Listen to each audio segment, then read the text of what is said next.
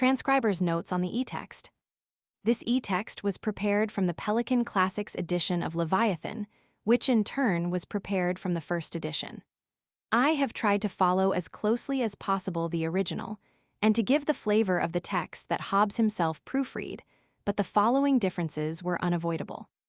Hobbes used capitals and italics very extensively, for emphasis, for proper names, for quotations, and sometimes, it seems, just because.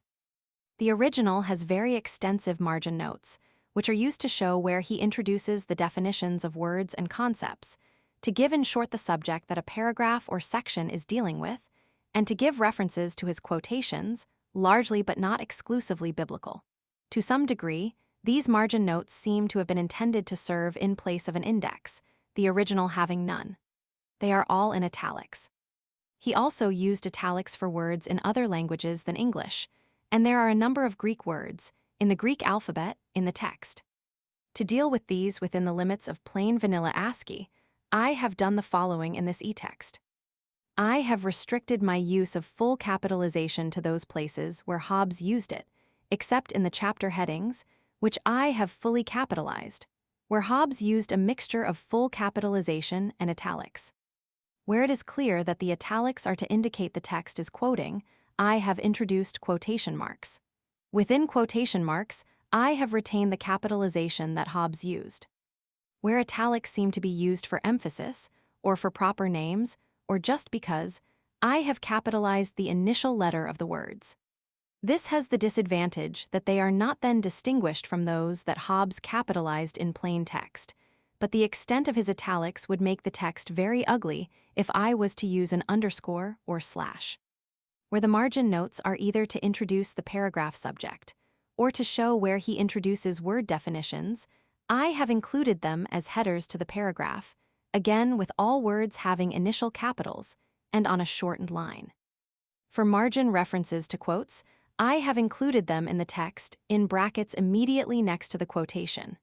Where Hobbes included references in the main text, I have left them as he put them, except to change his square brackets to round. For the Greek alphabet, I have simply substituted the nearest ordinary letters that I can, and I have used initial capitals for foreign language words. Neither Thomas Hobbes nor his typesetters seem to have had many inhibitions about spelling and punctuation. I have tried to reproduce both exactly, with the exception of the introduction of quotation marks. In preparing the text, I have found that it has much more meaning if I read it with subvocalization or aloud rather than trying to read silently.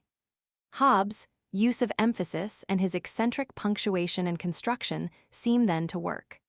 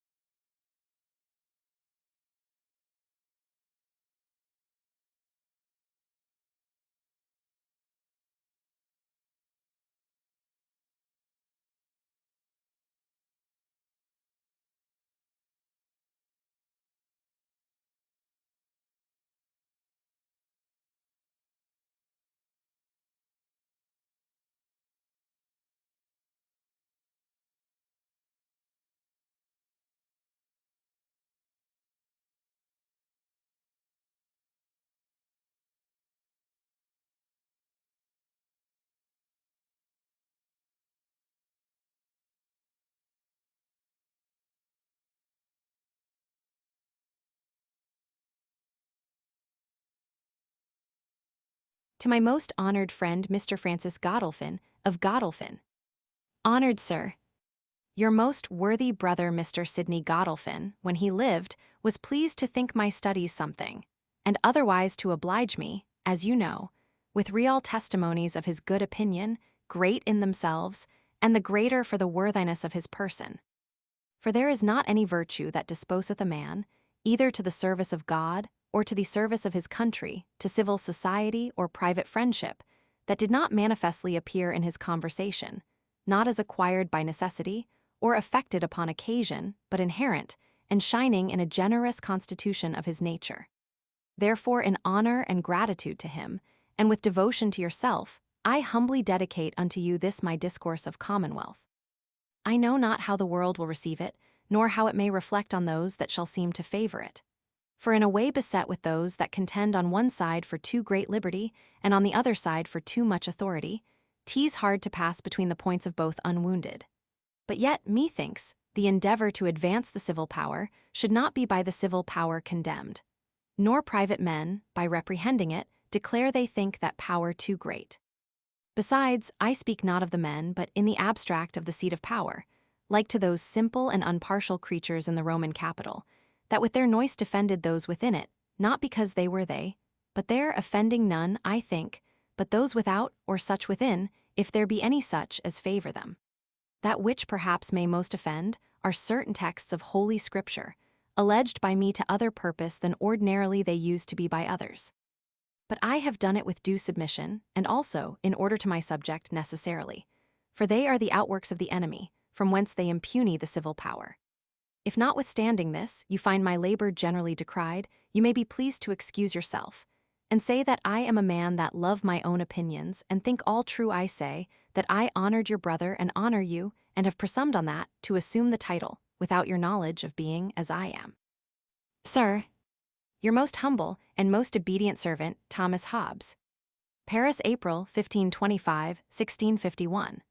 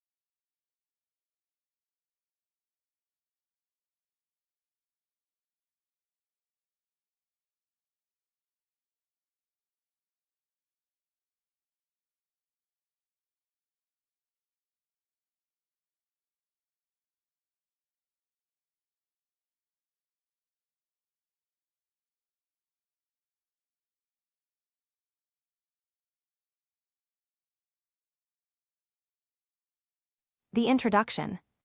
Nature, the art whereby God hath made and governs the world, is by the art of man, as in many other things, so in this also imitated, that it can make an artificial animal. For seeing life is but a motion of limbs, the beginning whereof is in some principal part within. Why may we not say, that all automata, engines that move themselves by springs and wheels, as doth a watch, have an artificial life? For what is the heart but a spring, and the nerves but so many strings, and the joints but so many wheels giving motion to the whole body, such as was intended by the artificer? Art goes yet further, imitating that rational and most excellent work of nature, man. For by art is created that great Leviathan called a commonwealth, or state, in Latin civitas, which is but an artificial man, though of greater stature and strength than the natural, for whose protection and defense it was intended, and in which the sovereignty is an artificial soul, as giving life and motion to the whole body, the magistrates and other officers of judicature and execution, artificial joints. Reward and punishment, by which fastened to the seat of the sovereignty, every joint and member is moved to perform his duty, are the nerves that do the same in the body natural. The wealth and riches of all the particular members are the strength. Salus populi, the people's safety, its business. Counselors, by whom all things needful for it to know are suggested unto it, are the memory, equity and laws, and artificial reason and will, conquered, health, sedition, sickness, and civil war, death. Lastly, the pacts and covenants, by which the parts of this body politique were at first made, set together, and united, resemble that fiat, or the let us make man, pronounced by God in the creation. To describe the nature of this artificial man, I will consider. First, the matter thereof and the artificer, both which is man. Secondly, how, and by what covenants it is made. What are the rights and just power or authority of a sovereignty, and what it is that preserveth and dissolveth it. Thirdly, what is a Christian commonwealth? Lastly, what is the kingdom of darkness? Concerning the first, there is a saying much usurped of late, that wisdom is acquired, not by reading of books, but of men. Consequently whereunto those persons, that for the most part can give no other proof of being wise, take great delight to show what they think they have read in men, by uncharitable censures of one another behind their backs. But there is another saying not of late understood, by which they might learn truly to read one another if they would take the pains, and that is, nos tapsum, read thyself, which was not meant, as it is now used, to countenance either the barbarous state of men in power towards their inferiors, or to encourage men of low degree to a saucy behavior towards their betters, but to teach us that for the similitude of the thoughts and passions of one man to the thoughts and passions of another, whosoever looketh into himself and considereth what he doth, when he does think, opine, reason, hope, fear, and see, and upon what grounds, he shall thereby read and know what are the thoughts and passions of all other men upon the like occasions. I say the similitude of passions, which are the same in all men, desire, fear, hope, and see, not the similitude or the objects of the passions, which are the things desired, feared, hoped, and see. For these the constitution individual and particular education do so vary, and they are so easy to be kept from our knowledge, that the characters of man's heart, blotted and confounded as they are, with dissembling, lying, counterfeiting, and erroneous doctrines, are legible only to him that searcheth hearts. And though by men's actions we do discover their designy sometimes, yet to do it without comparing them with our own, and distinguishing all circumstances, by which the case may come to be altered, is to decipher without a key, and be for the most part deceived, by too much trust or by too much diffidence, as he that reads is himself a good or evil man. But let one man read another by his actions never so perfectly, it serves him onely with his acquaintance, which are but few. He that is to govern a whole nation must read in himself not this or that particular man, but mankind, which though it be hard to do, harder than to learn any language or science, yet when I shall have set down my own reading orderly and perspicuously, the pains left another will be only to consider if he also find not the same in himself. For this kind of doctrine admitteth no other demonstration.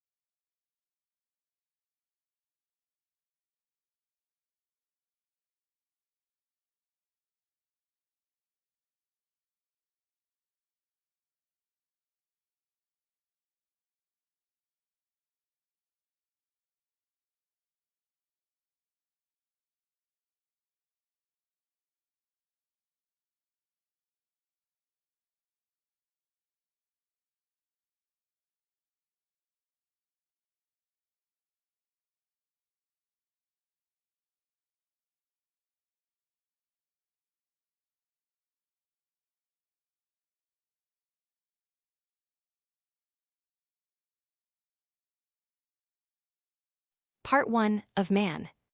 Chapter 1 of Sense.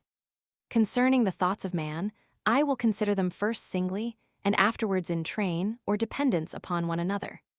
Singly, they are every one a representation or appearance of some quality or other accident of a body without us, which is commonly called an object, which object worketh on the eyes, ears, and other parts of man's body, and by diversity of working produceth diversity of appearances. The original of them all is that which we call sense, for there is no conception in a man's mind which hath not at first, totally or by parts, been begotten upon the organs of sense. The rest are derived from that original. To know the natural cause of sense is not very necessary to the business now in hand, and I have else, where written of the same at large. Nevertheless, to fill each part of my present method, I will briefly deliver the same in this place. The cause of sense is the external body or object, which presseth the organ proper to each sense, either immediately as in the taste and touch, or mediately as in seeing, hearing, and smelling, which pressure, by the mediation of nerves and other strings and membranes of the body, continued inwards to the brain and heart, causeth there a resistance, or counterpressure, or endeavor of the heart to deliver itself, which endeavor, because outward, seemeth to be some matter without. And this seeming or fancy is that which men call sense, and consisteth as to the eye in a light or color figured, to the ear in a sound, to the nostril in an odor, to the tongue and palate in a savor, and to the rest of the body in heat, cold, hardness, softness, and such other qualities as we discern by feeling. All which qualities called sensible are in the object that causeth them, but so many several motions of the matter, by which it presseth our organs diversely. Neither in us that are pressed are they anything else but divers motions, for motion produceth nothing but motion. But their appearance to us is fancy, the same waking, that dreaming. And as pressing, rubbing, or striking the eye makes us fancy a light, and pressing the ear produceth a din, so do the bodies also we see or hear produce the same by their strong though unobserved action. For if those colors and sounds were in the bodies or objects that cause them, they could not be severed from them as by glasses and in echoes by reflection. We see they are, where we know the thing we see is in one place, the appearance in another. And though at some certain distance, the real and very object seem invested with the fancy it begets in us, yet still the object is one thing, the image or fancy is another. So that sense in all cases is nothing else but original fancy, caused, as I have said, by the pressure, that is, by the motion of external things upon our eyes, ears, and other organs thereunto ordained. But the philosophy schools, through all the universities of Christendom, grounded upon certain texts of Aristotle, teach another doctrine, and say, for the cause of vision, that the thing seen sendeth forth on every side a visible species. In English, a visible show, apparition, or aspect, or a being seen, the receiving whereof into the eye is seeing. And for the cause of hearing, that the thing heard sendeth forth an audible species, that is, an audible aspect or audible being seen, which entering at the ear maketh hearing. Nay, for the cause of understanding also, they say the thing understood sendeth forth intelligible species, that is, an intelligible being seen, which coming into the understanding makes us understand. I say not this, as disapproving the use of universities, but because I am to speak hereafter of their office in a commonwealth, I must let you see on all occasions, by the way, what things would be amended in them, amongst which the frequency of insignificant speech is one.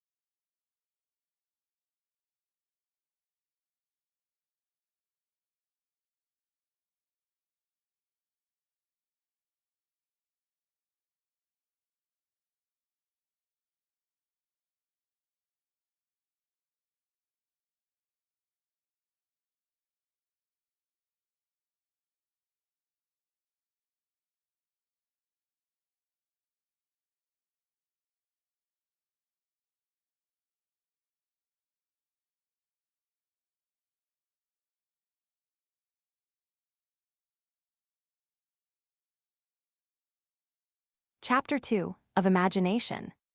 That when a thing lies still, unless somewhat else stir it, it will lie still forever, is a truth that no man doubts of. But that when a thing is in motion, it will eternally be in motion, unless somewhat else stay it, though the reason be the same, namely, that nothing can change itself, is not so easily assented to. For men measure, not only other men, but all other things by themselves. And because they find themselves subject after motion to pain and lassitude, think everything else grows weary of motion, and seeks repose of its own accord little considering, whether it be not some other motion, wherein that desire of rest they find in themselves consisteth. From hence it is that the schools say, heavy bodies fall downwards, out of an appetite to rest, and to conserve their nature in that place which is most proper for them, ascribing appetite and knowledge of what is good for their conservation, which is more than man has to things inanimate absurdly. When a body is once in motion, it moveth, unless something else hinder it eternally, and whatsoever hindereth it cannot in an instant, but in time and by degrees quite extinguish it. And as we see in the water, though the wind cease, the waves give not over rowling for a long time after. So also it happeneth in that motion, which is made in the internal parts of a man, then, when he sees, dreams, and see for after the object is removed, or the eye shut, we still retain an image of the thing seen, though more obscure than when we see it. And this is it that Latins call imagination, from the image made in seeing, and apply the same, though improperly, to all the other senses. But the Greeks call it fancy, which signifies appearance and is as proper to one sense as to another. Imagination, therefore, is nothing but decaying sense, and is found in men and many other living creatures, as well sleeping as waking. Memory. The decay of sense in men waking is not the decay of the motion made in sense, but an obscuring of it in such manner as the light of the sun obscureth the light of the stars, which stars do no less exercise their virtue by which they are visible in the day than in the night. But because amongst many strokes, which our eyes, ears, and other organs receive from external bodies, the predominant only is sensible, therefore the light of the sun being predominant, we are not affected with the action of the stars. And any object being removed from our eyes, though the impression it made in us remain, yet other objects more present succeeding, and working on us, the imagination of the past is obscured and made weak, as the voice of a man is in the noise of the day. From whence it followeth, that the longer the time is, after the sight or sense of any object, the weaker is the imagination. For the continual change of man's body destroys in time the parts which in sense were moved, so that the distance of time and of place hath one and the same effect in us. For as at a distance of place, that which we look at appears dim and without distinction of the smaller parts, and as voices grow weak and inarticulate, so also after great distance of time, our imagination of the past is weak, and we lose, for example, of cities we have seen, many particular streets, and of actions, many particular circumstances. This decaying sense, when we would express the thing itself, I mean fancy itself, we call imagination, as I said before, but when we would express the decay and signify that the sense is fading, old, and past, it is called memory. So that imagination and memory are but one thing, which for divers considerations hath divers names. Much memory, or memory of many things, is called experience. Again, imagination being only of those things which have been formerly perceived by sense, either all at once, or by parts at several times. The former, which is the imagining the whole object as it was presented to the sense, is simple imagination, as when one imagineth a man or horse which he hath seen before.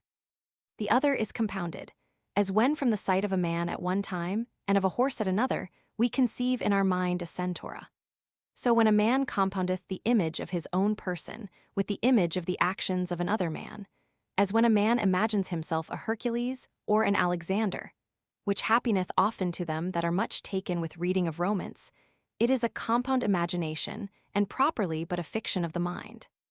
There be also other imaginations that rise in men, though waking from the great impression made in sense. As from gazing upon the sun, the impression leaves an image of the sun before our eyes a long time after. And from being long and vehemently attent upon geometrical figures, a man shall in the dark, though awake, have the images of lines and angles before his eyes, which kind of fancy hath no particular name, as being a thing that doth not commonly fall into men's discourse. Dreams. The imaginations of them that sleep are those we call dreams. And these also, as all other imaginations, have been before either totally or by parcels in the sense. And because in sense, the brain and nerves, which are the necessary organs of sense, are so benumbed in sleep, as not easily to be moved by the action of external objects, there can happen in sleep no imagination, and therefore no dream, but what proceeds from the agitation of the inward parts of man's body. Which inward parts, for the connection they have with the brain, and other organs when they be distempered, do keep the same in motion. Whereby the imaginations there formerly made appear as if a man were waking, saving that the organs of sense being now benumbed, so as there is no new object, which can master and obscure them with a more vigorous impression, a dream must needs be more clear, in this silence of sense, than are our waking thoughts. And hence it cometh to pass, that it is a hard matter, and by many thought impossible to distinguish exactly between sense and dreaming. For my part, when I consider that in dreams I do not often, nor constantly think of the same persons, places, objects, and actions that I do waking, nor remember so long a train of coherent thoughts, dreaming as at other times, and because waking I often observe the absurdity of dreams, but never dream of the absurdities of my waking thoughts. I am well satisfied that being awake, I know I dream not, though when I dream, I think myself awake. And seeing dreams are caused by the distemper of some of the inward parts of the body, divers distempers must needs cause different dreams.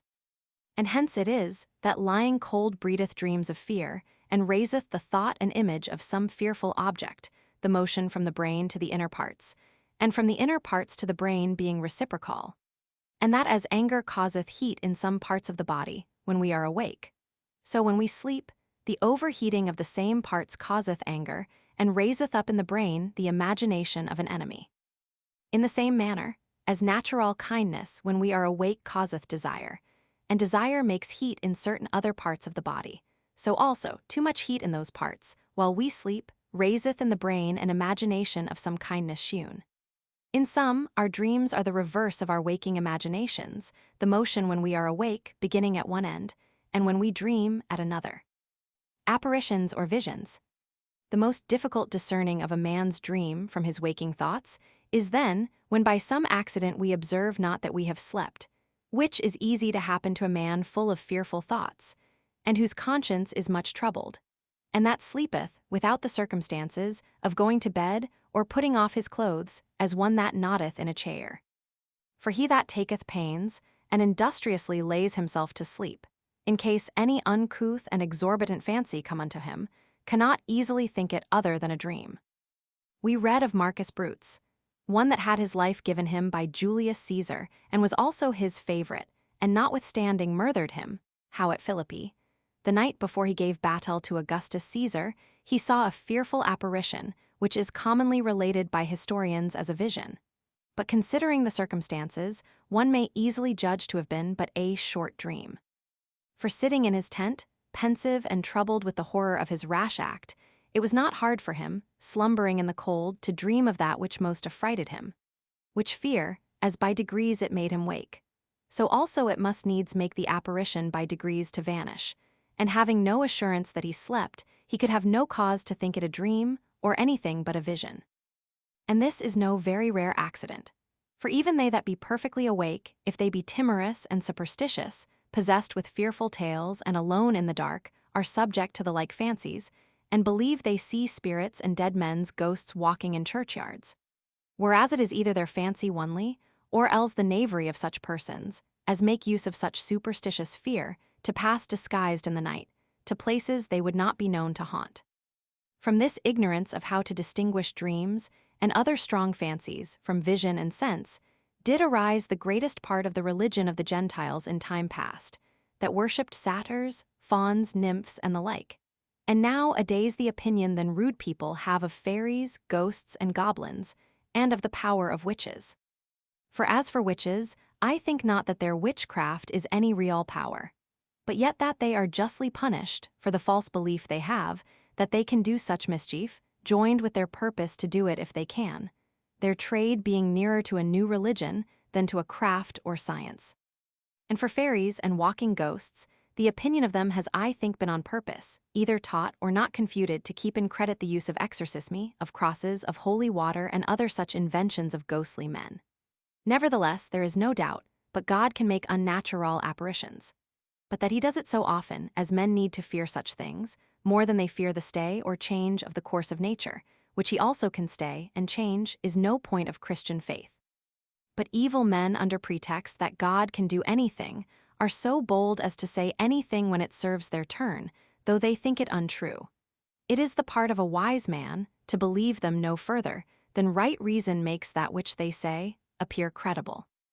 If this superstitious fear of spirits were taken away, and with it, prognostiques from dreams, false prophecies, and many other things depending thereon, by which crafty, ambitious persons abuse the simple people, men would be much more fitted than they are for civil obedience. And this ought to be the work of the schools, but they rather nourish such doctrine. For not knowing what imagination or the senses are, what they receive they teach, some saying that imaginations rise of themselves and have no cause, others that they rise most commonly from the will, and that good thoughts are blown, inspired into a man by God and evil thoughts by the devil, or that good thoughts are powered, infused into a man by God and evil ones by the devil. Some say the senses receive the species of things and deliver them to the common sense, and the common sense delivers them over to the fancy, and the fancy to the memory, and the memory to the judgment, like handing of things from one to another, with many words making nothing understood. Understanding. The imagination that is raised in man, or any other creature endued with the faculty of imagining, by words or other voluntary signs, is that we generally call understanding, and is common to man and beast.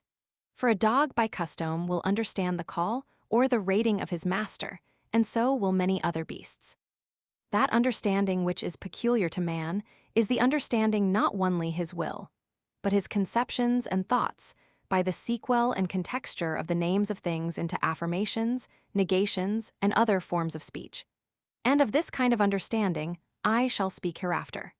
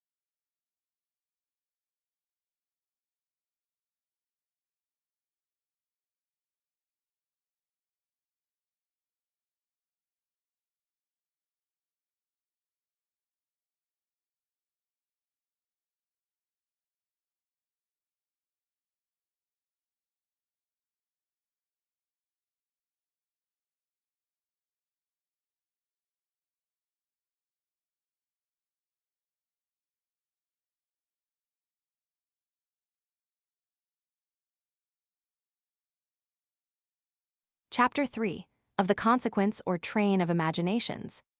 By consequence or train of thoughts, I understand that succession of one thought to another, which is called, to distinguish it from discourse in words, mental discourse. When a man thinketh on anything whatsoever, his next thought after is not altogether so casual as it seems to be. Not every thought to every thought succeeds indifferently, but as we have no imagination, whereof we have not formerly had sense, in whole or in parts, so we have no transition from one imagination to another, whereof we never had the like before in our senses. The reason whereof is this: all fancies are motions within us, reliques of those made in the sense. And those motions that immediately succeeded one another in the sense, continue also together after sense. Insomuch as the former coming again to take place, and be predominant, the later followeth, by coherence of the matter moved, is such manner, as water upon a plain table is drawn which way any one part of it is guided by the finger. But because in sense, to one and the same thing perceived, sometimes one thing, sometimes another succeedeth, it comes to pass in time, that in the imagining of anything there is no certainty what we shall imagine next. Only this is certain, it shall be something that succeeded the same before, at one time or another. Train of thoughts unguided. This train of thoughts or mental discourse is of two sorts. The first is unguided, without designee and inconstant, wherein there is no passionate thought to govern and direct those that follow to itself, as the end and scope of some desire or other passion. in which case the thoughts are said to wander and seem impertinent one to another, as in a dream. Such are commonly the thoughts of men, that are not only without company, but also without care of anything, though even then their thoughts are as busy as at other times, but without harmony, as the sound which a lute out of tune would yield to any man, or in tune to one that could not play. And yet in this wild ranging of the mind, a man may ofttimes perceive the way of it, and the dependence of one thought upon another. For in a discourse of our present civil war, what could seem more impertinent than to ask, as one did, what was the value of a Roman penny? Yet the coherence to me was manifest enough. For the thought of the war introduced the thought of the delivering up the king to his enemies. The thought of that brought in the thought of the delivering up of Christ. And that again the thought of the 30 pence, which was the price of that treason. And thence easily followed that malicious question, and all this in a moment of time, for thought is quick. Train of thoughts regulated. The second is more constant, as being regulated by some desire and designy. For the impression made by such things as we desire or fear is strong and permanent, or, if it cease for a time, of quick return. So strong it is sometimes as to hinder and break our sleep. From desire ariseth the thought of some means we have seen produce the like of that which we aim at, and from the thought of that the thought of means to that mean, and so continually till we come to some beginning within our own power.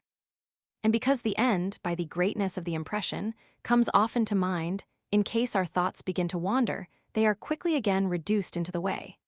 Which observed by one of the 7 wise men, made him give men this precept, which is now worn out respice finum.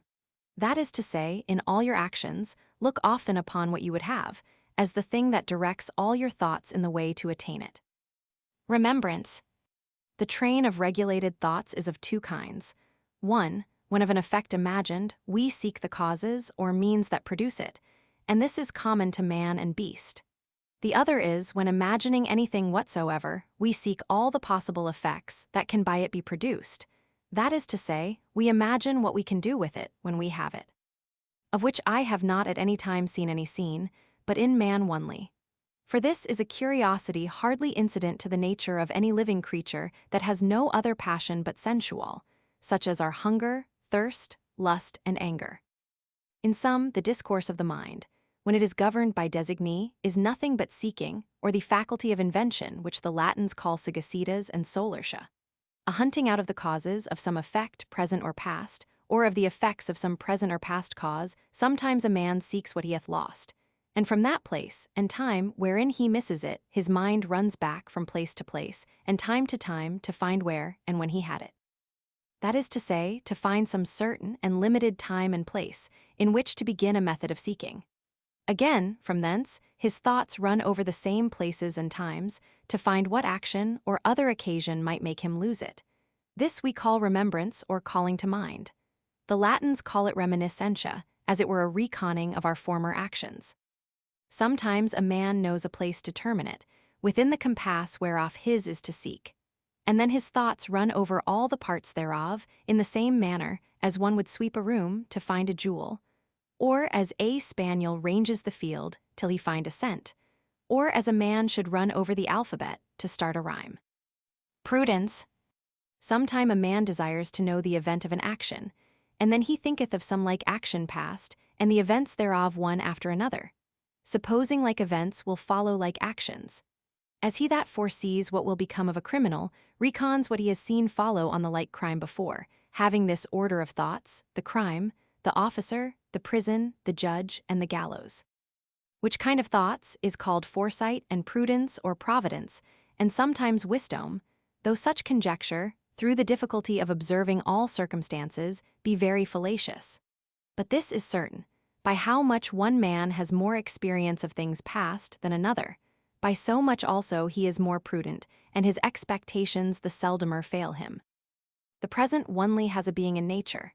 Things past have a being in the memory only, but things to come have no being at all, the future being but a fiction of the mind, applying the sequels of actions past to the actions that are present, which with most certainty is done by him that has most experience, but not with certainty enough. And though it be called prudence, when the event answereth our expectation, yet in its own nature it is but presumption. For the foresight of things to come, which is providence, belongs onely to him by whose will they are to come. From him only and supernaturally proceeds prophecy. The best prophet naturally is the best guesser, and the best guesser, he that is most versed and studied in the matters he guesses at, for he hath most scenes to guess by. Signs. A scene is the event antecedent of the consequent, and contrarily, the consequent of the antecedent when the like consequences have been observed before, and the oftener they have been observed, the less uncertain is the scene. And therefore he that has most experience in any kind of business has most signs whereby to guess at the future time, and consequently is the most prudent. And so much more prudent than he that is new in that kind of business, as not to be equaled by any advantage of natural and extemporary wit, though perhaps many young men think the contrary. Nevertheless, it is not prudence that distinguisheth man from beast.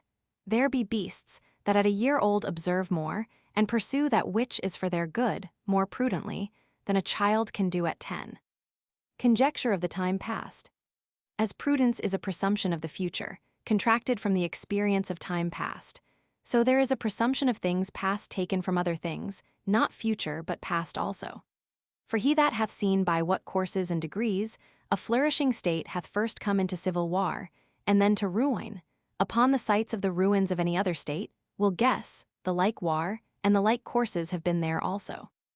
But his conjecture has the same uncertainty almost with the conjecture of the future, both being grounded onely upon experience. There is no other act of man's mind that I can remember naturally planted in him, so as to need no other thing to the exercise of it, but to be born a man and live with the use of his 5 senses. Those other faculties, of which I shall speak by, and which seem proper to man only, are acquired and increased by study and industry, and of most men learned by instruction and discipline, and proceed all from the invention of words and speech. For besides sense and thoughts, and the train of thoughts, the mind of man has no other motion, though by the help of speech and method the same faculties may be improved to such a height as to distinguish men from all other living creatures. Whatsoever we imagine is finite. Therefore there is no idea or conception of anything we call infinite. No man can have in his mind an image of infinite magnitude, nor conceive the ends and bounds of the thing named, having no conception of the thing but of our own inability. And therefore the name of God is used, not to make us conceive him, for he is incomprehensible, and his greatness and power are unconceivable, but that we may honor him. Also because whatsoever, as I said before, we conceive, has been perceived first by sense either all at once or by parts. A man can have no thought, representing anything not subject to sense. No man therefore can conceive anything, but he must conceive it in some place, and endued with some determinate magnitude, and which may be divided into parts.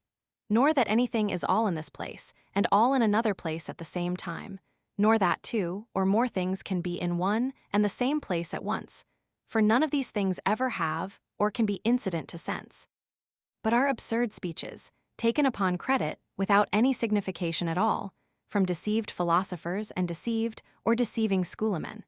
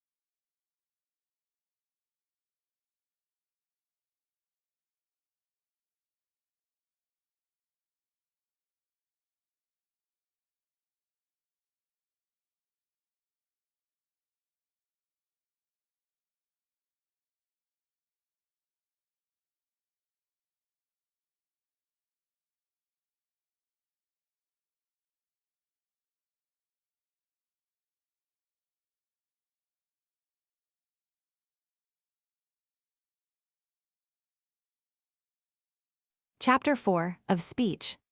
Original of speech. The invention of printing, though ingenious compared with the invention of letters, is no great matter. But who was the first that found the use of letters is not known. He that first brought them into Greece, men say was Cadmus, the son of Agenor, king of Phoenicia. A profitable invention for continuing the memory of time past, and the conjunction of mankind, dispersed into so many and distant regions of the earth. And withal difficult, as proceeding from a watchful observation of the divers motions of the tongue, palate, lips, and other organs of speech, whereby to make as many differences of characters, to remember them. But the most noble and profitable invention of all other was that of speech, consisting of names or appellations and their connection, whereby men register their thoughts, recall them when they are past, and also declare them one to another for mutual utility and conversation, without which there had been amongst men neither commonwealth, nor society, nor contract, nor peace, no more than amongst lion, bears, and wolves. The first author of speech was God himself, that instructed Adam how to name such creatures as he presented to his sight. For the scripture goeth no further in this matter. But this was sufficient to direct him to add more names, as the experience and use of the creatures should give him occasion, and to join them in such manner by degrees as to make himself understood. And so, by succession of time, so much language might be gotten as he had found use for, though not so copious as an orator or philosopher has need of. For I do not find anything in the scripture, out of which directly or by consequence can be gathered, that Adam was taught the names of all figures, numbers, measures, colors, sounds, fancies, relations, much less the names of words in speech, as general, special, affirmative, negative, interrogative, optative, infinitive, all which are useful, and least of all of entity, intentionality, quiddity, and other significant words of the school. But all this language gotten and augmented by Adam and his posterity was again lost at the Tower of Babel, when by the hand of God every man was stricken for his rebellion, with an oblivion of his former language. And being hereby forced to disperse themselves into several parts of the world, it must needs be that the diversity of tongues that now is proceeded by degrees from them, in such manner as need, the mother of all inventions, taught them, and in tract of time grew everywhere more copious. The use of speech. The general use of speech is to transfer our mental discourse into verbal, or the train of our thoughts into a train of words, and that for two commodities, whereof one is the registering of the consequences of our thoughts, which being apt to slip out of our memory and put us to a new labor, may again be recalled by such words as they were marked by. So that the first use of names is to serve for marks or notes of remembrance. Another is when many use the same words to signify by their connection and order, one to another what they conceive or think of each matter, and also what they desire, fear, or have any other passion for, and for this use they are called scenes. Special uses of speech are these. First, to register what by cogitation we find to be the cause of anything, present or past, and what we find things present or past may produce or effect, which in sum is acquiring of arts. Secondly, to show to others that knowledge which we have attained, which is to counsel and teach one another. Thirdly, to make known to others our wills and purposes that we may have the mutual help of one another. Fourthly, to please and delight ourselves and others by playing with our words for pleasure or ornament innocently. Abuses of speech. To these uses there are also 4 correspondent abuses. First, when men register their thoughts wrong by the inconstancy of the signification of their words, by which they register for their conceptions that which they never conceived, and so deceive themselves. Secondly, when they use words metaphorically, that is, in other sense than that they are ordained for, and thereby deceive others. Thirdly, when by words they declare that to be their will, which is not. Fourthly, when they use them to grieve one another. For seeing nature hath armed living creatures, some with teeth, some with horns, and some with hands, to grieve an enemy, it is but an abuse of speech, to grieve him with the tongue, unless it be one whom we are obliged to govern, and then it is not to grieve, but to correct and amend. The manner how speech serveth to the remembrance of the consequence of causes and effects consisteth in the imposing of names and the connection of them. Names proper and common universal. Of names some are proper and singular to one only thing, as Peter, John, this man, this tree, and some are common to many things, as man, horse, tree, every of which though but one name is nevertheless the name of divers particular things. In respect of all which together it is called an universal, there being nothing in the world universal but names, for the things named are every one of them individual and singular. One universal name is imposed on many things, for their similitude in some quality or other accident. And whereas a proper name bringeth to mind one thing onely, universals recall any one of those many. And of names universal, some are of more and some of less extent, the larger comprehending the less large, and some again of equal extent, comprehending each other reciprocally. As for example, the name body is of larger signification than the word man, and comprehendeth it, and the names man and rational are of equal extent, comprehending mutually one another. But here we must take notice that by a name is not always understood, as in grammar, one only word, but sometimes by circumlocution many words together. For all these words, he that in his actions observeth the laws of his country make but one name, equivalent to this one word just. By this imposition of names, some of larger, some of stricter signification, we turn the reckoning of the consequences of things imagined in the mind into a reckoning of the consequences of appellations. For example, a man that hath no use of speech at all, such as is born and remains perfectly deaf and dumb, if he set before his eyes a triangle, and by it two right angles, such as are the corners of a square figure, he may by meditation compare and find that the three angles of that triangle are equal to those two right angles that stand by it. But if another triangle be shewn him different in shape from the former, he cannot know without a new labor, whether the three angles of that also be equal to the same. But he that hath the use of words when he observes that such equality was consequent, not to the length of the sides, nor to any other particular thing in his triangle, but only to this, that the sides were straight, and the angles three, and that that was all, for which he named it a triangle, will boldly conclude universally that such equality of angles is in all triangles whatsoever.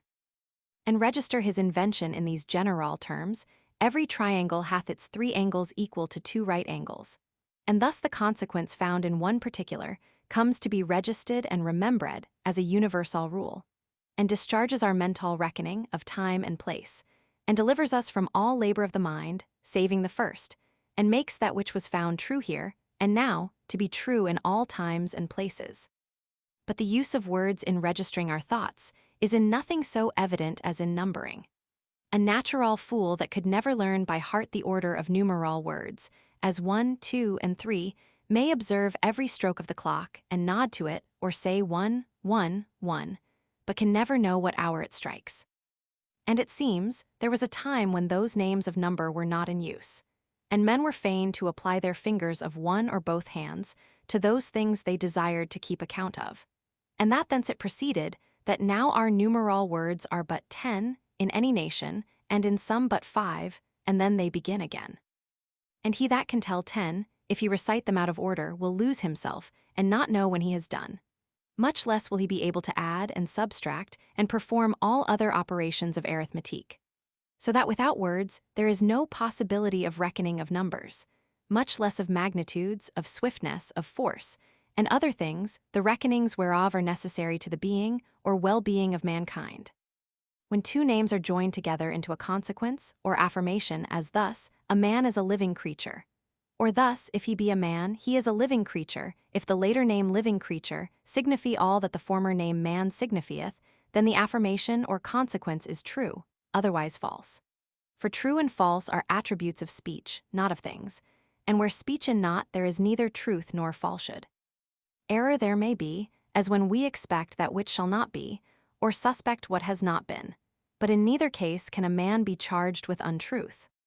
Seeing then that truth consisteth in the right ordering of names in our affirmations, a man that seeketh precise truth had need to remember what every name he uses stands for, and to place it accordingly, or else he will find himself entangled in words as a bird in lime twigs. The more he struggles, the more belimed. And therefore in geometry, which is the onely science that it hath pleased God hitherto to bestow on mankind, men begin at settling the significations of their words, which settling of significations they call definitions, and place them in the beginning of their reckoning. By this it appears how necessary it is for any man that aspires to true knowledge to examine the definitions of former authors, and either to correct them where they are negligently set down, or to make them himself. For the errors of definitions multiply themselves according as the reckoning proceeds, and lead men into absurdities, which at last they see, but cannot avoid without reckoning anew from the beginning, in which lies the foundation of their errors.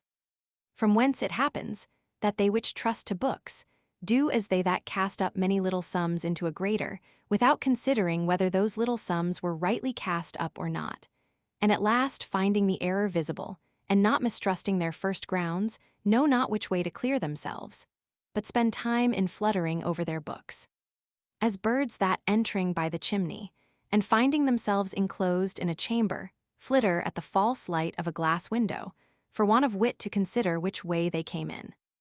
So that in the right definition of names lies the first use of speech, which is the acquisition of science, and in wrong or no definitions lies the first abuse, from which proceed all false and senseless tenets, which make those men that take their instruction from the authority of books, and not from their own meditation, to be as much below the condition of ignorant men, as men endued with true science are above it. For between true science and erroneous doctrines, ignorance is in the middle. Natural sense and imagination are not subject to absurdity. Nature itself cannot err, and as men abound in copiousness of language, so they become more wise or more mad than ordinary. Nor is it possible without letters for any man to become either excellently wise, or, unless his memory be hurt by disease or ill constitution of organs, excellently foolish.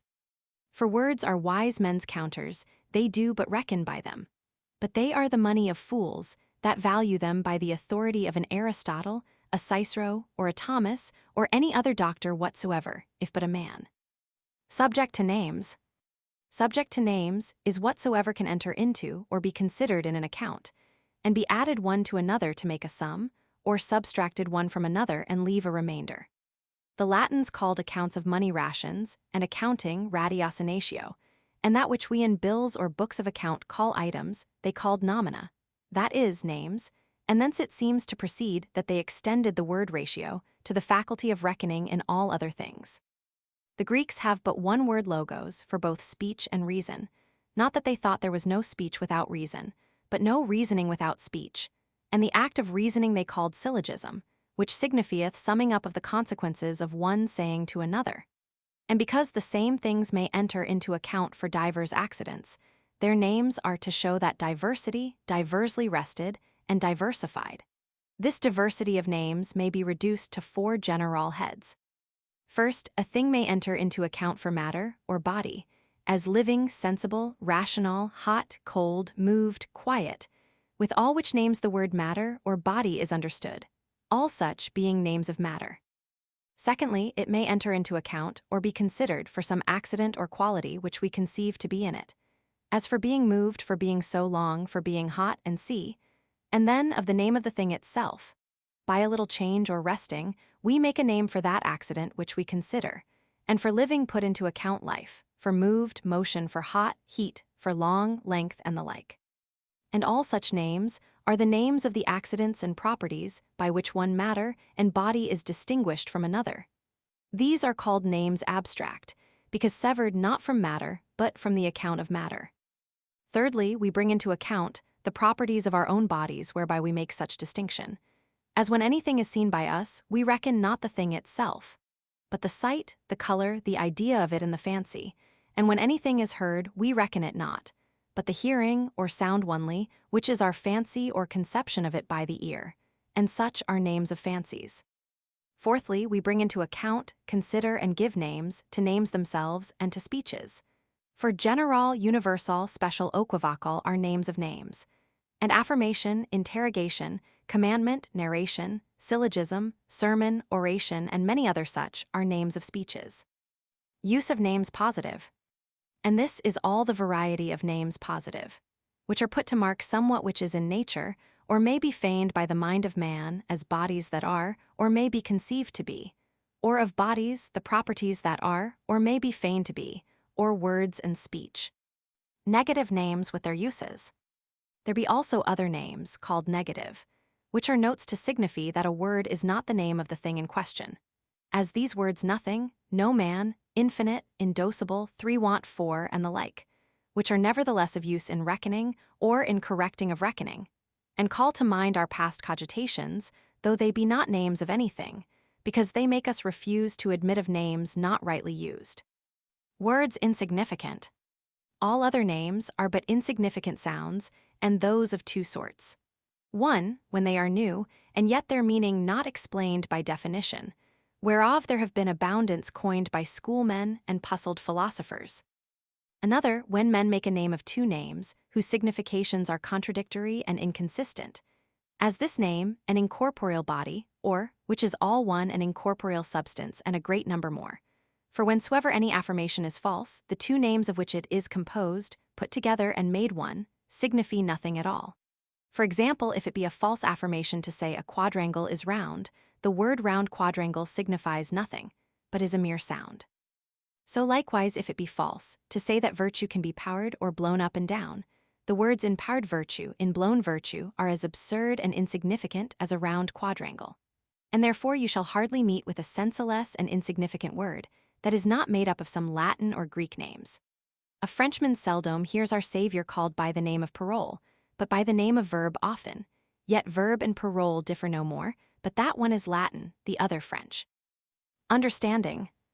When a man upon the hearing of any speech hath those thoughts which the words of that speech and their connection were ordained and constituted to signify, then he is said to understand it, understanding being nothing else but conception caused by speech.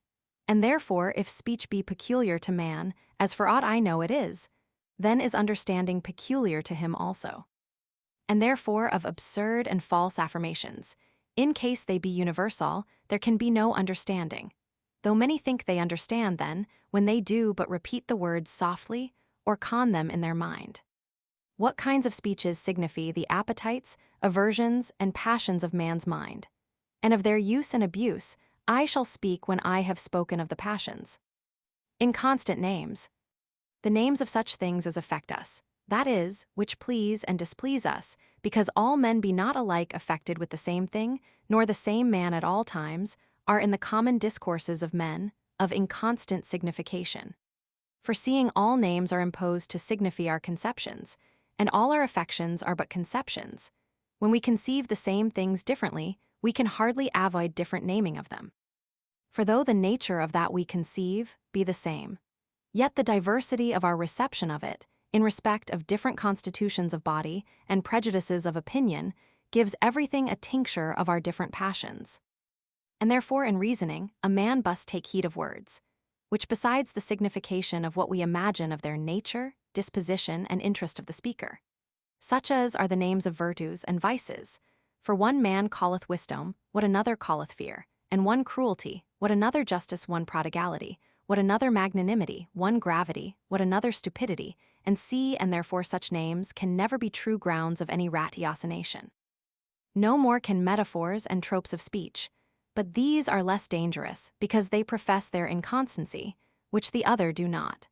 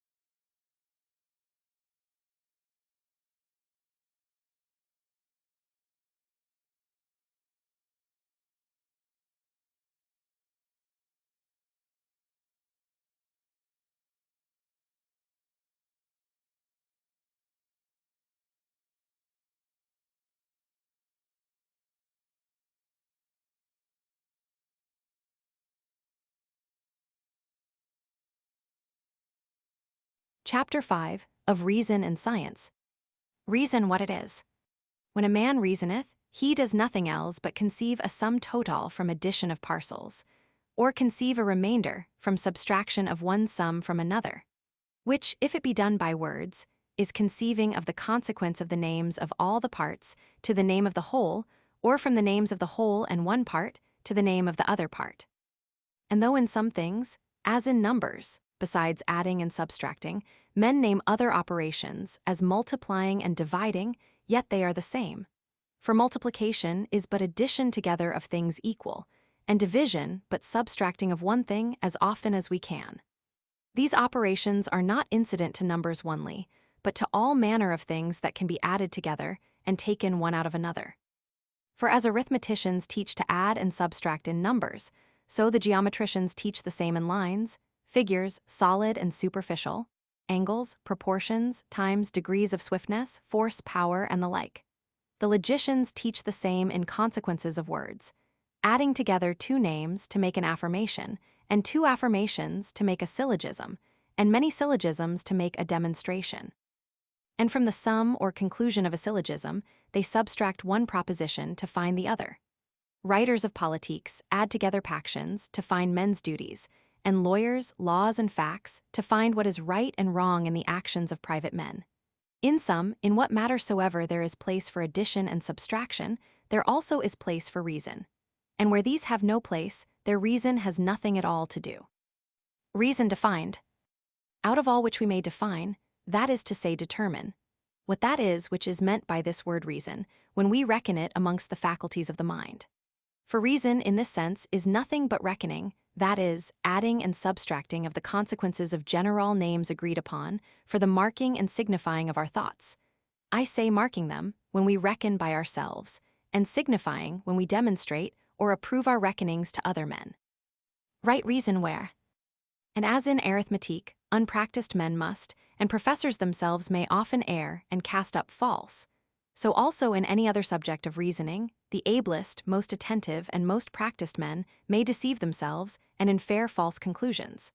Not but that reason itself is always right reason, as well as arithmetic is a certain and infallible art. But no one man's reason, nor the reason of any one number of men, makes the certainty. No more than an account is therefore well cast up, because a great many men have unanimously approved it. And therefore, as when there is a controversy in an account, the parties must by their own accord set up for right reason the reason of some arbitrator or judge to whose sentence they will both stand, or their controversy must either come to blows or be undecided, for want of a right reason constituted by nature. So is it also in all debates of what kind soever. And when men that think themselves wiser than all others clamor and demand right reason for judge, yet seek no more, but that things should be determined by no other men's reason but their own, it is as intolerable in the society of men as it is in play after trump is turned, to use for trump on every occasion that sweet whereof they have most in their hand. For they do nothing else, that will have every of their passions, as it comes to bear sway in them, to be taken for right reason, and that in their own controversies, bewraying their want of right reason by the claim they lay to it. The use of reason.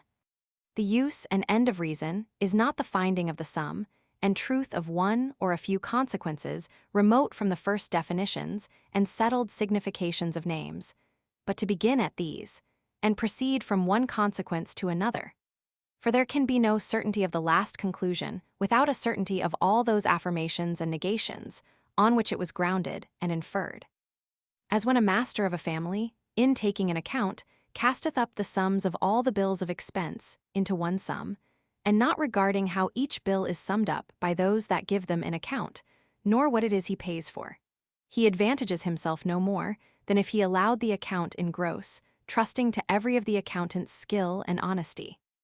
So also in reasoning of all other things, he that takes up conclusions on the trust of authors, and doth not fetch them from the first items in every reckoning, which are the significations of names settled by definitions, loses his labor, and does not know anything, but only believeth.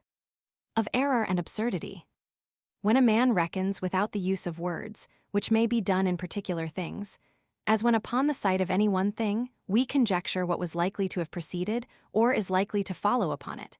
If that which he thought likely to follow follows not, or that which he thought likely to have preceded it hath not preceded it, this is called error, to which even the most prudent men are subject. But when we reason in words of general signification and fall upon a general inference which is false, though it be commonly called error, it is indeed an absurdity or senseless speech. For error is but a deception, in presuming that somewhat is past or to come, of which though it were not past or not to come, yet there was no impossibility discoverable.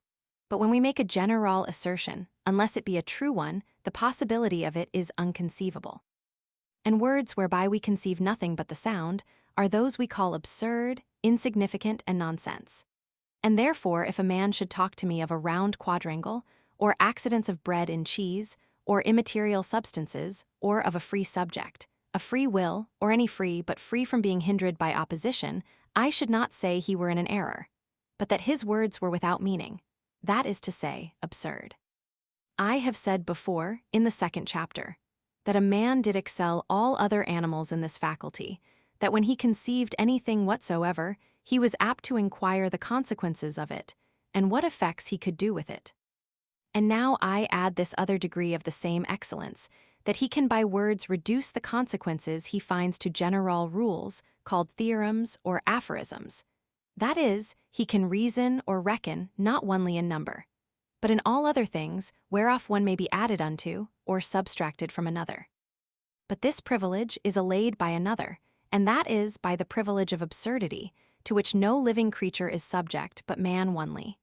And of men, those are of all most subject to it that profess philosophy. For it is most true that Cicero saith of them somewhere, that there can be nothing so absurd, but may be found in the books of philosophers. And the reason is manifest. For there is not one of them that begins his ratiocination from the definitions, or explications of the names they are to use, which is a method that hath been used only in geometry, whose conclusions have thereby been made indisputable. Causes of absurdity. The first cause of absurd conclusions I ascribe to the want of method, in that they begin not their ratiocination from definitions, that is, from settled significations of their words, as if they could cast account without knowing the value of the numeral words 1, 2, and 3. And whereas all bodies enter into account upon divers considerations, which I have mentioned in the precedent chapter, these considerations being diversely named, divers absurdities proceed from the confusion and unfit connection of their names into assertions. And therefore, the second cause of absurd assertions I ascribe to the giving of names of bodies to accidents, or of accidents to bodies, as they do that say faith is infused or inspired, when nothing can be powered or breathed into anything but body, and that extension is body, that phantasmas are spirits and sea. The third I ascribe to the giving of the names of the accidents of bodies without us, to the accidents of our own bodies, as they do that say, the color is in the body, the sound is in the air and sea. The fourth to the giving of the names of bodies, to names or speeches, as they do that say, that there be things universal, that a living creature is genus or a general thing, and sea. The fifth to the giving of the names of accidents, to names and speeches, as they do that say, the nature of a thing is in its definition, a man's command is his will, and the like. The sixth to the use of metaphors, tropes, and other rhetorical figures instead of words proper. For though it be lawful to say, for example, in common speech, the way goeth or leadeth hither or thither, the proverb says this or that, whereas ways cannot go, nor proverbs speak, yet in reckoning and seeking of truth, such speeches are not to be admitted. The seventh to names that signify nothing, but are taken up and learned by rote from the schools, as hypostatical, transubstantiate, consubstantiate, eternal now, and the like canting of schoolmen. To him that can avoid these things, it is not easy to fall into any absurdity, unless it be by the length of an account, wherein he may perhaps forget what went before. For all men by nature reason alike, and well, when they have good principles. For who is so stupid, as both to mistake in geometry, and also to persist in it, when another detects his error to him?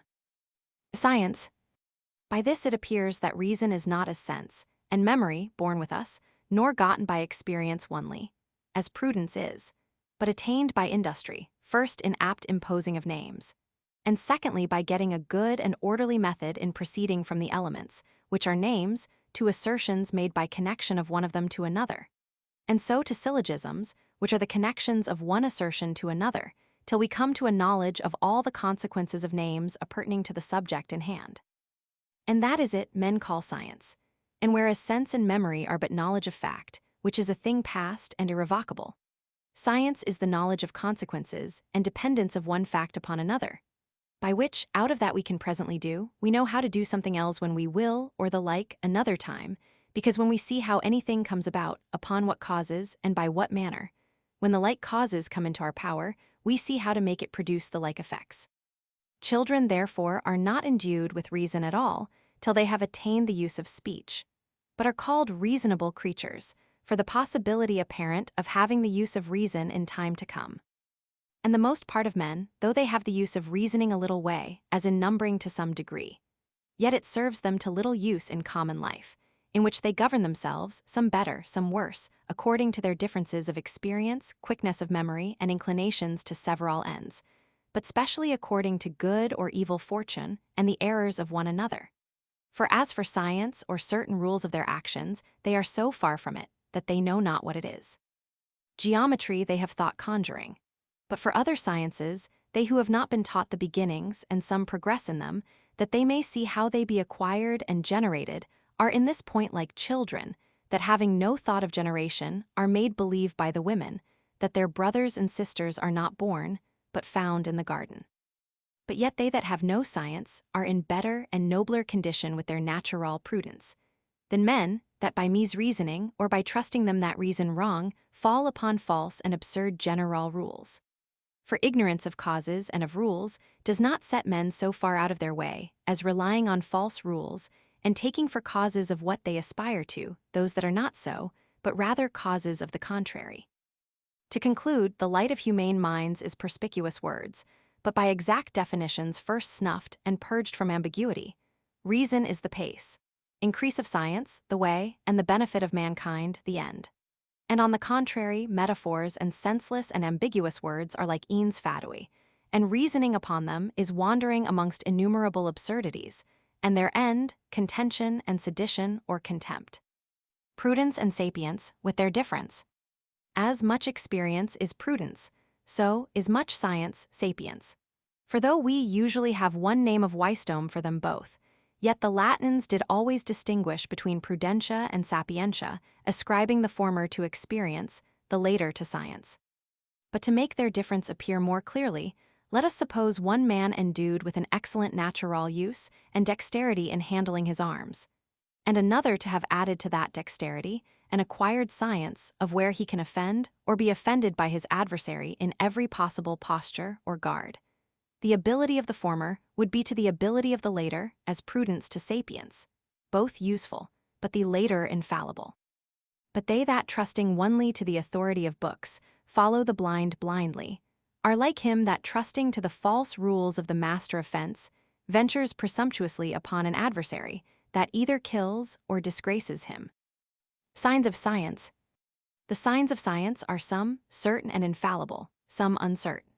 Certain, when he that pretendeth the science of anything can teach the same, that is to say, demonstrate the truth thereof perspicuously to another. Uncertain, when only some particular events answer to his pretense, and upon many occasions prove so as he says they must. Signs of prudence are all uncertain, because to observe by experience and remember all circumstances that may alter the success is impossible. But in any business, whereof a man has not infallible science to proceed by, to forsake his own natural judgment, and be guided by general sentences read in authors, and subject to many exceptions, is a scene of folly, and generally scorned by the name of pedantry. And even of those men themselves, that in councils of the commonwealth love to show their reading of politiques and history, very few do it in their domestic affairs, where their particular interest is concerned, having prudence enough for their private affairs. But in public they study more the reputation of their own wit than the success of another's business.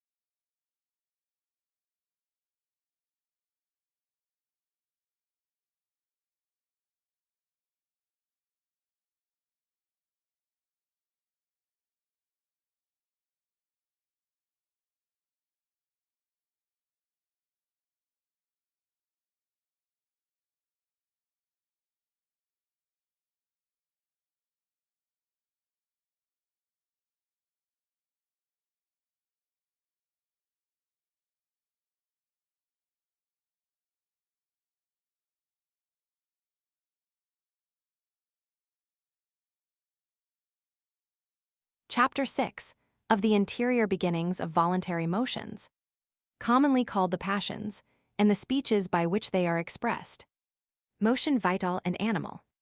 There be in animals two sorts of motions peculiar to them, one called vital, begun in generation and continued without interruption through their whole life, such as are the course of the blood, the pulse, the breathing, the concoctions, nutrition, excretion, and see, to which motions there needs no help of imagination. The other in animal motion, otherwise called voluntary motion, as to go, to speak, to move any of our limbs in such manner as is first fancied in our minds. That sense is motion in the organs and interior parts of man's body, caused by the action of the things we see, hear, and see. And that fancy is but the reliques of the same motion, remaining after sense, has been already said in the first and second chapters. And because going, speaking, and the like voluntary motions depend always upon a precedent thought of whither, which way, and what, it is evident that the imagination is the first internal beginning of all voluntary motion. And although unstudied men do not conceive any motion at all to be there, where the thing moved is invisible, or the space it is moved in is, for the shortness of it, insensible, yet that doth not hinder but that such motions are. For let a space be never so little, that which is moved over a greater space, whereof that little one is part, must first be moved over that.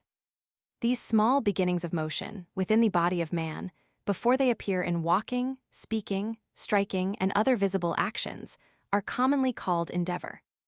Endeavor, appetite, desire, hunger, thirst, aversion. This endeavor, when it is toward something which causes it, is called appetite or desire, the later being the general name, and the other oftentimes restrained to signify the desire of food, namely hunger and thirst. And when the endeavor is fromward something, it is generally called aversion. These words appetite and aversion we have from the Latins, and they both of them signify the motions, one of approaching, the other of retiring. So also do the Greek words for the same, which are orm and aform. For nature itself does often press upon men those truths, which afterwards, when they look for somewhat beyond nature, they stumble at. For the schools find in mere appetite to go, or move, no actual motion at all, but because some motion they must acknowledge, they call it metaphorical motion, which is but an absurd speech, for though words may be called metaphorical, bodies and motions cannot.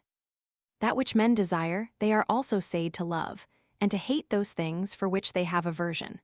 So that desire and love are the same thing, save that by desire we always signify the absence of the object, by love most commonly the presence of the same. So also by aversion we signify the absence, and by hate the presence of the object. Of appetites and aversions some are born with men, as appetite of food, appetite of excretion, and exoneration, which may also and more properly be called aversions, from somewhat they feel in their bodies, and some other appetites, not many. The rest, which are appetites of particular things, proceed from experience and trial of their effects upon themselves or other men. For if things we know not at all or believe not to be, we can have no further desire than to taste and try. But aversion we have for things, not only which we know have hurt us, but also that we do not know whether they will hurt us or not. Contempt. Those things which we neither desire nor hate, we are said to contemny. Contempt being nothing else but an immobility or contumacy of the heart in resisting the action of certain things, and proceeding from that the heart is already moved otherwise by either more potent objects, or from want of experience of them. And because the constitution of a man's body is in continual mutation, it is impossible that all the same things should always cause in him the same appetites and aversions. Much less can all men consent in the desire of almost anyone and the same object. Good, evil. But whatsoever is the object of any man's appetite or desire, that is it which he for his part calleth good, and the object of his hate and aversion evil, and of his contempt vile and inconsiderable. For these words of good, evil, and contemptible are ever used with relation to the person that useth them, there being nothing simply and absolutely so, nor any common rule of good and evil to be taken from the nature of the objects themselves, but from the person of the man, where there is no commonwealth, or, in a commonwealth, from the person that representeth it, or from an arbitrator or judge, whom men disagreeing shall by consent set up, and make his sentence the rule thereof.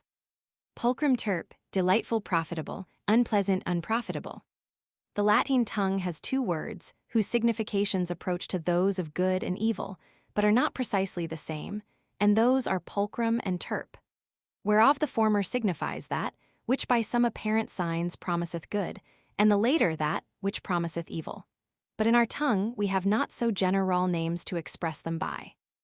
But for pulchrum, we say in some things fair, in other beautiful, or handsome, or gallant, or honorable, or comely, or amiable. And for terp, foul, deformed, ugly, base, nauseous, and the like, as the subject shall require. All which words in their proper places signify nothing else, but the mien or countenance that promiseth good and evil. So that of good there be three kinds: good in the promise, that is pulchrum; good in effect, as the end desired, which is called jucundum, delightful; and good as the means, which is called util, profitable; and as many of evil. For evil in promise is that they call terp; evil in effect and end is molestum, unpleasant, troublesome; and evil in the means, inutil, unprofitable, hurtful. Delight, displeasure. As in sense, that which is really within us is, as I have said before, onely motion, caused by the action of external objects, but in appearance, to the sight, light and color; to the ear, sound; to the nostril, odor and see. So when the action of the same object is continued from the eyes, ears, and other organs to the heart, the real effect there is nothing but motion or endeavor, which consisteth in appetite or aversion to or from the object moving. But the appearance or sense of that motion is that we either call delight or trouble of mind. Pleasure, offense. This motion, which is called appetite, and for the appearance of it delight and pleasure, seemeth to be a corroboration of vital motion, and a help thereunto. And therefore such things as cause delight were not improperly called jucunda, adjuvando, from helping or fortifying, and the contrary, molesta, offensive, from hindering and troubling the motion vital. Pleasure, therefore, or delight, is the appearance or sense of good, and molestation or displeasure the appearance or sense of evil. And consequently all appetite, desire, and love is accompanied with some delight more or less, and all hatred and aversion with more or less displeasure and offense. Pleasures of sense, pleasures of the mind, joy, pain, grief. Of pleasures or delights, some arise from the sense of an object present, and those may be called pleasures of sense. The word sensual, as it is used by those only that condemn them, having no place till there be laws. Of this kind are all onerations and exonerations of the body, as also all that is pleasant, in the sight, hearing, smell, taste, or touch. Others arise from the expectation that proceeds from foresight of the end or consequence of things, whether those things in the sense please or displease. And these are pleasures of the mind of him that draweth those consequences, and are generally called joy. In the like manner, displeasures are some in the sense, and called pain; others in the expectation of consequences, and are called grief. These simple passions called appetite, desire, love, aversion, hate, joy, and grief have their names for divers considerations diversified, as first, when they one succeed another, they are diversely called from the opinion men have of the likelihood of attaining what they desire. Secondly, from the object loved or hated. Thirdly, from the consideration of many of them together. Fourthly, from the alteration or succession itself. Hope for appetite with an opinion of attaining is called hope. Despair the same, without such opinion, despair. Fear, aversion, with opinion of hurt from the object, fear. Courage the same, with hope of avoiding that hurt by resistance, courage. Anger, sudden courage, anger. Confidence, constant hope, confidence of ourselves. Diffidence, constant despair, diffidence of ourselves. Indignation, anger for great hurt done to another, when we conceive the same to be done by injury, indignation. Benevolence, desire of good to another, benevolence, goodwill, charity. If to man generally, good nature. Covetousness, desire of riches, covetousness.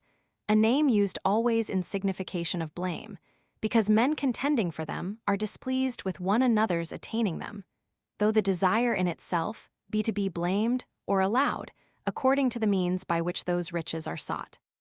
Ambition, desire of office, or precedence, ambition.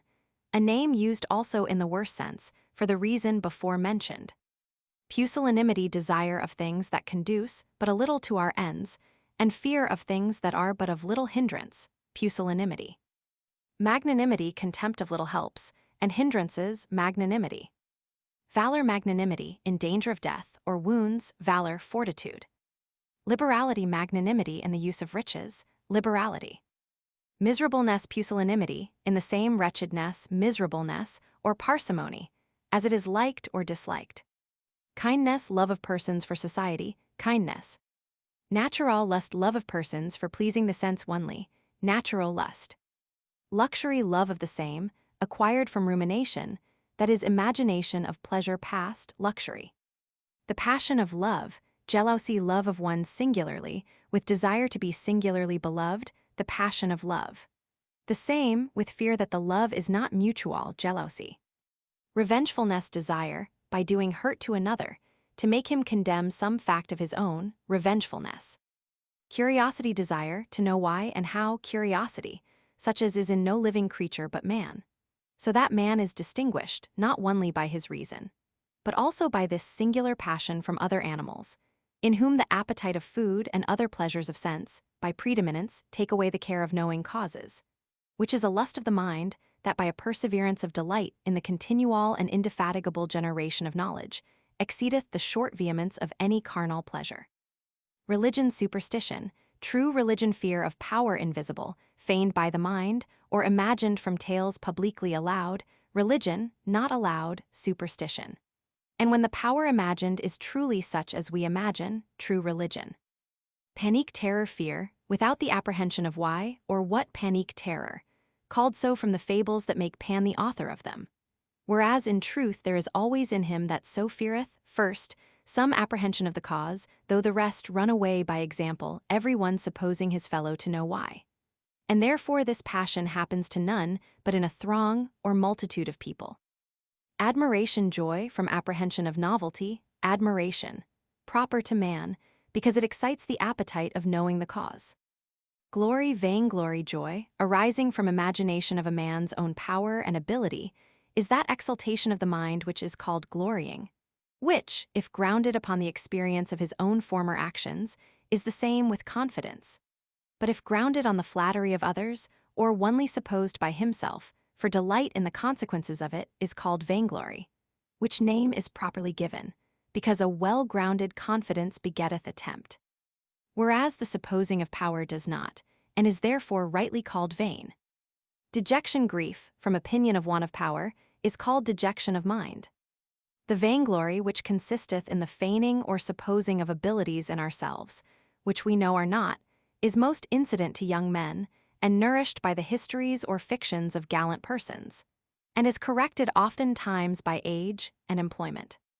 Sudden glory, laughter, sudden glory, is the passion which maketh those grimaces called laughter, and is caused either by some sudden act of their own, that pleaseth them, or by the apprehension of some deformed thing in another, by comparison whereof they suddenly applaud themselves.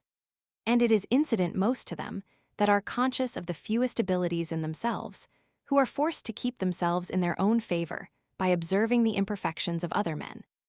And therefore much laughter at the defects of others is a scene of pusillanimity. For of great minds, one of the proper works is, to help and free others from scorn, and compare themselves onely with the most able. Sudden dejection, weeping on the contrary, sudden dejection is the passion that causeth weeping, and is caused by such accidents as suddenly take away some vehement hope or some prop of their power. And they are most subject to it that rely principally on helps external, such as are women and children. Therefore some weep for the loss of friends, others for their unkindness, others for the sudden stop made to their thoughts of revenge by reconciliation. But in all cases both laughter and weeping are sudden motions, custom taking them both away, for no man laughs at old jests, or weeps for an old calamity. Shame, blushing, grief, for the discovery of some defect of ability is shame, or the passion that discovereth itself in blushing, and consisteth in the apprehension of some thing dishonorable, and in young men is a scene of the love of good reputation, and commendable. In old men it is a scene of the same, but because it comes too late, not commendable. Impudence, the contempt of good reputation, is called impudence. Pity, grief, for the calamity of another is pity, and ariseth from the imagination that the like calamity may befall himself, and therefore is called also compassion, and in the phrase of this present time a fellow feeling. And therefore for calamity arriving from great wickedness, the best men have the least pity, and for the same calamity, those have least pity that think themselves least obnoxious to the same. Cruelty, contempt, or little sense of the calamity of others is that which men call cruelty, proceeding from security of their own fortune. For that any man should take pleasure in other men's great harms without other end of his own, I do not conceive it possible. Emulation, envy, grief, for the success of a competitor in wealth, honor, or other good, if it be joined with endeavor to enforce our own abilities to equal or exceed him, is called emulation, but joined with endeavor to supplant or hinder a competitor, envy. Deliberation, when in the mind of man, appetites and aversions, hopes and fears, concerning one and the same thing arise alternately, and divers good and evil consequences of the doing, or omitting the thing propounded, come successively into our thoughts, so that sometimes we have an appetite to it, sometimes an aversion from it, sometimes hope to be able to do it, sometimes despair or fear to attempt it. The whole sum of desires, aversions, hopes, and fears, continued till the thing be either done or thought impossible, is that we call deliberation. Therefore of things past there is no deliberation, because manifestly impossible to be changed, nor of things known to be impossible or thought so, because men know or think such deliberation vain. But of things impossible which we think possible, we may deliberate, not knowing it is in vain. And it is called deliberation, because it is a putting an end to the liberty we had of doing or omitting according to our own appetite or aversion. This alternate succession of appetites, aversions, hopes, and fears is no less in other living creatures than in man, and therefore beasts also deliberate. Every deliberation is then said to end when that whereof they deliberate is either done or thought impossible, because till then we retain the liberty of doing or omitting according to our appetite or aversion. The will. In deliberation, the last appetite or aversion immediately adhering to the action or to the omission thereof is that we call the will, the act, not the faculty of willing, and beasts that have deliberation must necessarily also have will. The definition of the will, given commonly by the schools that it is a rational appetite, is not good, for if it were, then could there be no voluntary act against reason. For a voluntary act is that which proceedeth from the will and no other. But if instead of a rational appetite, we shall say an appetite resulting from a precedent deliberation, then the definition is the same that I have given here. Will, therefore, is the last appetite in deliberating. And though we say in common discourse, a man had a will once to do a thing that nevertheless he forbore to do, yet that is properly but an inclination, which makes no action voluntary, because the action depends not of it, but of the last inclination or appetite. For if the intervenient appetites make any action voluntary, then by the same reason all intervenient aversions should make the same action involuntary. And so one and the same action should be both voluntary and involuntary. By this it is manifest that not only actions that have their beginning from covetousness, ambition, lust, or other appetites to the thing propounded, but also those that have their beginning from aversion or fear of those consequences that follow the omission, are voluntary actions. Forms of speech in passion. The forms of speech by which the passions are expressed are partly the same and partly different from those by which we express our thoughts. And first, generally, all passions may be expressed indicatively, as I love, I fear, I joy, I deliberate, I will, I command. But some of them have particular expressions by themselves, which nevertheless are not affirmations, unless it be when they serve to make other inferences, besides that of the passion they proceed from. Deliberation is expressed subjunctively, which is a speech proper to signify suppositions with their consequences, as if this be done then this will follow, and differs not from the language of reasoning, save that reasoning is in general words, but deliberation for the most part is of particulars. The language of desire and aversion is imperative, as do this, forbear that, which when the party is obliged to do or forbear is command, otherwise prayer, or else counsel. The language of vainglory, of indignation, pity, and revengefulness optative, but of the desire to know there is a peculiar expression called interrogative, as what is it, when shall it, how is it done, and why so? Other language of the passions I find none. For cursing, swearing, reviling, and the like do not signify as speech, but as the actions of a tongue accustomed. These forms of speech, I say, are expressions or voluntary significations of our passions, but certain signs they be not, because they may be used arbitrarily, whether they that use them have such passions or not. The best signs of passions present are either in the countenance, motions of the body, actions and ends or aims, which we otherwise know the man to have. Good and evil apparent. And because in deliberation the appetites and aversions are raised by foresight of the good and evil consequences, and sequels of the action whereof we deliberate, the good or evil effect thereof dependeth on the foresight of a long chain of consequences, of which very seldom any man is able to see to the end. But for so far as a man seeth, if the good in those consequences be greater than the evil, the whole chain is that which writers call apparent or seeming good. And contrarily, when the evil exceedeth the good, the whole is apparent or seeming evil, so that he who hath by experience or reason the greatest and surest prospect of consequences deliberates best himself, and is able, when he will, to give the best counsel unto others. Felicity.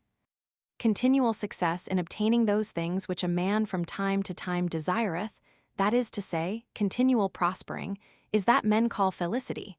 I mean the felicity of this life. For there is no such thing as perpetual tranquility of mind while we live here, because life itself is but motion, and can never be without desire, nor without fear, no more than without sense. What kind of felicity God hath ordained to them that devoutly honor him, a man shall no sooner know than enjoy, being joys that now are as incomprehensible as the word of schoolmen beatifical vision is unintelligible. Praise magnification. The form of speech whereby men signify their opinion of the goodness of anything is praise. That whereby they signify the power and greatness of anything is magnifying. And that whereby they signify the opinion they have of a man's felicity is by the Greeks called makarismos, for which we have no name in our tongue. And thus much is sufficient for the present purpose to have been said of the passions.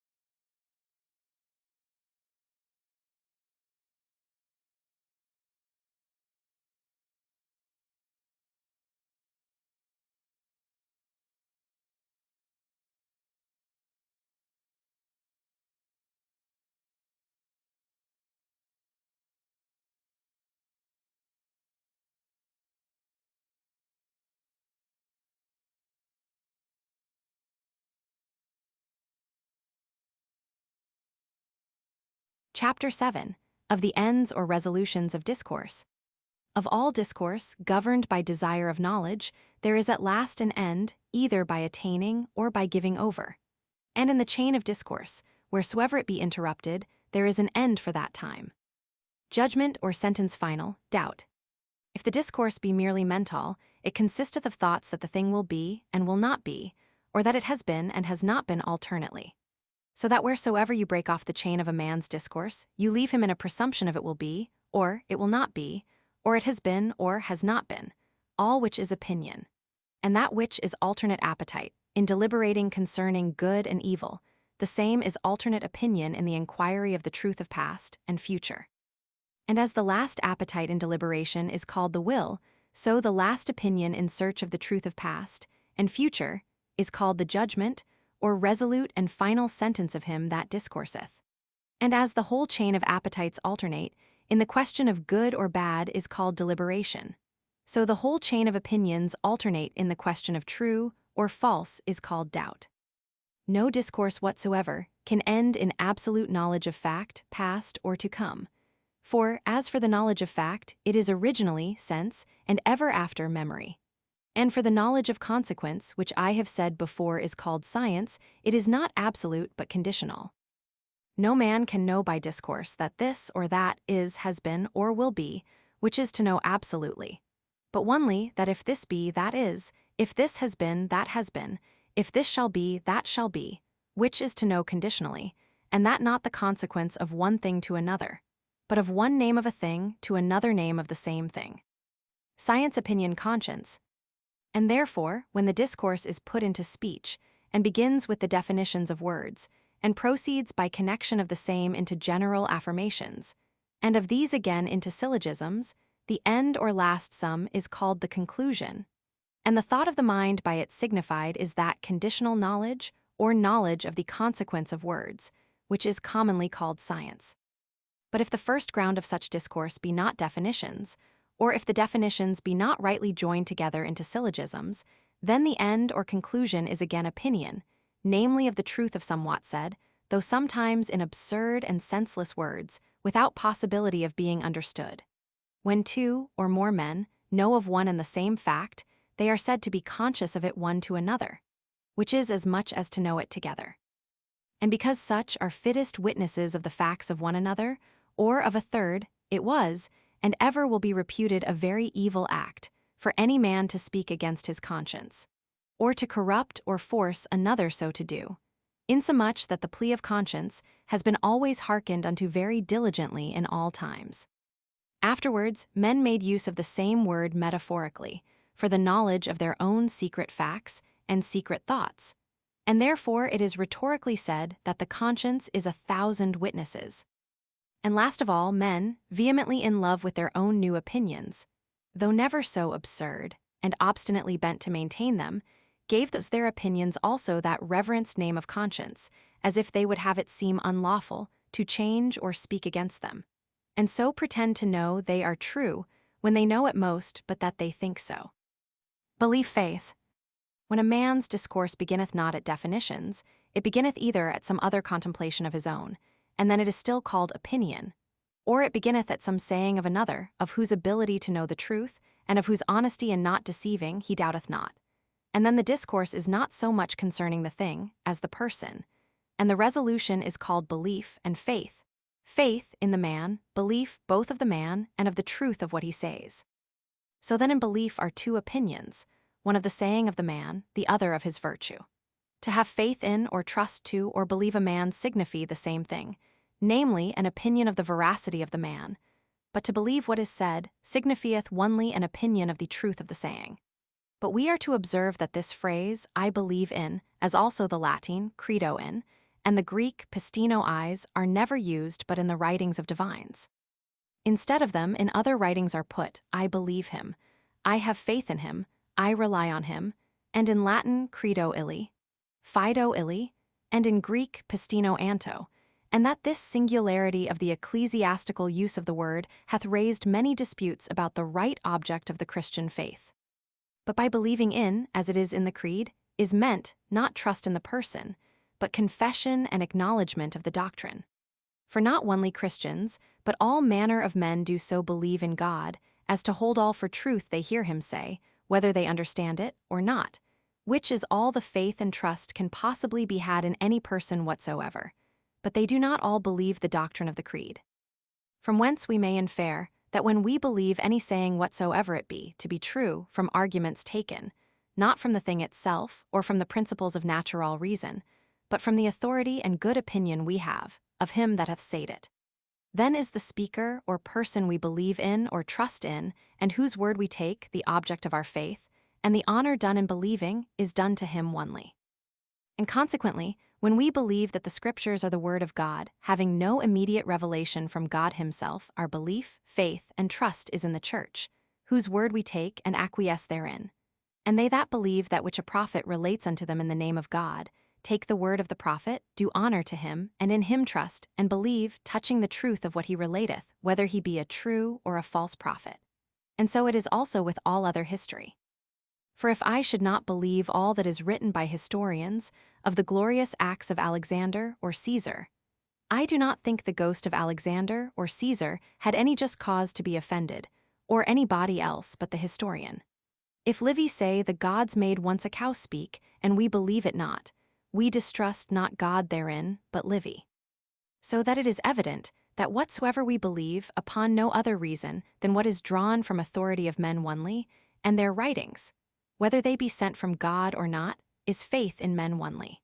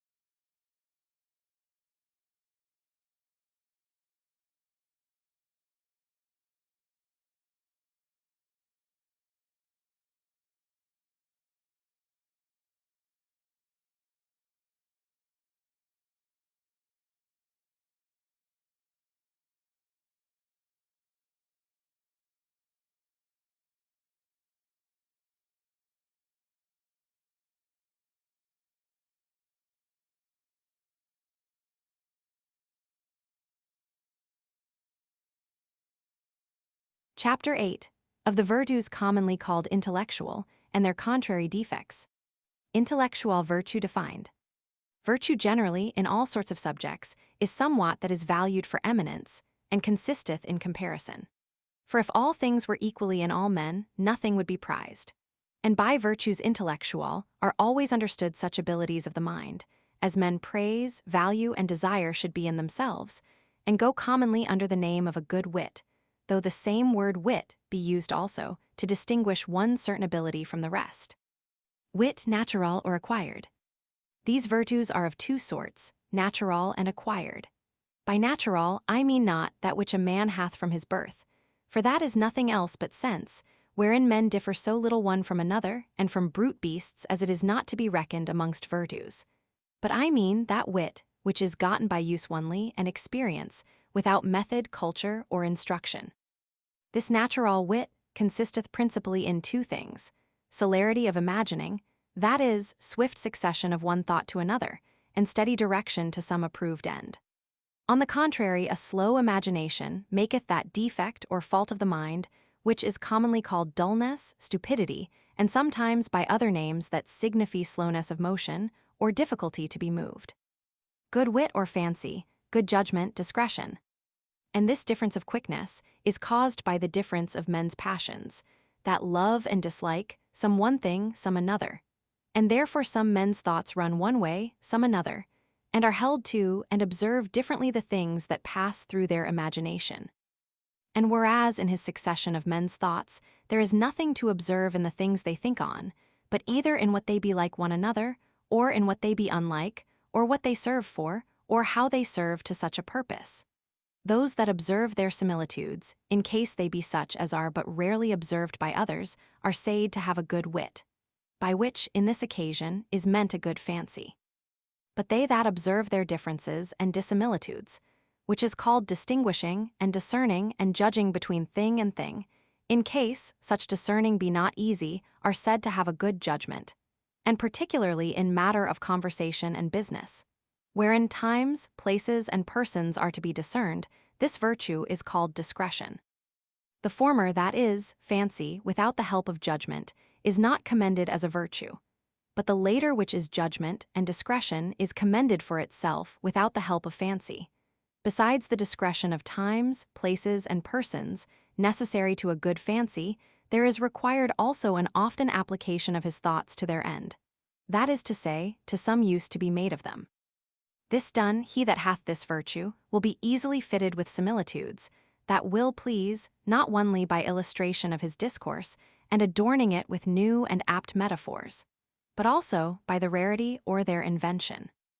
But without steadiness and direction to some end, a great fancy is one kind of madness, such as they have that entering into any discourse are snatched from their purpose by everything that comes in their thought into so many and so long digressions and parentheses that they utterly lose themselves.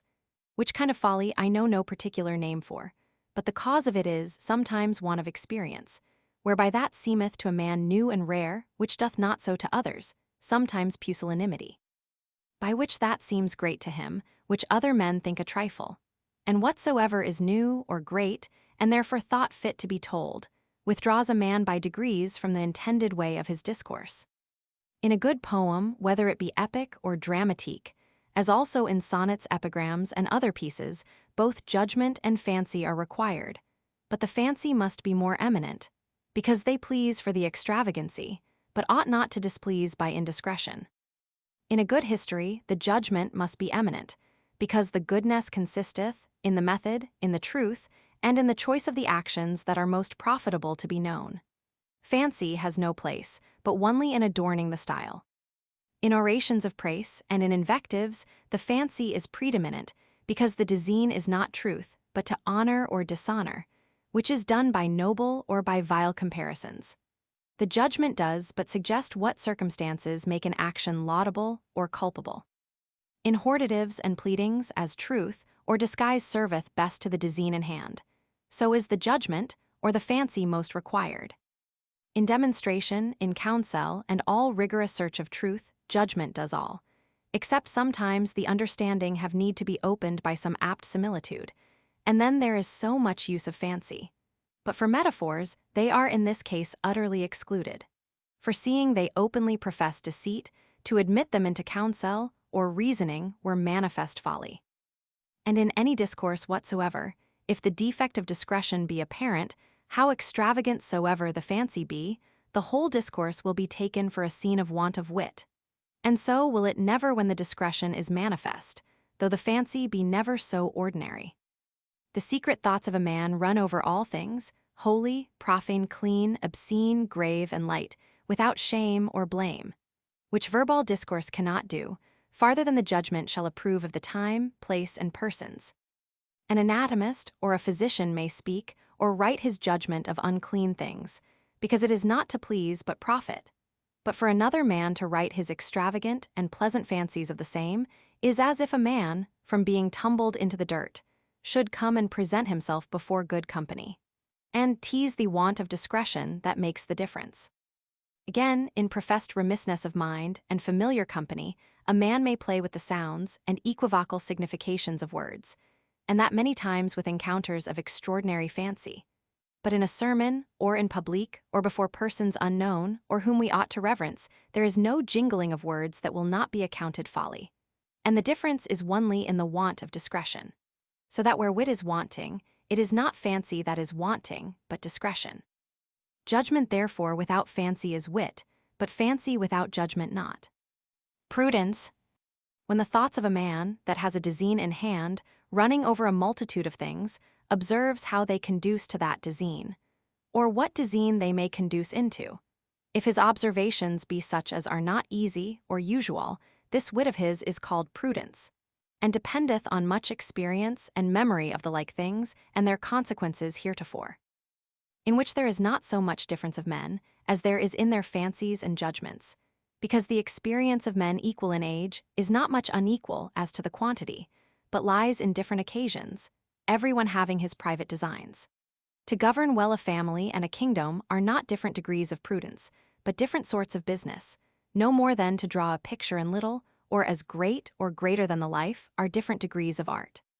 A plain husbandman is more prudent in affairs of his own house than a privy counsellor in the affairs of another man. Craft. To prudence, if you add the use of unjust or dishonest means, such as usually are prompted to men by fear or want, you have that crooked wisdom which is called craft, which is a scene of pusillanimity. For magnanimity is contempt of unjust or dishonest helps. And that which the Latins call versutia, translated into English shifting, and is a putting off of a present danger or incommodity, by engaging into a greater, as when a man robs one to pay another, is but a shorter-sighted craft, called versutia, from versura, which signifies taking money at usury, for the present payment of interest. Acquired wit. As for acquired wit, I mean acquired by method and instruction, there is none but reason, which is grounded on the right use of speech, and produceth the sciences. But of reason and science I have already spoken in the 5th and 6th chapters. The causes of this difference of wits are in the passions, and the difference of passions proceedeth partly from the different constitution of the body, and partly from different education. For if the difference proceeded from the temper of the brain and the organs of sense, either exterior or interior, there would be no less difference of men in their sight, hearing, or other senses than in their fancies and discretions. It proceeds therefore from the passions, which are different not only from the difference of men's complexions, but also from their difference of customs and education. The passions that most of all cause the differences of wit are principally the more or less desire of power, of riches, of knowledge, and of honor, all which may be reduced to the first, that is, desire of power. For riches, knowledge, and honor are but several sorts of power. Giddiness, madness.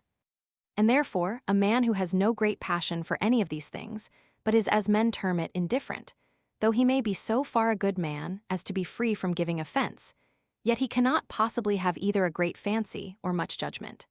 For the thoughts are to the desires as scouts and spies to range abroad and find the way to the things desired, all steadiness of the mind's motion and all quickness of the same proceeding from thence. For as to have no desire is to be dead, so to have weak passions is dullness, and to have passions indifferently for everything, giddiness and distraction, and to have stronger and more vehement passions for anything than is ordinarily seen in others is that which men call madness. Whereof there be almost as many kinds as of the passions themselves. Sometimes the extraordinary and extravagant passion proceedeth from the evil constitution of the organs of the body, or harm done them. And sometimes the hurt and indisposition of the organs is caused by the vehemence or long continuance of the passion. But in both cases the madness is of one and the same nature. The passion, whose violence or continuance maketh madness, is either great vainglory, which is commonly called pride, and self-conceit, or great dejection of mind. Pride subjecteth a man to anger, the excess whereof is the madness called rage and fury. And thus it comes to pass that excessive desire of revenge, when it becomes habitual, hurteth the organs and becomes rage. That excessive love with jealousy becomes also rage. Excessive opinion of a man's own self, for divine inspiration, for wisdom, learning, form, and the like, becomes distraction and giddiness. The same, joined with envy, rage. Vehement opinion of the truth of anything, contradicted by others, rage. Melancholy. Dejection subjects a man to causeless fears, which is a madness commonly called melancholy, apparent also in divers manners, as in haunting of solitudes and graves, in superstitious behavior, and in fearing some another particular thing.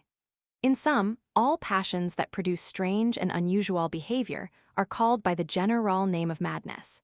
But of the several kinds of madness, he that would take the pains might enroll a legion. And if the excesses be madness, there is no doubt but the passions themselves, when they tend to evil, are degrees of the same.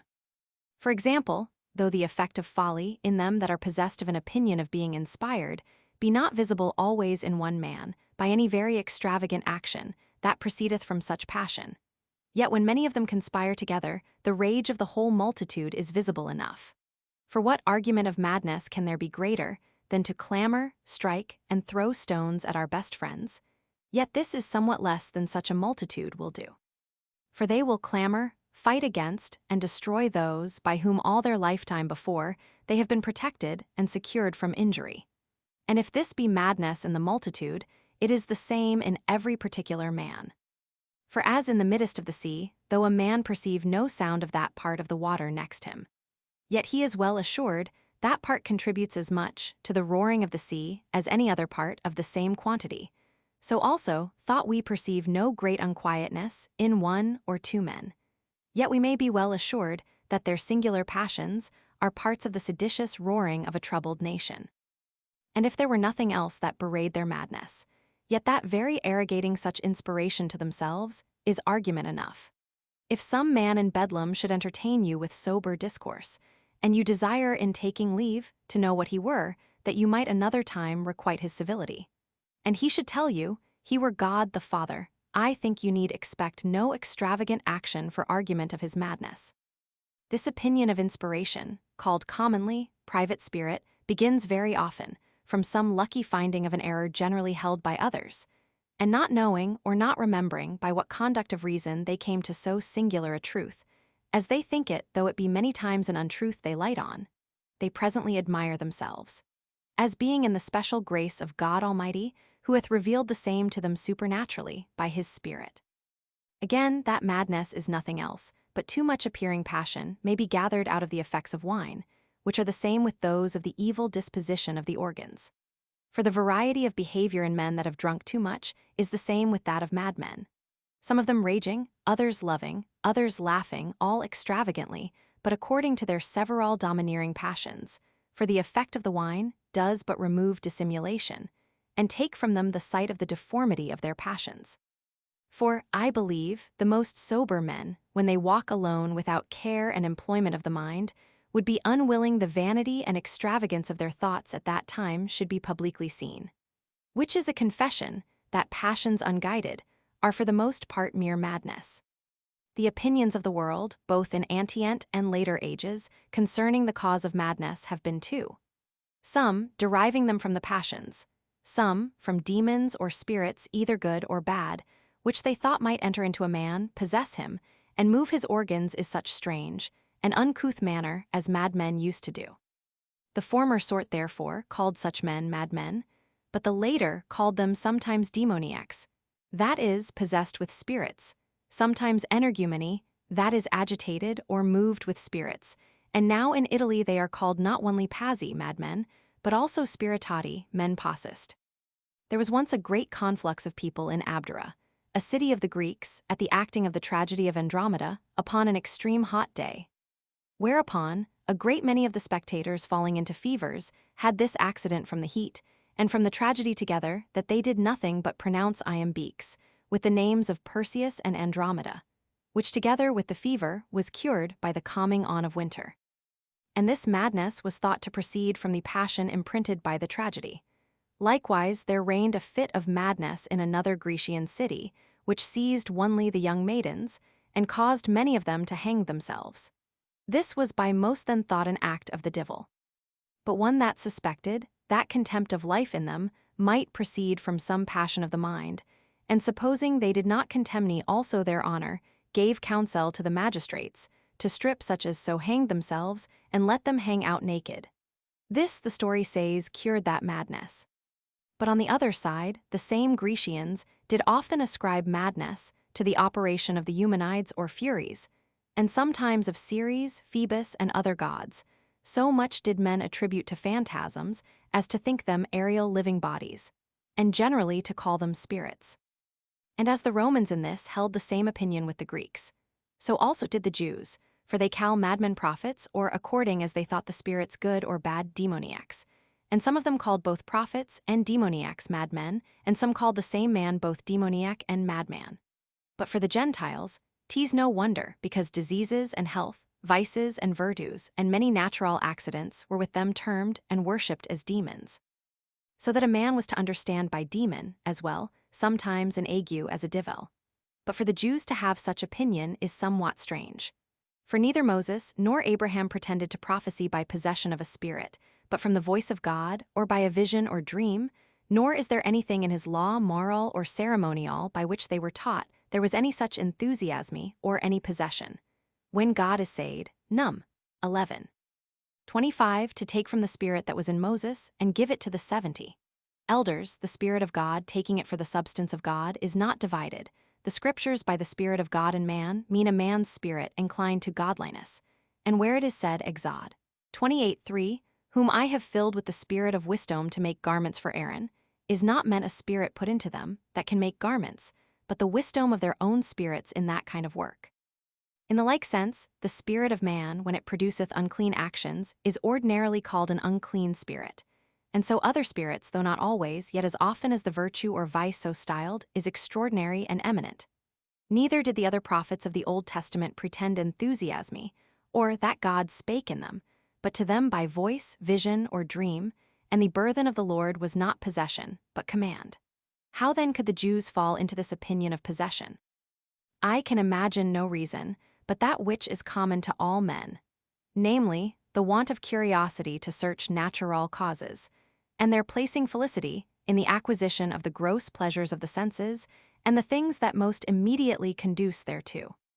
For they that see any strange and unusual ability or defect in a man's mind, unless they see withal from what cause it may probably proceed, can hardly think it natural, and if not natural, they must needs think it supernatural. And then what can it be but that either God or the divil is in him? And hence it came to pass, when our Saviour, Mark 3.21, was compassed about with the multitude, those of the house doubted he was mad, and went out to hold him. But the scribes said he had Beelzebub, and that was it by which he cast out divils, as if the greater madman had awed the lesser. And that John 10:20. Some said, he hath a divil and is mad, whereas others holding him for a prophet said, these are not the words of one that hath a divil. So in the Old Testament he that came to Jehu, 2 Kings 9.11, was a prophet, but some of the company asked Jehu, what came that madman for?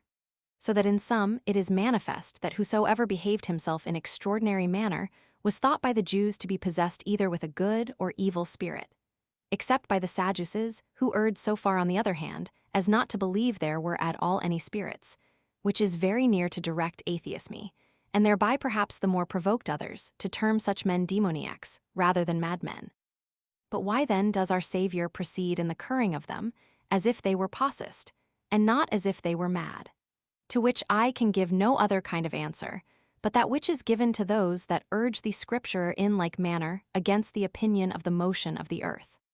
The Scripture was written to show unto men the kingdom of God, and to prepare their minds to become his obedient subjects, leaving the world and the philosophy thereof to the disputation of men, for the exercising of their natural reason. Whether the earth's or sun's motion make the day and night, or whether the exorbitant actions of men proceed from passion or from the divil, so we worship him not. It is all one as to our obedience and subjection to God Almighty, which is the thing for which the Scripture was written. As for that our Saviour speaketh to the disease as to a person, it is the usual phrase of all that cure by words only, as Christ did, and enchanters pretend to do, whether they speak to a divil or not. For is not Christ also said, Math 8.26, to have rebuked the winds, is not he said also, Luck 4:39, to rebuke a fever?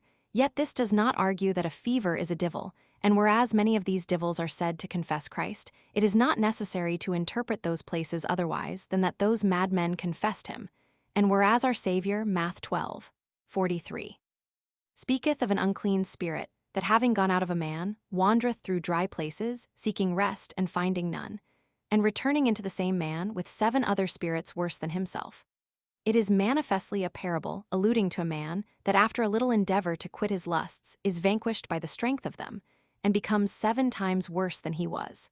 So that I see nothing at all in the Scripture that requireth a belief that demoniacs were any other thing but madmen. Insignificant speech. There is yet another fault in the discourses of some men, which may also be numbered amongst the sorts of madness, namely that abuse of words, whereof I have spoken before in the 5th chapter by the name of absurdity. And that is, when men speak such words as put together have in them no signification at all, but are fallen upon by some, through misunderstanding of the words they have received, and repeat by rote, by others, from intention to deceive by obscurity. And this is incident to none but those that converse in questions of matters incomprehensible, as the schoolmen, or in questions of abstruse philosophy. The common sort of men seldom speak insignificantly, and are therefore, by those other egregious persons, counted idiots.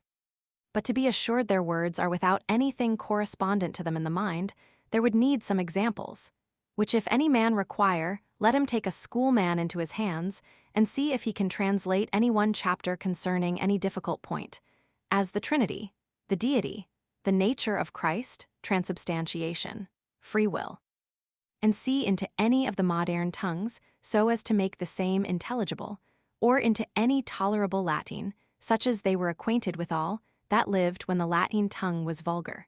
What is the meaning of these words? The first cause does not necessarily inflow anything into the second, by force of the essential subordination of the second causes, by which it may help it to work. They are the translation of the title of the 6th chapter of Suarez's first book, of the concourse, motion, and help of God. When men write whole volumes of such stuff, are they not mad, or intend to make others so? And particularly in the question of transubstantiation, where after certain words spoken, they that say, the whiteness, roundness, magnitude, qualitae, corruptibilitae, all which are incorporeal, and see, go out of the wafer into the body of our blessed Saviour, do they not make those nesses, tudes, and ties to be so many spirits possessing his body? For by spirits they mean always things that, being incorporeal, are nevertheless movable from one place to another. So that this kind of absurdity may rightly be numbered amongst the many sorts of madness, and all the time that, guided by clear thoughts of their worldly lust, they forbear disputing or writing thus, but lucide intervals.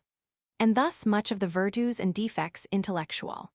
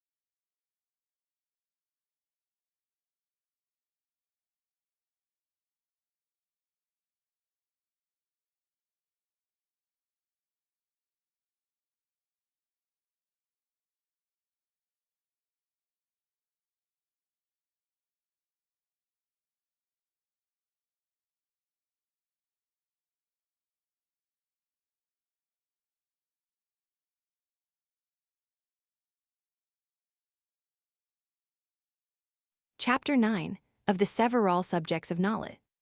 There are of knowledge two kinds, whereof one is knowledge of fact, the other knowledge of the consequence of one affirmation to another. The former is nothing else but sense and memory, and is absolute knowledge, as when we see a fact doing or remember it done, and this is the knowledge required in a witness. The later is called science, and is conditional, as when we know that if the figure shown be a circle, then any straight line through the center shall divide it into two equal parts. And this is the knowledge required in a philosopher, that is to say, of him that pretends to reasoning. The register of knowledge of fact is called history, whereof there be two sorts, one called natural history, which is the history of such facts or effects of nature as have no dependence on man's will, such as are the histories of metals, plants, animals, regions, and the like. The other is civil history, which is the history of the voluntary actions of men in commonwealths. The registers of science are such books as contain the demonstrations of consequences of one affirmation to another, and are commonly called books of philosophy, whereof the sorts are many, according to the diversity of the matter, and may be divided in such manner as I have divided them in the following table. I science, that is, knowledge of consequences, which is called also philosophy. A consequences from accidents of bodies natural, which is called natural philosophy. Consequences from the accidents common to all bodies natural, which are quantity and motion. A consequences from quantity and motion indeterminate, which, being the principles or first foundation of philosophy, is called philosophia prima. Philosophia prima. B consequences from motion and quantity determined, consequences from quantity and motion determined. A by figure, by number mathematiques. Geometry arithmetique, consequences from the motion and quantity of bodies in special. A consequences from the motion and quantity of the great parts of the world, as the earth and stars, cosmography. Astronomy, geography. B consequences from the motion of special kinds and figures of body, mechaniques, doctrine of weight. Science of engineers, architecture, navigation. Physiques, or consequences from qualities. A consequences from the qualities of bodies transient, such as sometimes appear, sometimes vanish. Meteorology. B consequences from the qualities of bodies permanent, Consequences from the qualities of the stars. A. Consequences from the light of the stars. Out of this, and the motion of the sun, is made the science of seismography. B. Consequences from the influence of the stars. Astrology. Consequences of the qualities from liquid bodies that fill the space between the stars, such as are the air or substance ethereal. Consequences from qualities of bodies terrestrial. A. Consequences from parts of the earth that are without sense. Consequences from qualities of minerals, as stones, metals, and sea. Consequences from the qualities of vegetables. B. Consequences from qualities of animals. Consequences from qualities of animals in general. A. Consequences from vision. Optiques. B. Consequences from sounds. Musique. C. Consequences from the rest of the senses. Consequences from qualities of men in special. A. Consequences from passions of men. Ethics. B. Consequences from speech. I. In magnifying, vilifying, etc. Poetry. Roman 2 in persuading. Rhetorique. Roman 3 in reasoning. Logic. Roman 4 in contracting. The science of just and unjust. B. Consequences from the accidents of politique bodies, which is called politiques and civil philosophy. Of consequences from the institution of commonwealths to the rights and duties of the body politique or sovereign. Of consequences from the same to the duty and right of the subjects.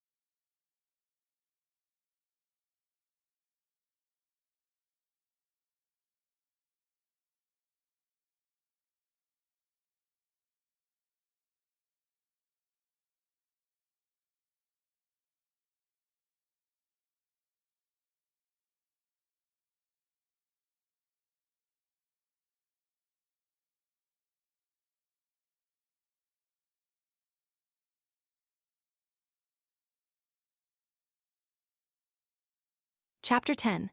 Of power, worth, dignity, honor, and worthiness. Power. The power of a man, to take it universally, is his present means to obtain some future apparent good, and is either original or instrumental. Natural power is the eminence of the faculties of body or mind, as extraordinary strength, form, prudence, arts, eloquence, liberality, nobility. Instrumental are those powers, which acquired by these or by fortune are means and instruments to acquire more, as riches, reputation, friends, and the secret working of God, which men call good luck. For the nature of power is in this point, like to fame, increasing as it proceeds, or like the motion of heavy bodies, which the further they go, make still the more hast. The greatest of humane powers is that which is compounded of the powers of most men, united by consent, in one person, natural or civil, that has the use of all their powers depending on his will, such as is the power of a commonwealth, or depending on the wills of each particular, such as is the power of a faction, or of divers factions leagued. Therefore to have servants is power, to have friends is power, for they are strengths united. Also riches joined with liberality is power, because it procureth friends and servants. Without liberality not so, because in this case they defend not, but expose men to envy as a prey. Reputation of power is power, because it draweth with it the adherence of those that need protection. So is reputation of love of a man's country, called popularity, for the same reason. Also, what quality soever maketh a man beloved or feared of many, or the reputation of such quality, is power, because it is a means to have the assistance and service of many. Good success is power, because it maketh reputation of wisdom or good fortune, which makes men either fear him or rely on him. Affability of men already in power is increase of power, because it gaineth love. Reputation of prudence in the conduct of peace or war is power, because to prudent men we commit the government of ourselves more willingly than to others. Nobility is power, not in all places but only in those commonwealths where it has privileges, for in such privileges consisteth their power. Eloquence is power, because it is seeming prudence. Form is power, because being a promise of good, it recommendeth men to the favor of women and strangers. The sciences are small power, because not eminent, and therefore not acknowledged in any man, nor are at all but in a few, and in them but of a few things.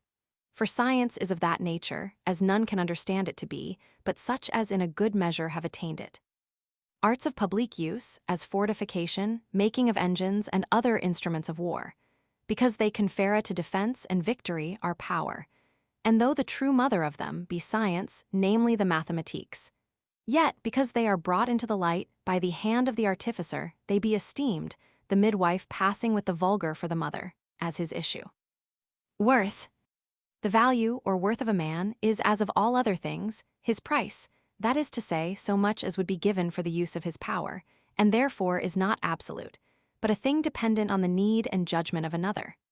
An able conductor of soldiers is of great price in time of war present or imminent, but in peace not so. A learned and uncorrupt judge is much worth in time of peace, but not so much in war. And as in other things, so in men, not the seller, but the buyer determines the price.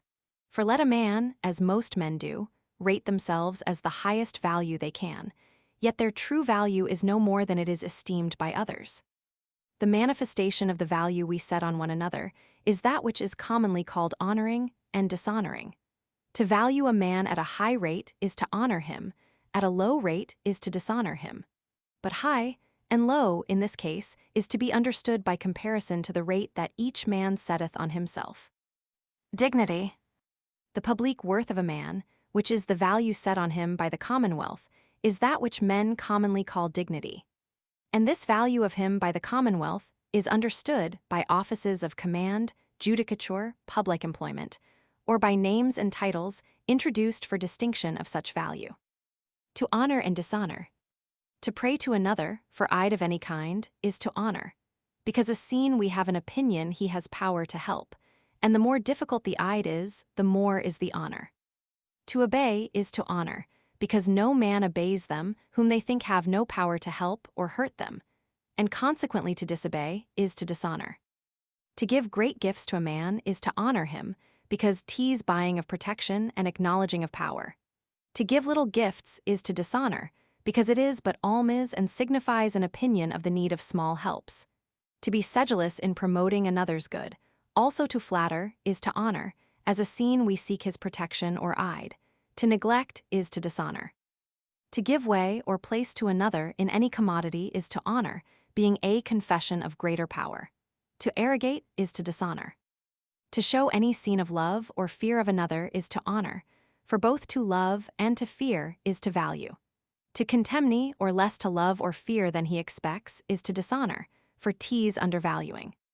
To praise, magnify, or call happy is to honor, because nothing but goodness, power, and felicity is valued. To revile, mock, or pity is to dishonor. To speak to another with consideration, to appear before him with decency and humility is to honor him. As signs of fear to offend, to speak to him rashly, to do anything before him obscenely, slovenly, impudently is to dishonor. To believe, to trust, to rely on another is to honor him, seen of opinion of his virtue and power. To distrust or not believe is to dishonor.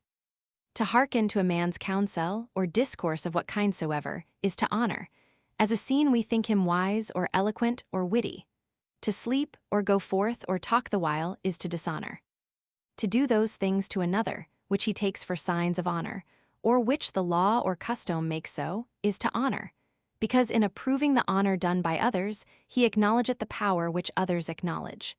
To refuse to do them is to dishonor. To agree with an opinion is to honor, as being a scene of approving his judgment and wisdom. To dissent is dishonor and an upbraiding of error, and if the descent be in many things of folly. To imitate is to honor, for it is vehemently to approve. To imitate one's enemy is to dishonor.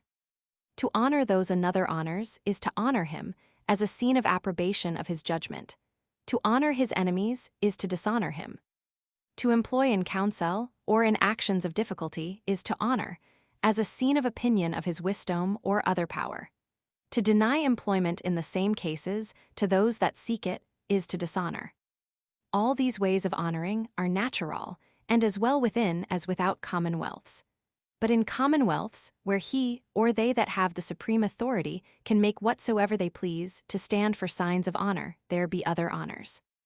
A sovereignty doth honor a subject, with whatsoever title, or office, or employment, or action, that he himself will have taken for a scene of his will to honor him. The king of Persia honored Mordecai when he appointed he should be conducted through the streets in the king's garment, upon one of the king's horses, with a crown on his head and a prince before him, proclaiming, "Thus shall it be done to him that the king will honor." And yet another king of Persia, or the same another time, to one that demanded for some great service to wear one of the king's robes, gave him leave so to do, but with his addition that he should wear it as the king's fool, and then it was dishonor. So that of civil honor, such as are magistracy, offices, titles, and in some places coats and scutcheons painted. And men honor such as have them, as having so many scenes of favor in the commonwealth, which favor is power. Honorable is whatsoever possession, action, or quality, is an argument and scene of power. And therefore to be honored, loved, or feared of many is honorable, as arguments of power. To be honored of few or none, dishonorable.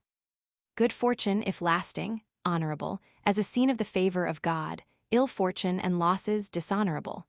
Riches are honorable, for they are power. Poverty dishonorable. Magnanimity, liberality, hope, courage, confidence are honorable, for they proceed from the conscience of power. Pusillanimity, parsimony, fear, diffidence are dishonorable. Timely resolution or determination of what a man is to do is honorable, as being the contempt of small difficulties and dangers, and irresolution dishonorable, as a scene of too much valuing of little impediments and little advantages. For when a man has weighed things as long as the time permits, and resolves not, the difference of weight is but little. And therefore, if he resolve not, he overvalues little things, which is pusillanimity. All actions and speeches that proceed, or seem to proceed from much experience, science, discretion, or wit, are honorable, for all these are powers. Actions or words that proceed from error, ignorance, or folly, dishonorable. Gravity, as far forth as it seems to proceed from a mind employed on something else, is honorable, because employment is a scene of power. But if it seem to proceed from a purpose to appear grave, it is dishonorable. For the gravity of the former is like the steadiness of a ship laden with merchandise, but of the later, like the steadiness of a ship ballasted with sand and other trash. To be conspicuous, that is to say, to be known, for wealth, office, great actions, or any eminent good is honorable, as a scene of the power for which he is conspicuous. On the contrary, obscurity is dishonorable. To be descended from conspicuous parents is honorable, because they the more easily attain the ides and friends of their ancestors. On the contrary, to be descended from obscure parentage is dishonorable. Actions proceeding from equity, joined with loss, are honorable as signs of magnanimity, for magnanimity is a scene of power. On the contrary, craft, shifting, neglect of equity is dishonorable. Nor does it alter the case of honor, whether in action, so it be great and difficult, and consequently a scene of much power, be just or unjust. For honor consisteth onely in the opinion of power. Therefore the ancient heathen did not think they dishonored, but greatly honored the gods, when they introduced them in their poems, committing rapes, thefts, and other great, but unjust or unclean acts. Insomuch as nothing is so much celebrated in Jupiter as his adulteries, nor in Mercury as his frauds and thefts.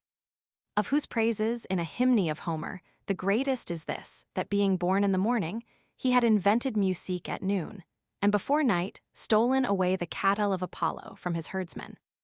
Also amongst men, till there were constituted great commonwealths, it was thought no dishonor to be a pirate or a highway thief, but rather a lawful trade, not only amongst the Greeks, but also amongst all other nations, as is manifest by the histories of antient time. And at this day, in this part of the world, private duels are and always will be honorable, though unlawful, till such time as there shall be honor ordained for them that refuse, and ignominy for them that make the challenge. For duels also are many times effects of courage, and the ground of courage is always strength or skill, which are power. Though for the most part they be effects of rash speaking, and of the fear of dishonor in one or both the combatants, who engaged by rashness are driven into the lists to avoid disgrace. Scutcheons and coats of arms hereditary, where they have any eminent privileges, are honorable, otherwise not, for their power consisteth either in such privileges, or in riches, or some such thing as is equally honored in other men. This kind of honor, commonly called gentry, has been derived from the antient Germans, for there never was any such thing known, where the German customs were unknown, nor is it now anywhere in use, where the Germans have not inhabited. The antient Greek commanders, when they went to war, had their shields painted with such devices as they pleased, insomuch as an unpainted buckler was a sign of poverty, and of a common soldier, but they transmitted not the inheritance of them. The Romans transmitted the marks of their families, but they were the images, not the devices of their ancestors. Amongst the people of Asia, Afrique, and America, there is not, nor was ever any such thing. The Germans only had that custom, from whom it has been derived into England, France, Spain, and Italy, when in great numbers they either aided the Romans, or made their own conquests in these western parts of the world. For Germany, being antient lie, as all other countries in their beginnings, divided amongst an infinite number of little lords, or masters of families that continually had wars one with another. Those masters or lords, principally to the end they might, when they were covered with arms, be known by their followers, and partly for ornament, both painted their armor or their scutcheon or coat with the picture of some beast or other thing, and also put some eminent and visible mark upon the crest of their helmets. And his ornament both of the arms and crest descended by inheritance to their children, to the eldest pure, and to the rest with some note of diversity, such as the old master, that is to say in Dutch, the Herald thought fit. But when many such families, joined together, made a greater monarchy, this duty of the Herald to distinguish scutcheons was made a private office apart. And the issue of these lords is the great and antient gentry which for the most part bear living creatures, noted for courage and rapine, or castles, battlements, belts, weapons, bars, palisadoes, and other notes of war. Nothing being then in honor but virtue military. Afterwards, not only kings, but popular commonwealths, gave divers manners of scutcheons, to such as went forth to the war, or returned from it, for encouragement or recompense to their service. All which by an observing reader may be found in such ancient histories, Greek and Latin, as make mention of the German nation, and manners in their times. Titles of honor. Titles of honor, such as are Duke, Count, Marquis, and Baron, are honorable, as signifying the value set upon them by the sovereigny power of the Commonwealth, which titles were in old-time titles of office, and command derived some from the Romans, some from the Germans and French. Dukes in Latin duces being generals in war, counts, comites, such as bear the general company out of friendship, and were left to govern and defend places conquered, and pacified. Marquises martians were counts that governed the marches or bounds of the empire, which titles of Duke, Count, and Marquis came into the empire about the time of Constantine the Great from the customs of the German militia.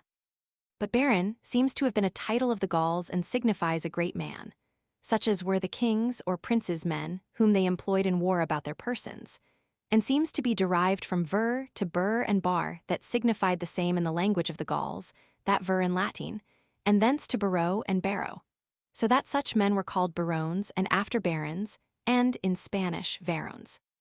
But he that would know more particularly the original of titles of honor may find it, as I have done this, in Mr. Selden's most excellent treatise of that subject. In process of time, these offices of honor, by occasion of trouble and for reasons of good and peaceable government, were turned into mere titles, serving for the most part to distinguish the precedence, place, and order of subjects in the Commonwealth. And men were made dukes, counts, marquises, and barons of places, wherein they had neither possession nor command, and other titles also were devised to the same end. Worthiness fitness. Worthiness is a thing different from the worth or value of a man, and also from his merit or desert, and consisteth in a particular power or ability for that, whereof he is said to be worthy, which particular ability is usually named fitness or aptitude. For he is worthiest to be a commander, to be a judge, or to have any other charge that is best fitted with the qualities required to the well discharging of it, and worthiest of riches that has the qualities most requisite for the well using of them. Any of which qualities being absent, one may nevertheless be a worthy man and valuable for something else.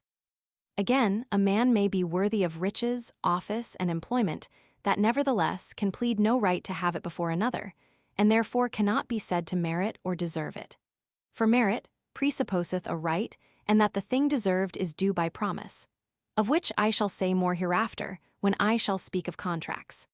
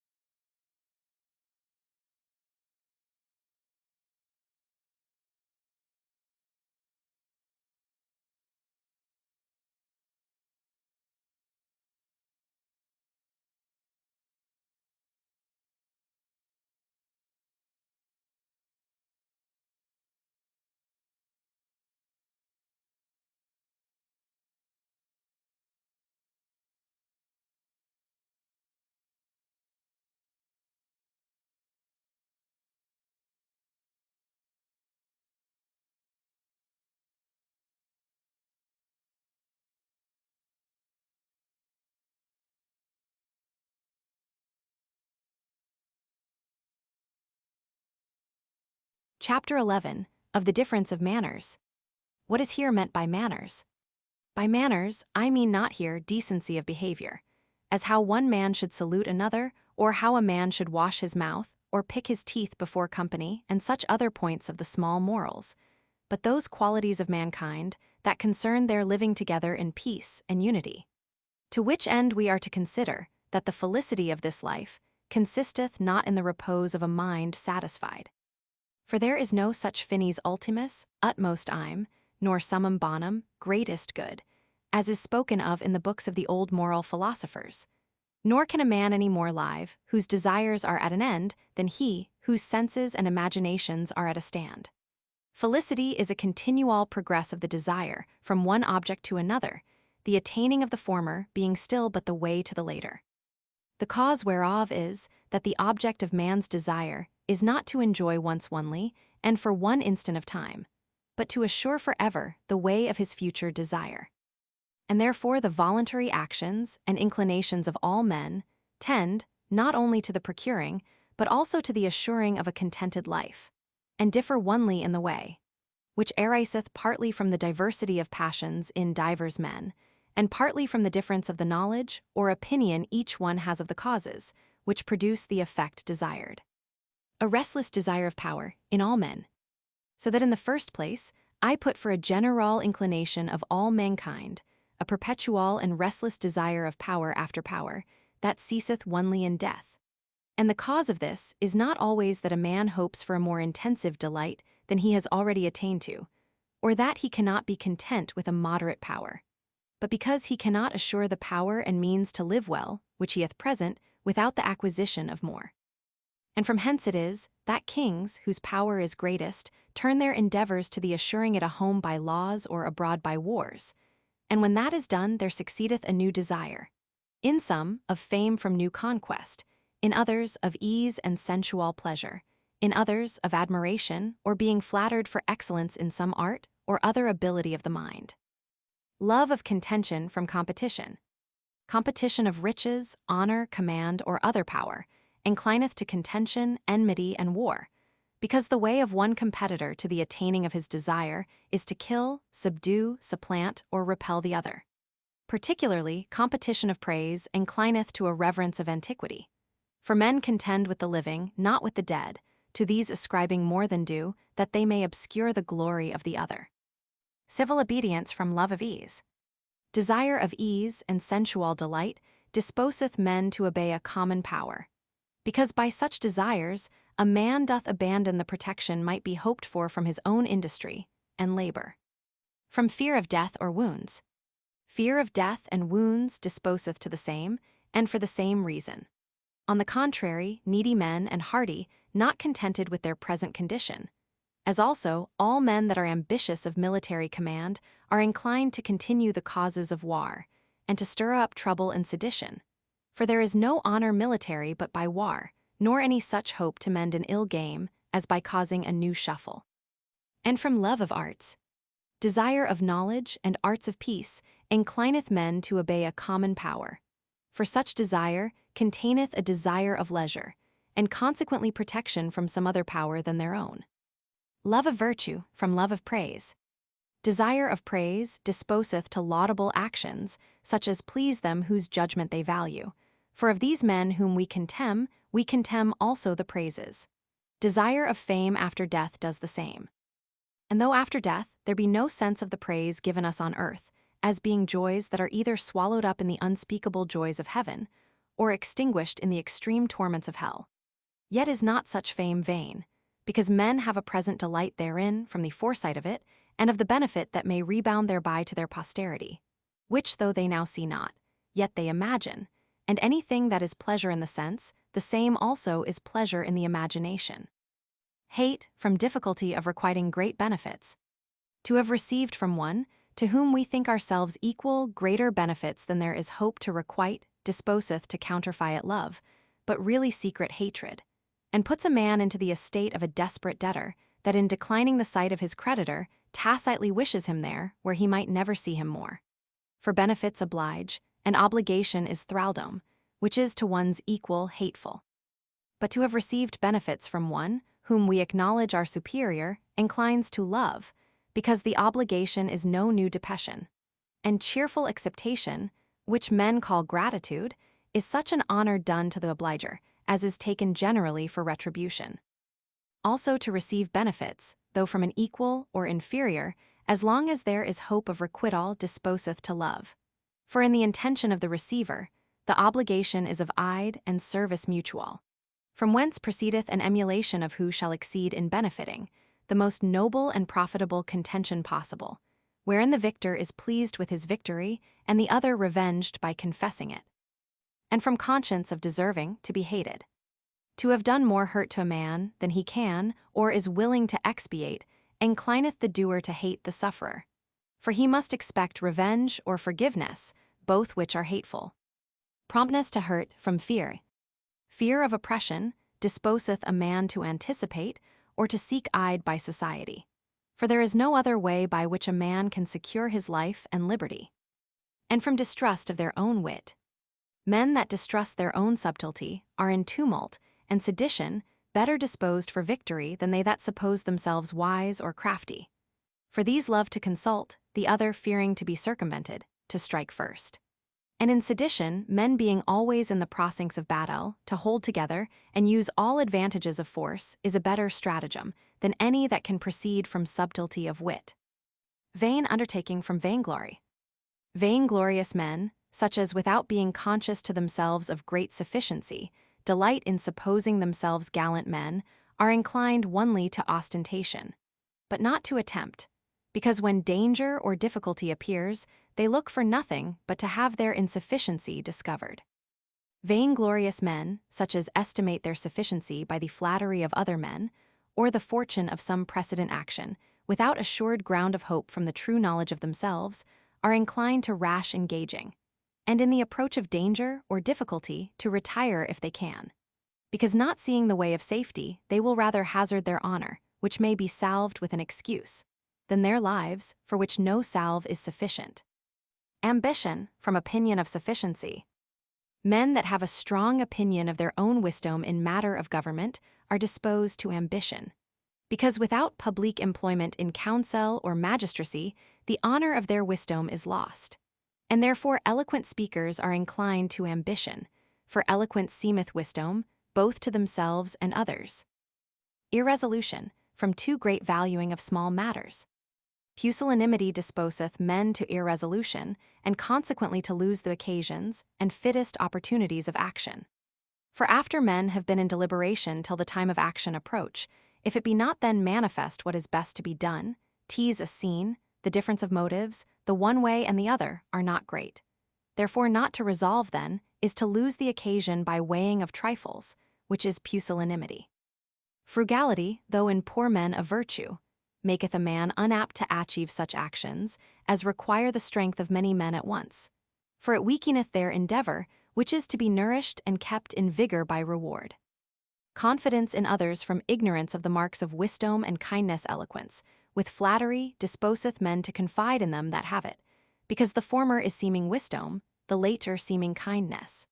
Add to them military reputation, and it disposeth men to adhere and subject themselves to those men that have them. The two former, having given them caution against danger from him, the later gives them caution against danger from others. And from the ignorance of natural causes. Want of science, that is, ignorance of causes, disposeth, or rather constraineth a man to rely on the advice and authority of others. For all men whom the truth concerns, if they rely not on their own, must rely on the opinion of some other, whom they think wiser than themselves, and see not why he should deceive them. And from want of understanding. Ignorance of the signification of words, which is want of understanding, disposeth men to take on trust, not only the truth they know not, but also the errors, and which is more, the nonsense of them they trust. For neither error nor nonsense can without a perfect understanding of words be detected. From the same it proceedeth, that men give different names to one and the same thing from the difference of their own passions. As they that approve a private opinion call it opinion, but they that mislike it heresy. And yet heresy signifies no more than private opinion, but has only a greater tincture of choler. From the same also it proceedeth, that men cannot distinguish, without study and great understanding, between one action of many men and many actions of one multitude. As for example, between the one action of all the senators of Rome in killing Catiline, and the many actions of a number of senators in killing Caesar.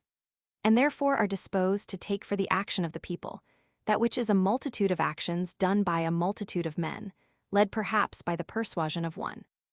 Adherence to custom, from ignorance of the nature of right and wrong ignorance of the causes, and original constitution of right, equity, law, and justice, disposeth a man to make custom and example the rule of his actions, in such manner as to think that unjust which it hath been the custom to punish, and that just of the impunity and approbation whereof they can produce an example, or, as the lawyers which only use the false measure of justice barbarously call it, a precedent. Like little children that have no other rule of good and evil manners, but the correction they receive from their parents and masters, save that children are constant to their rule, whereas men are not so. Because grown strong and stubborn, they appeal from custom to reason, and from reason to custom as it serves their turn, receding from custom when their interest requires it, and setting themselves against reason as oft as reason is against them. Which is the cause that the doctrine of right and wrong is perpetually disputed, both by the pen and the sword. Whereas the doctrine of lines and figures is not so, because men care not, in that subject what be truth, as a thing that crosses no man's ambition, profit, or lust. For I doubt not, but if it had been a thing contrary to any man's right of dominion, or to the interest of men that have dominion, that the 3 angles of a triangle should be equal to 2 angles of a square. That doctrine should have been, if not disputed, yet by the burning of all books of geometry, suppressed, as far as he whom it concerned was able. Adherence to private men, from ignorance of the causes of peace ignorance of remote causes, disposeth men to attribute all events to the causes immediate and instrumental. For these are all the causes they perceive. And hence it comes to pass, that in all places, men that are grieved with payments to the public discharge their anger upon the publicans, that is to say, farmers, collectors, and other officers of the public revenue, and adhere to such as find fault with the public government. And thereby, when they have engaged themselves beyond hope of justification, fall also upon the supreme authority, for fear of punishment or shame of receiving pardon. Credulity from ignorance of nature. Ignorance of natural causes disposeth a man to credulity, so as to believe many times impossibilities. For such know nothing to the contrary, but that they may be true, being unable to detect the impossibility. And credulity, because men love to be hearkened unto in company, disposeth them to lying. So that ignorance itself without malice is able to make a man both to believe lies and tell them, and sometimes also to invent them. Curiosity to know, from care of future time. Anxiety for the future time disposeth men to inquire into the causes of things, because the knowledge of them maketh men the better able to order the present to their best advantage. Natural religion, from the same. Curiosity, or love of the knowledge of causes, draws a man from consideration of the effect, to seek the cause, and again the cause of that cause. Till of necessity he must come to this thought at last, that there is some cause, whereof there is no former cause, but is eternal, which is it men call God. So that it is impossible to make any profound inquiry into natural causes, without being inclined thereby to believe there is one God eternal, though they cannot have any idea of him in their mind, answerable to his nature. For as a man that is born blind, hearing men talk of warming themselves by the fire, and being brought to warm himself by the same, may easily conceive and assure himself there is somewhat there which men call fire, and is the cause of the heat he feels, but cannot imagine what it is like, nor have an idea of it in his mind, such as they have that see it. So also, by the visible things of this world, and their admirable order, a man may conceive there is a cause of them, which men call God, and yet not have an idea, or image of him in his mind. And they that make little or no inquiry into the natural causes of things, yet from the fear that proceeds from the ignorance itself of what it is that hath the power to do them much good or harm, are inclined to suppose, and feign unto themselves, several kinds of powers invisible, and to stand in awe of their own imaginations, and in time of distress to invoke them, as also in the time of an expected good success to give them thanks, making the creatures of their own fancy their gods. By which means it hath come to pass, that from the innumerable variety of fancy, men have created in the world innumerable sorts of gods. And this fear of things invisible is the natural seed of that, which every one in himself calleth religion, and in them that worship or fear that power otherwise than they do, superstition. And this seed of religion, having been observed by many, some of those that have observed it have been inclined thereby to nourish, dress, and form it into laws, and to add to it of their own invention any opinion of the causes of future events, by which they thought they should best be able to govern others, and make unto themselves the greatest use of their powers.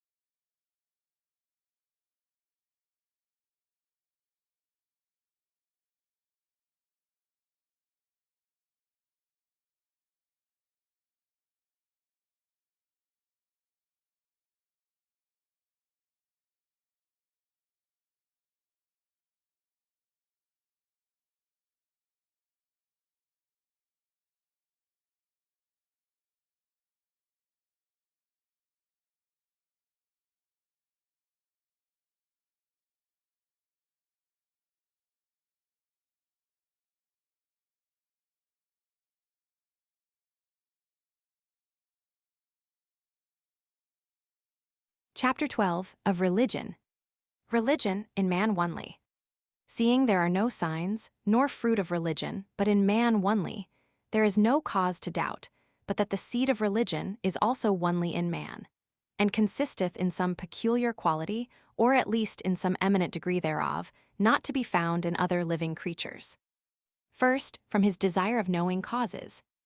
And first, it is peculiar to the nature of man, to be inquisitive into the causes of the events they see, some more, some less, but all men so much, as to be curious in the search of the causes of their own good and evil fortune. from the consideration of the beginning of things. Secondly, upon the sight of anything that hath a beginning, to think also it had a cause, which determined the same to begin, then when it did, rather than sooner or later. From his observation of the sequel of things. Thirdly, whereas there is no other felicity of beasts, but the enjoying of their quotidian food, ease, and lusts, as having little or no foresight of the time to come, for want of observation and memory of the order, consequence, and dependence of the things they see. Man observeth how one event hath been produced by another, and remembereth in them antecedents and consequence. And when he cannot assure himself of the true causes of things, for the causes of good and evil fortune for the most part are invisible, he supposes causes of them, either such as his own fancy suggesteth, or trusteth to the authority of other men, such as he thinks to be his friends, and wiser than himself. The natural cause of religion, the anxiety of the time to come, the two first, make anxiety. For being assured that there be causes of all things that have arrived hitherto, or shall arrive hereafter, it is impossible for a man, who continually endeavoureth to secure himself against the evil he fears, and procure the good he desireth, not to be in a perpetual solicitude of the time to come. So that every man, especially those that are over-provident, are in an estate like to that of Prometheus.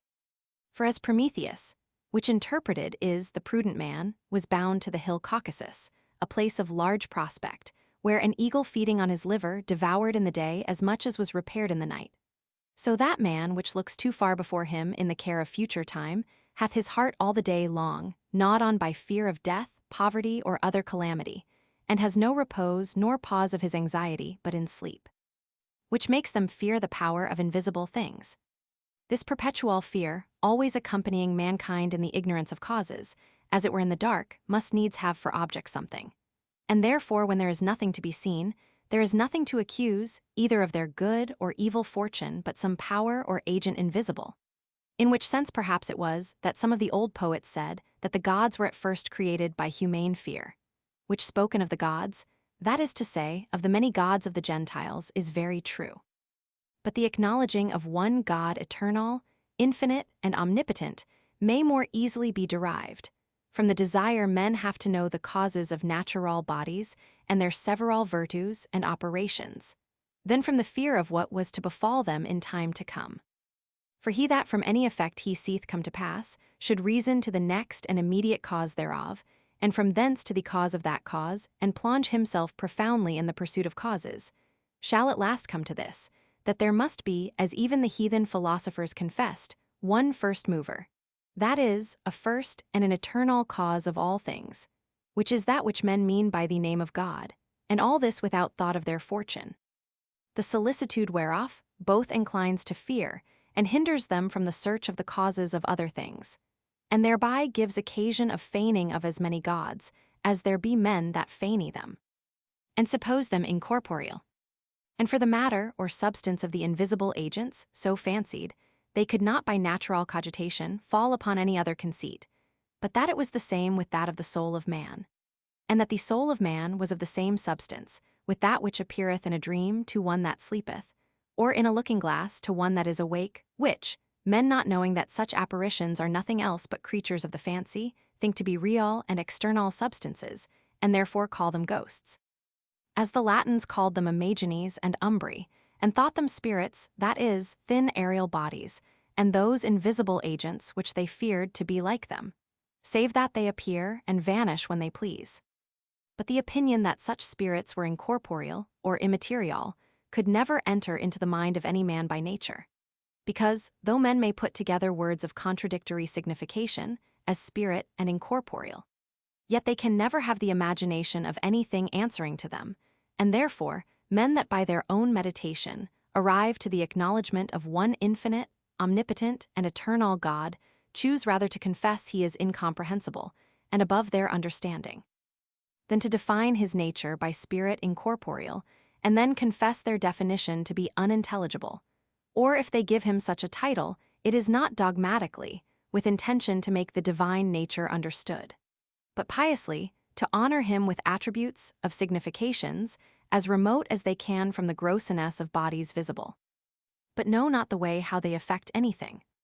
Then, for the way by which they think these invisible agents wrought their effects.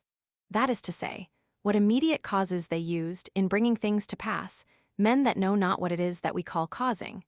That is, almost all men have no other rule to guess by, but by observing, and remembering what they have seen to precede the like effect at some other time, or times before, without seeing between the antecedent and subsequent event any dependence or connection at all. And therefore from the like things past, they expect the like things to come, and hope for good or evil luck, superstitiously, from things that have no part at all in the causing of it. As the Athenians did for their war at Lepanto, demand another Phormio, the Pompeian faction for their war in Afrique, another Scipio, and others have done in divers other occasions since. In like manner they attribute their fortune to a stander-by, to a lucky or unlucky place, to words spoken, especially if the name of God be amongst them, as charming and conjuring the liturgy of witches, insomuch as to believe they have power to turn a stone into bread, bread into a man, or anything into anything. But honor them as they honor men. Thirdly, for the worship which naturally men exhibite to powers invisible, it can be no other but such expressions of their reverence as they would use towards men. Gifts, petitions, thanks, submission of body, considered addresses, sober behavior, premeditated words, swearing, that is, assuring one another of their promises, by invoking them. Beyond that reason suggesteth nothing, but leaves them either to rest there, or for further ceremonies, to rely on those they believe to be wiser than themselves, and attribute to them all extraordinary events. Lastly, concerning how these invisible powers declare to men the things which shall hereafter come to pass, especially concerning their good or evil fortune in general, or good or ill success in any particular undertaking, men are naturally at a stand. Save that using to conjecture of the time to come, by the time past, they are very apt, not only to take casual things, after one or two encounters, for prognostiques of the like encounter ever after, but also to believe the like prognostiques from other men, of whom they have once conceived a good opinion. 4 things, natural seeds of religion.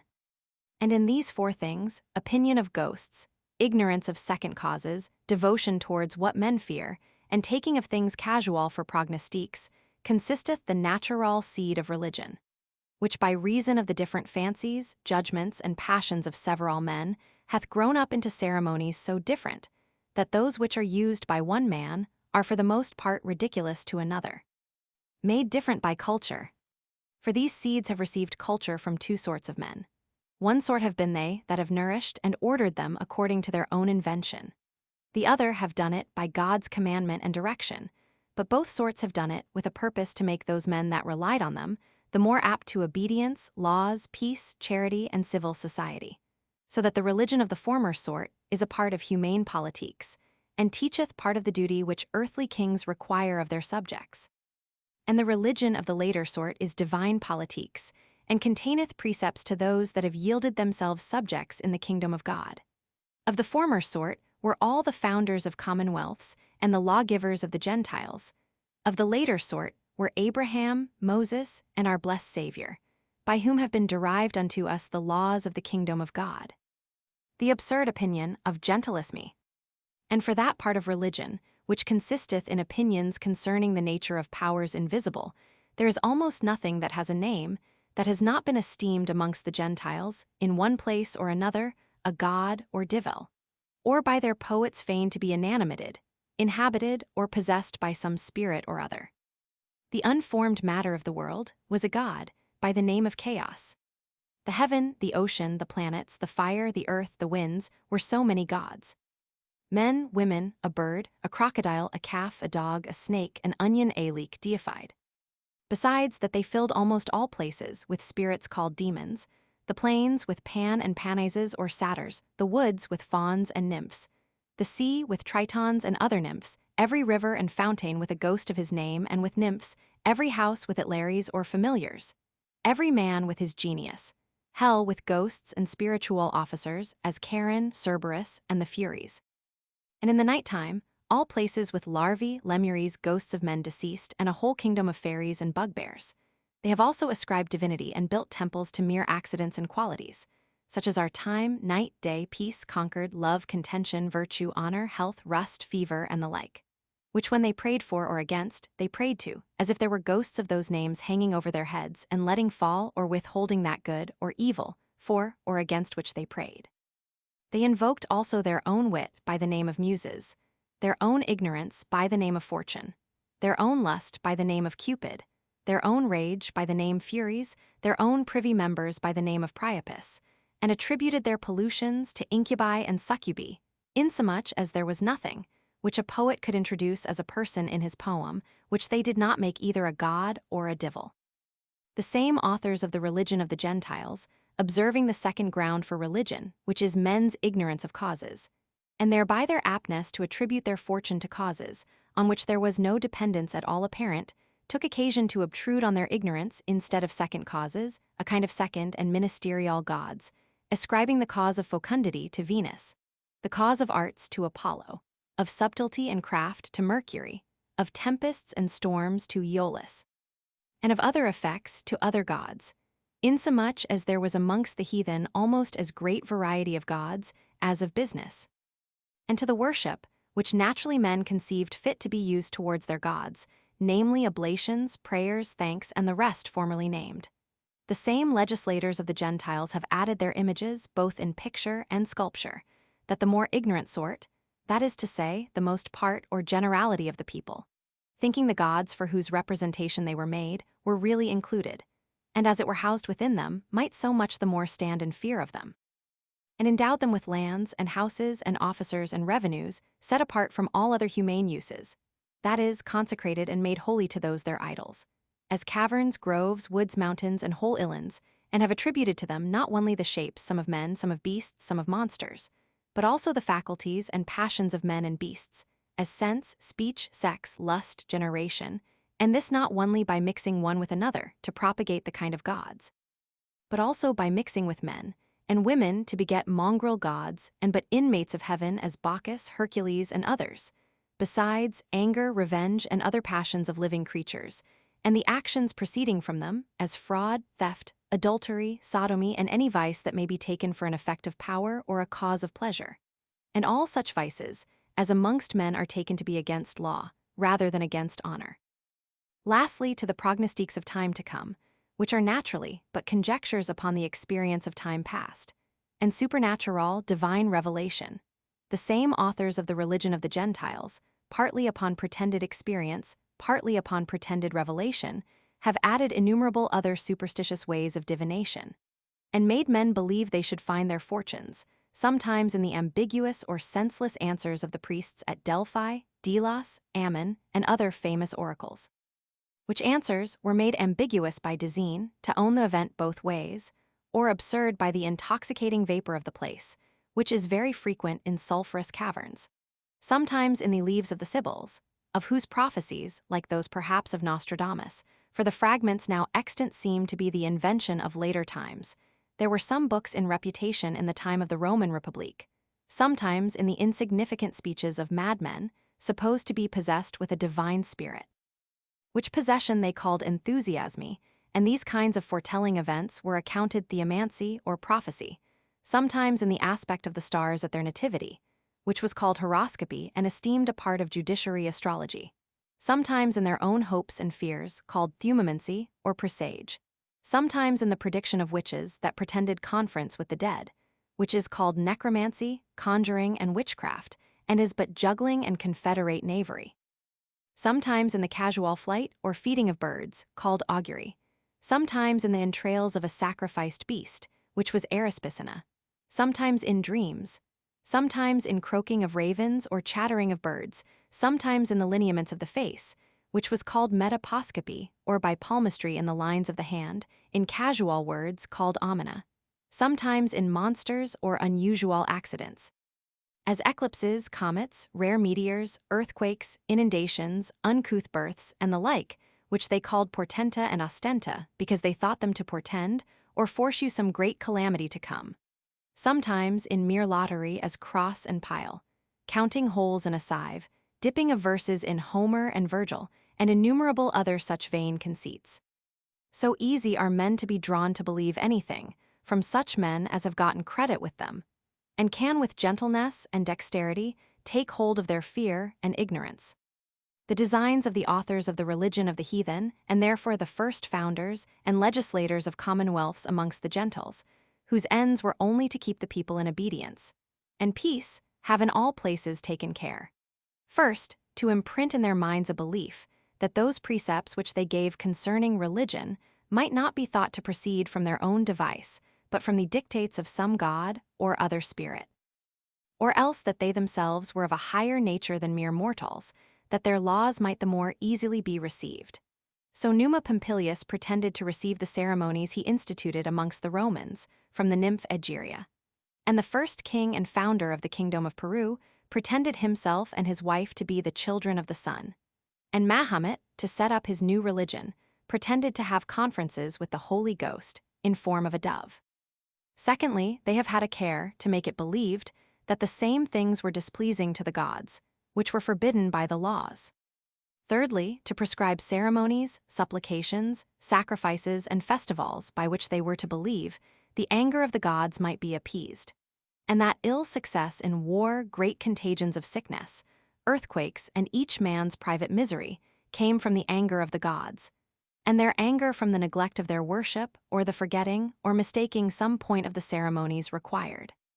And though amongst the antient Romans, men were not forbidden to deny that which in the poets is written of the pains and pleasures after this life, which divers of great authority and gravity in that state have in their harangues openly derided, yet that belief was always more cherished than the contrary. And by these and such other institutions they obtained in order to their end, which was the peace of the commonwealth, that the common people in their misfortunes, laying the fault on neglect or error in their ceremonies, or on their own disobedience to the laws, were the less apt to mutiny against their governors. And being entertained with the pomp and pastime of festivals and public gomes made in honor of the gods, needed nothing else but bread, to keep them from discontent, murmuring, and commotion against the state. And therefore the Romans, that had conquered the greatest part of the then known world, made no scruple of tolerating any religion whatsoever in the city of Rome itself, unless it had something in it that could not consist with their civil government. Nor do we read that any religion was there forbidden, but that of the Jews, who, being the peculiar kingdom of God, thought it unlawful to acknowledge subjection to any mortal king or state whatsoever. And thus you see how the religion of the Gentiles was a part of their policy. The true religion and the laws of God's kingdom the same, but where God himself, by supernatural revelation, planted religion. There he also made to himself a peculiar kingdom, and gave laws not only of behavior towards himself, but also towards one another.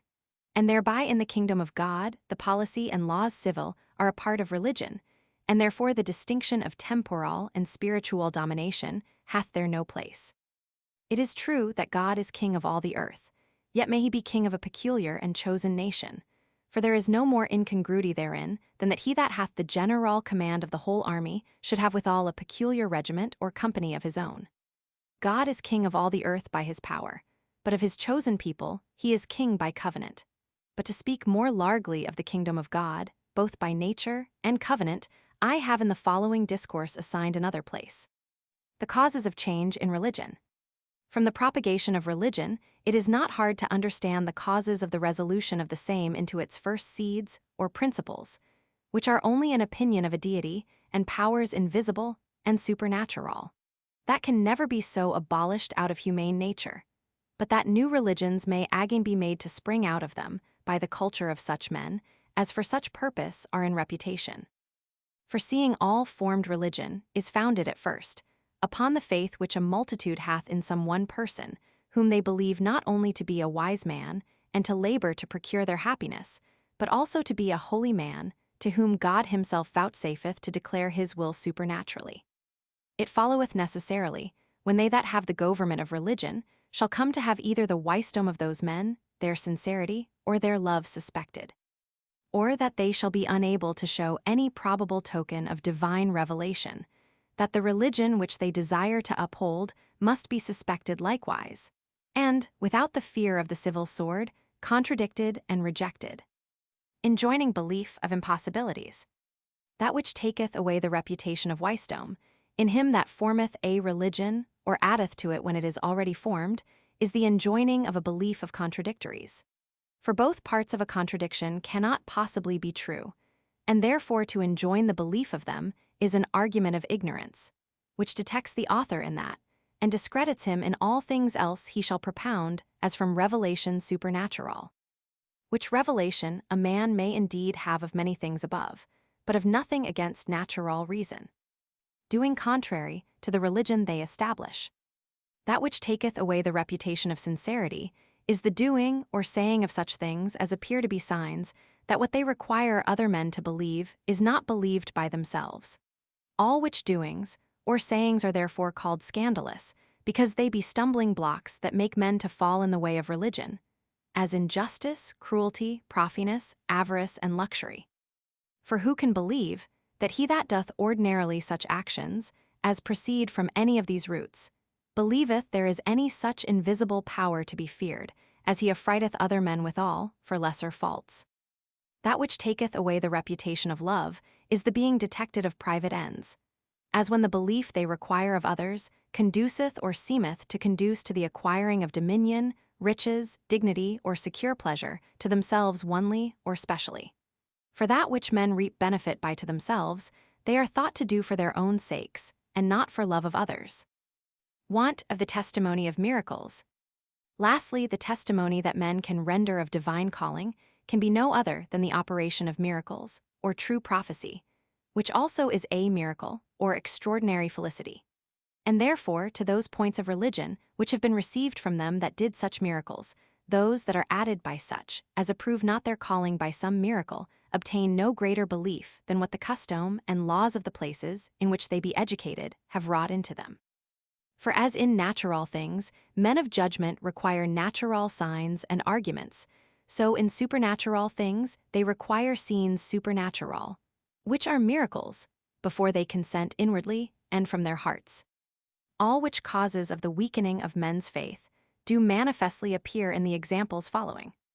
First, we have the example of the children of Israel, who when Moses, that had approved his calling to them by miracles, and by the happy conduct of them out of Egypt, was absent but 40 days, revolted from the worship of the true God, recommended to them by him, and setting up Exod 32:12, a golden calf for their God, relapsed into the idolatry of the Egyptians, from whom they had been so lately delivered. And again, after Moses, Aaron, Joshua, and that generation which had seen the great works of God in Israel, Judges 2:11 were dead, another generation arose and served Baal. So that miracles failing, faith also failed. Again, when the sons of Samuel, 1 Sam 8:3 being constituted by their father judges in Bersabee, received bribes and judged unjustly, the people of Israel refused any more to have God to be their king in other manner than he was king of other people, and therefore cried out to Samuel to choose them a king after the manner of the nations. So that justice failing, faith also failed, insomuch as they deposed their God from reigning over them. And whereas in the planting of Christian religion, the oracles ceased in all parts of the Roman Empire, and the number of Christians increased wonderfully every day, and in every place by the preaching of the apostles and evangelists, a great part of that success may reasonably be attributed to the contempt into which the priests of the Gentiles of that time had brought themselves by their uncleanness, avarice, and juggling between princes. Also the religion of the Church of Rome was partly for the same cause abolished in England and many other parts of Christendom, insomuch as the failing of virtue in the pastors maketh faith fail in the people, and partly from bringing of the philosophy and doctrine of Aristotle into religion by the schoolmen, from whence there arose so many contradictions and absurdities as brought the clergy into a reputation both of ignorance and of fraudulent intention, and inclined people to revolt from them, either against the will of their own princes, as in France and Holland, or with their will, as in England.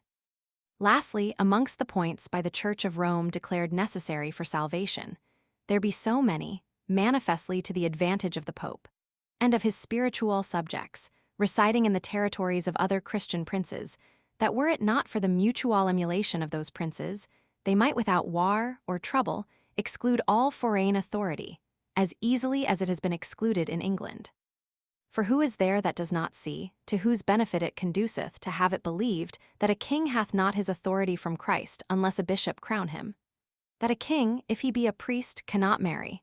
That whether a prince be born in lawful marriage or not must be judged by authority from Rome? That subjects may be freed from their allegiance, if by the court of Rome the king be judged an heretic? That a king, as Chilperic of France, may be deposed by a pope, as Pope Zachary, for no cause, and his kingdom given to one of his subjects? That the clergy and regulars, in what country soever, shall be exempt from the jurisdiction of their king, in cases criminal? Or who does not see, to whose profit redound the fees of private masses and veils of purgatory, with other signs of private interest, enough to mortify the most lively faith, if, as I said the civil magistrate, and custom did not more sustain it, than any opinion they have of the sanctity, wisdom, or probity of their teachers? So that I may attribute all the changes of religion in the world to one and the same cause, and that is, unpleasing priests, and those not only amongst Catholics, but even in that church that hath presumed most of Reformation.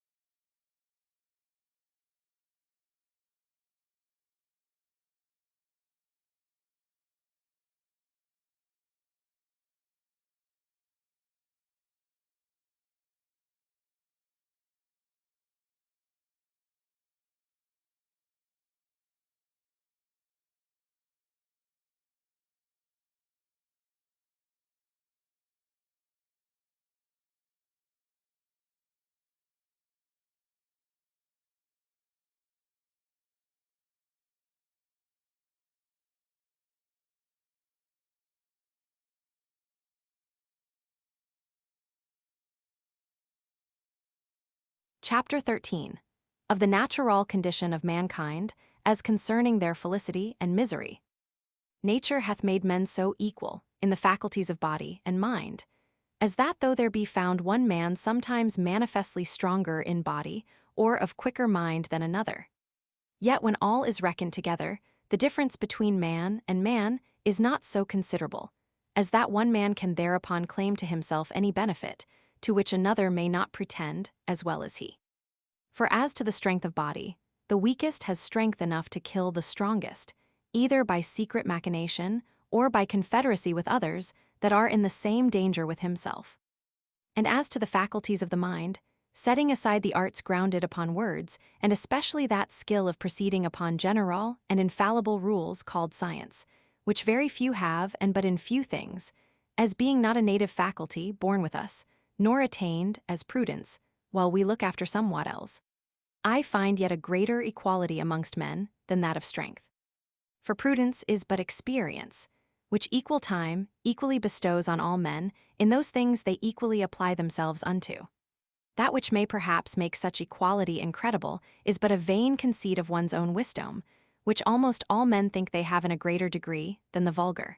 That is, than all men but themselves, and a few others, whom by fame, or for concurring with themselves, they approve. For such is the nature of men, that howsoever they may acknowledge many others to be more witty, or more eloquent, or more learned, yet they will hardly believe there be many so wise as themselves, for they see their own wit at hand, and other men's at a distance. But this proveth rather that men are in that point equal than unequal. For there is not ordinarily a greater scene of the equal distribution of anything than that every man is contented with his share. From equality proceeds diffidence. From this equality of ability ariseth equality of hope in the attaining of our ends. And therefore, if any two men desire the same thing, which nevertheless they cannot both enjoy, they become enemies, and in the way to their end, which is principally their own conservation, and sometimes their delectation only, endeavor to destroy or subdue one another. And from hence it comes to pass, that where an invader hath no more to fear than another man's single power. If one plant, sow, build, or possess a convenient seat, others may probably be expected to come prepared with forces united, to dispossess, and deprive him not only of the fruit of his labor, but also of his life or liberty. And the invader again is in the like danger of another. From diffidence war. And from this diffidence of one another, there is no way for any man to secure himself, so reasonable as anticipation. That is, by force or wiles to master the persons of all men he can, so long, till he see no other power great enough to endanger him. And this is no more than his own conservation requireth, and is generally allowed. Also because there be some, that taking pleasure in contemplating their own power in the acts of conquest, which they pursue farther than their security requires. If others, that otherwise would be glad to be at ease within modest bounds, should not by invasion increase their power, they would not be able, long time, by standing only on their defense, to subsist. And by consequence, such augmentation of dominion over men, being necessary to a man's conservation, it ought to be allowed him. Again, men have no pleasure, but on the contrary a great deal of grief in keeping company, where there is no power able to overawe them all. For every man looketh that his companion should value him, at the same rate he sets upon himself, and upon all signs of contempt, or undervaluing, naturally endeavors as far as he dares, which amongst them that have no common power, to keep them in quiet, is far enough to make them destroy each other, to extort a greater value from his contemners by domage, and from others by the example. So that in the nature of man we find three principal causes of quarrel. First, competition, secondly, diffidence, thirdly, glory. The first maketh men invade for gain, the second for safety, and the third for reputation. The first use violence to make themselves masters of other men's persons, wives, children, and cattle. The second to defend them, the third for trifles as a word, a smile, a different opinion, and any other scene of undervalue, either direct in their persons or by reflection in their kindred, their friends, their nation, their profession, or their name. Out of civil states, there is always war of everyone against everyone. Hereby it is manifest that during the time men live without a common power to keep them all in awe, they are in that condition which is called war. And such a war as is of every man against every man. For war consisteth not in battle only, or the act of fighting, but in a tract of time wherein the will to contend by battle is sufficiently known, and therefore the notion of time is to be considered in the nature of war, as it is in the nature of weather. For as the nature of foul weather lieth not in a shower or two of rain, but in an inclination thereto of many days together, so the nature of war consisteth not in actual fighting, but in the known disposition thereto, during all the time there is no assurance to the contrary. All other time is peace. The incommodities of such a war. Whatsoever therefore is consequent to a time of war, where every man is enemy to every man, the same is consequent to the time, wherein men live without other security than what their own strength and their own invention shall furnish them withal.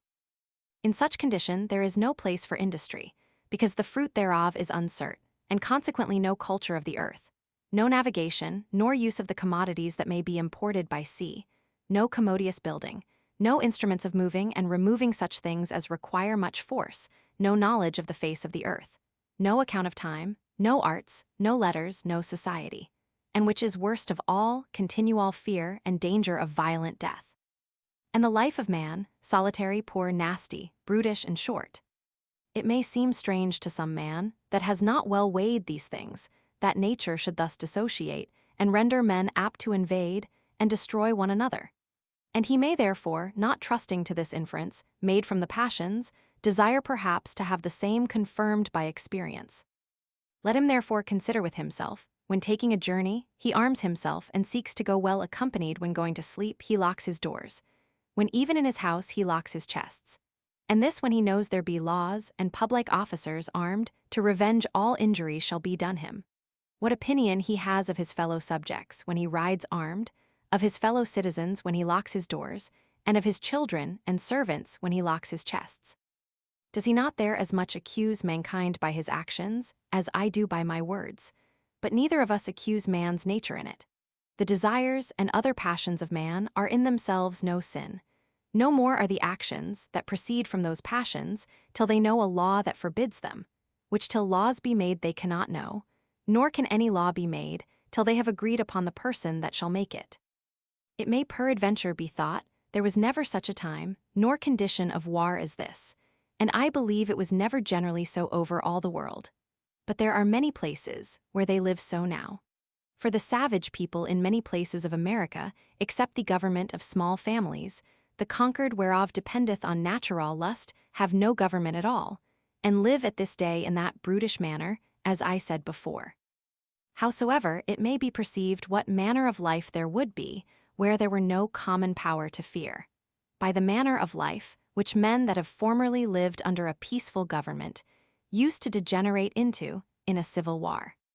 But though there had never been any time wherein particular men were in a condition of war one against another, yet in all times kings and persons of sovereign authority, because of their independency, are in continual jealousies, and in the state and posture of gladiators having their weapons pointing, and their eyes fixed on one another, that is, their forts, garrisons, and guns upon the frontiers of their kingdoms, and continual spies upon their neighbors, which is a posture of war.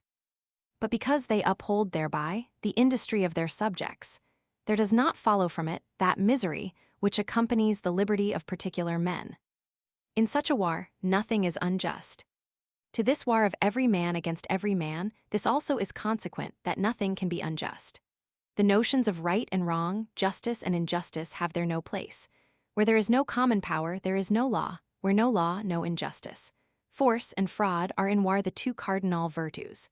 Justice and injustice are none of the faculties neither of the body nor mind. If they were, they might be in a man that were alone in the world, as well as his senses and passions. They are qualities that relate to men in society, not in solitude. It is consequent also to the same condition, that there be no propriety, no dominion, no mine and thine distinct, but only that to be every man's that he can get, and for so long as he can keep it. And thus much for the ill condition, which man by mere nature is actually placed in, though with a possibility to come out of it, consisting partly in the passions, partly in his reason. The passions that incline men to peace. The passions that incline men to peace are fear of death, desire of such things as are necessary to commodious living, and a hope by their industry to obtain them. And reason suggesteth convenient articles of peace, upon which men may be drawn to agreement. These articles are they, which otherwise are called the laws of nature, whereof I shall speak more particularly in the 2 following chapters.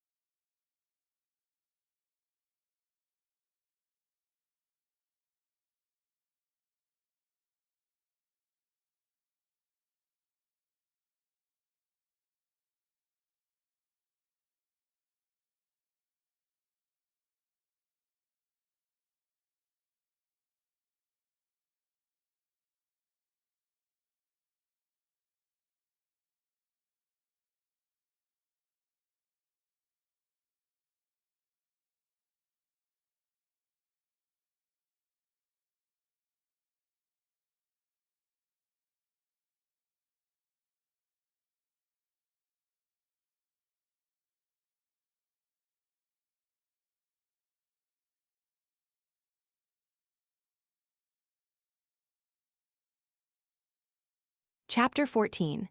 Of the first and second natural laws and of contracts. Right of nature what? The right of nature, which writers commonly call jus naturale, is the liberty each man hath to use his own power as he will himself for the preservation of his own nature.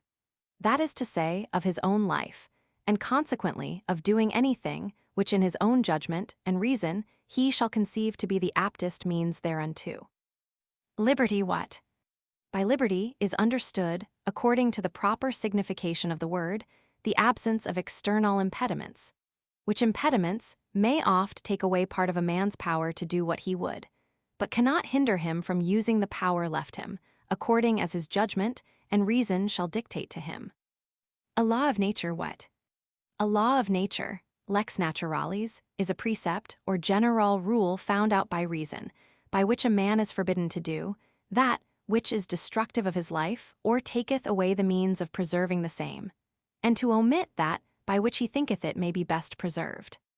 For though they that speak of this subject use to confound jus and lex, right and law, yet they ought to be distinguished, because right consisteth in liberty to do or to forbear, whereas law determineth and bindeth to one of them, so that law and right differ as much as obligation and liberty, which in one and the same matter are inconsistent. Naturally, every man has right to everything. And because the condition of man, as hath been declared in the precedent chapter, is a condition of war of everyone against everyone, in which case everyone is governed by his own reason, and there is nothing he can make use of that may not be a help unto him in preserving his life against his enemies. It followeth that in such a condition every man has a right to everything, even to one another's body. And therefore, as long as this natural right of every man to everything endureth, there can be no security to any man, how strong or wise soever he be, of living out the time which nature ordinarily alloweth men to live. The fundamental law of nature. And consequently it is a precept or general rule of reason that every man ought to endeavor peace as far as he has hope of obtaining it, and when he cannot obtain it, that he may seek and use all helps and advantages of war. The first branch of which rule containeth the first and fundamental law of nature, which is to seek peace and follow it. The second, the sum of the right of nature, which is, by all means we can, to defend ourselves. The second law of nature.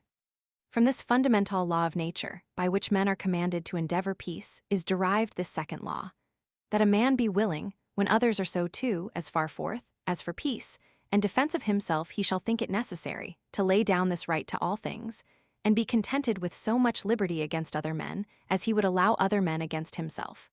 For as long as every man holdeth this right, of doing anything he liketh, so long are all men in the condition of war. But if other men will not lay down their right, as well as he, then there is no reason for anyone to divest himself of his, for that were to expose himself to prey, which no man is bound to, rather than to dispose himself to peace. This is that law of the gospel, whatsoever you require that others should do to you, that do ye to them. And that law of all men, quod tibi feri non vis, alteri ne feceris. What it is to lay down a right. To lay down a man's right to anything is to divest himself of the liberty, of hindering another of the benefit of his own right to the same. For he that renounceth, or passeth away his right, giveth not to any other man a right which he had not before, because there is nothing to which every man had not right by nature, but onely standeth out of his way, that he may enjoy his own original right, without hindrance from him, not without hindrance from another. So that the effect which redoundeth to one man, by another man's defect of right, is but so much diminution of impediments to the use of his own right original. Renouncing or transferring right what? Obligation, duty, justice. Right is laid aside, either by simply renouncing it, or by transferring it to another. By simply renouncing, when he cares not to whom the benefit thereof redoundeth. By transferring, when he intendeth the benefit thereof to some certain person or persons. And when a man hath in either manner abandoned or granted away his right, then is he said to be obliged or bound not to hinder those to whom such right is granted or abandoned from the benefit of it, and that he ought, and it his duty not to make void that voluntary act of his own, and that such hindrance is injustice and injury as being sinjure, the right being before renounced or transferred. So that injury or injustice in the controversies of the world is somewhat like to that, which in the disputations of scholars is called absurdity. For as it is there called an absurdity to contradict what one maintained in the beginning, so in the world it is called injustice and injury voluntarily to undo that which from the beginning he had voluntarily done. The way by which a man either simply renounceth or transferreth his right is a declaration or signification by some voluntary and sufficient sign or signs that he doth so renounce or transferra, or hath so renounced or transferred the same to him that accepteth it. And these signs are either words only or actions only, or as it happeneth most often, both words and actions. And the same are the bonds, by which men are bound and obliged, bonds that have their strength not from their own nature, for nothing is more easily broken than a man's word, but from fear of some evil consequence upon the rupture. Not all rights are alienable. Whensoever a man transferreth his right or renounceth it, it is either in consideration of some right reciprocally transferred to himself, or for some other good he hopeth for thereby. For it is a voluntary act, and of the voluntary acts of every man, the object is some good to himself. And therefore there be some rights, which no man can be understood by any words or other signs to have abandoned or transferred. As first a man cannot lay down the right of resisting them, that assault him by force to take away his life, because he cannot be understood to aim thereby at any good to himself. The same may be said of wounds and chains and imprisonment, both because there is no benefit consequent to such patience, as there is to the patience of suffering another to be wounded or imprisoned, as also because a man cannot tell, when he seeth men proceed against him by violence, whether they intend his death or not. And lastly, the motive, an end for which this renouncing and transferring or right is introduced, is nothing else but the security of a man's person in his life and in the means of so preserving life as not to be weary of it. And therefore, if a man by words or other signs seem to despoil himself of the end for which those signs were intended, he is not to be understood as if he meant it, or that it was his will, but that he was ignorant of how such words and actions were to be interpreted. Contract what? The mutual transferring of right is that which men call contract. There is difference between transferring of right to the thing and transferring or tradition, that is, delivery of the thing itself. For the thing may be delivered together with the translation of the right, as in buying and selling with ready money, or exchange of goods or lands, and it may be delivered some time after. Covenant what? Again, one of the contractors may deliver the thing contracted for on his part, and leave the other to perform his part at some determinate time after, and in the meantime be trusted. And then the contract on his part is called pact or covenant, or both parts may contract now to perform hereafter. In which cases, he that is to perform in time to come, being trusted, his performance is called keeping of promise or faith. And the failing of performance, if it be voluntary, violation of faith. Free gift. When the transferring of right is not mutual, but one of the parties transferreth in hope to gain thereby friendship or service from another or from his friends, or in hope to gain the reputation of charity or magnanimity, or to deliver his mind from the pain of compassion, or in hope of reward in heaven, this is not contract but gift, free gift, grace, which words signify one and the same thing. Signs of contract express. Signs of contract are either express or by inference.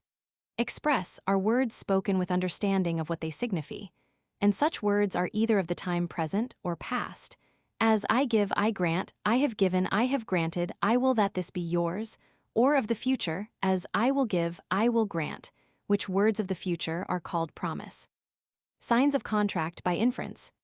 Signs by inference are sometimes the consequence of words, sometimes the consequence of silence, sometimes the consequence of actions, sometimes the consequence of forbearing an action, and generally a seen by inference of any contract is whatsoever sufficiently argues the will of the contractor. Free gift passeth by words of the present or past. Words alone, if they be of the time to come and contain a bare promise, are an insufficient scene of a free gift and therefore not obligatory. For if they be of the time to come, as tomorrow I will give, they are a scene I have not given yet, and consequently that my right is not transferred, but remaineth till I transfer it by some other act.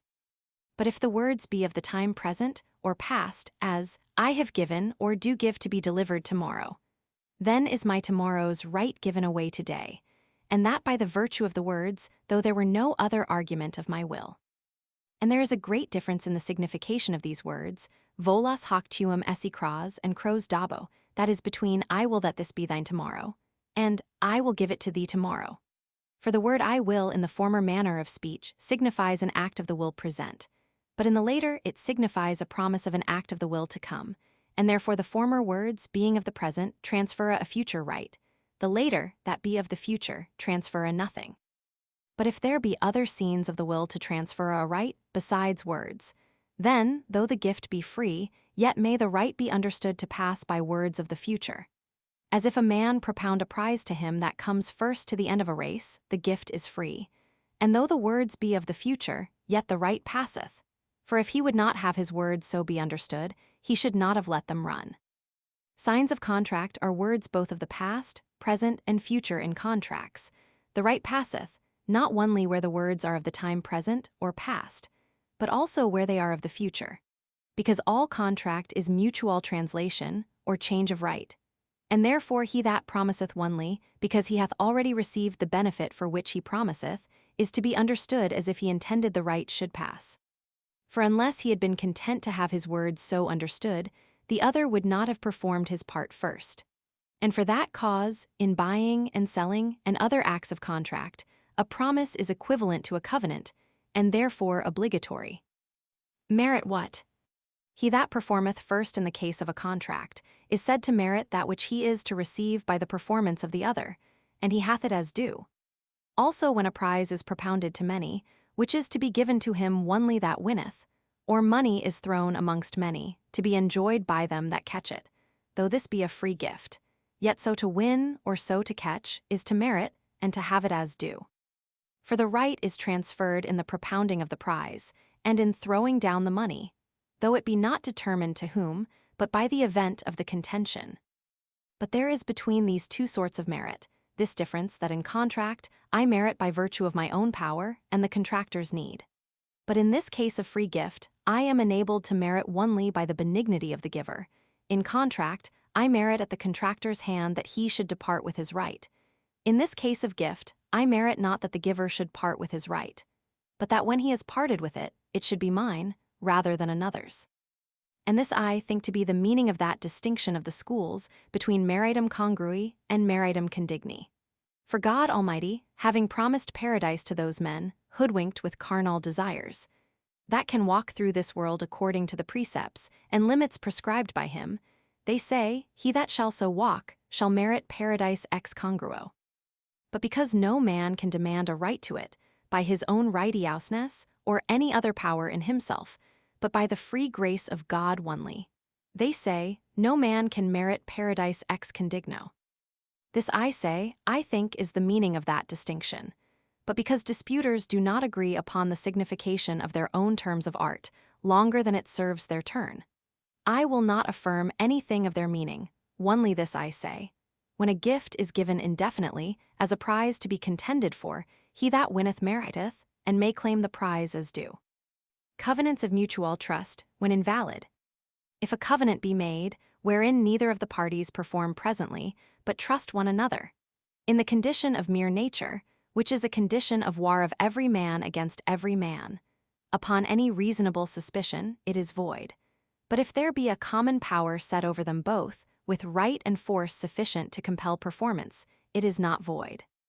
For he that performeth first has no assurance the other will perform after, because the bonds of words are too weak to bridle men's ambition, avarice, anger, and other passions, without the fear of some coercive power, which in the condition of mere nature, where all men are equal, and judges of the justness of their own fears, cannot possibly be supposed. And therefore he which performeth first does but betray himself to his enemy. Contrary to the right, he can never abandon of defending his life and means of living.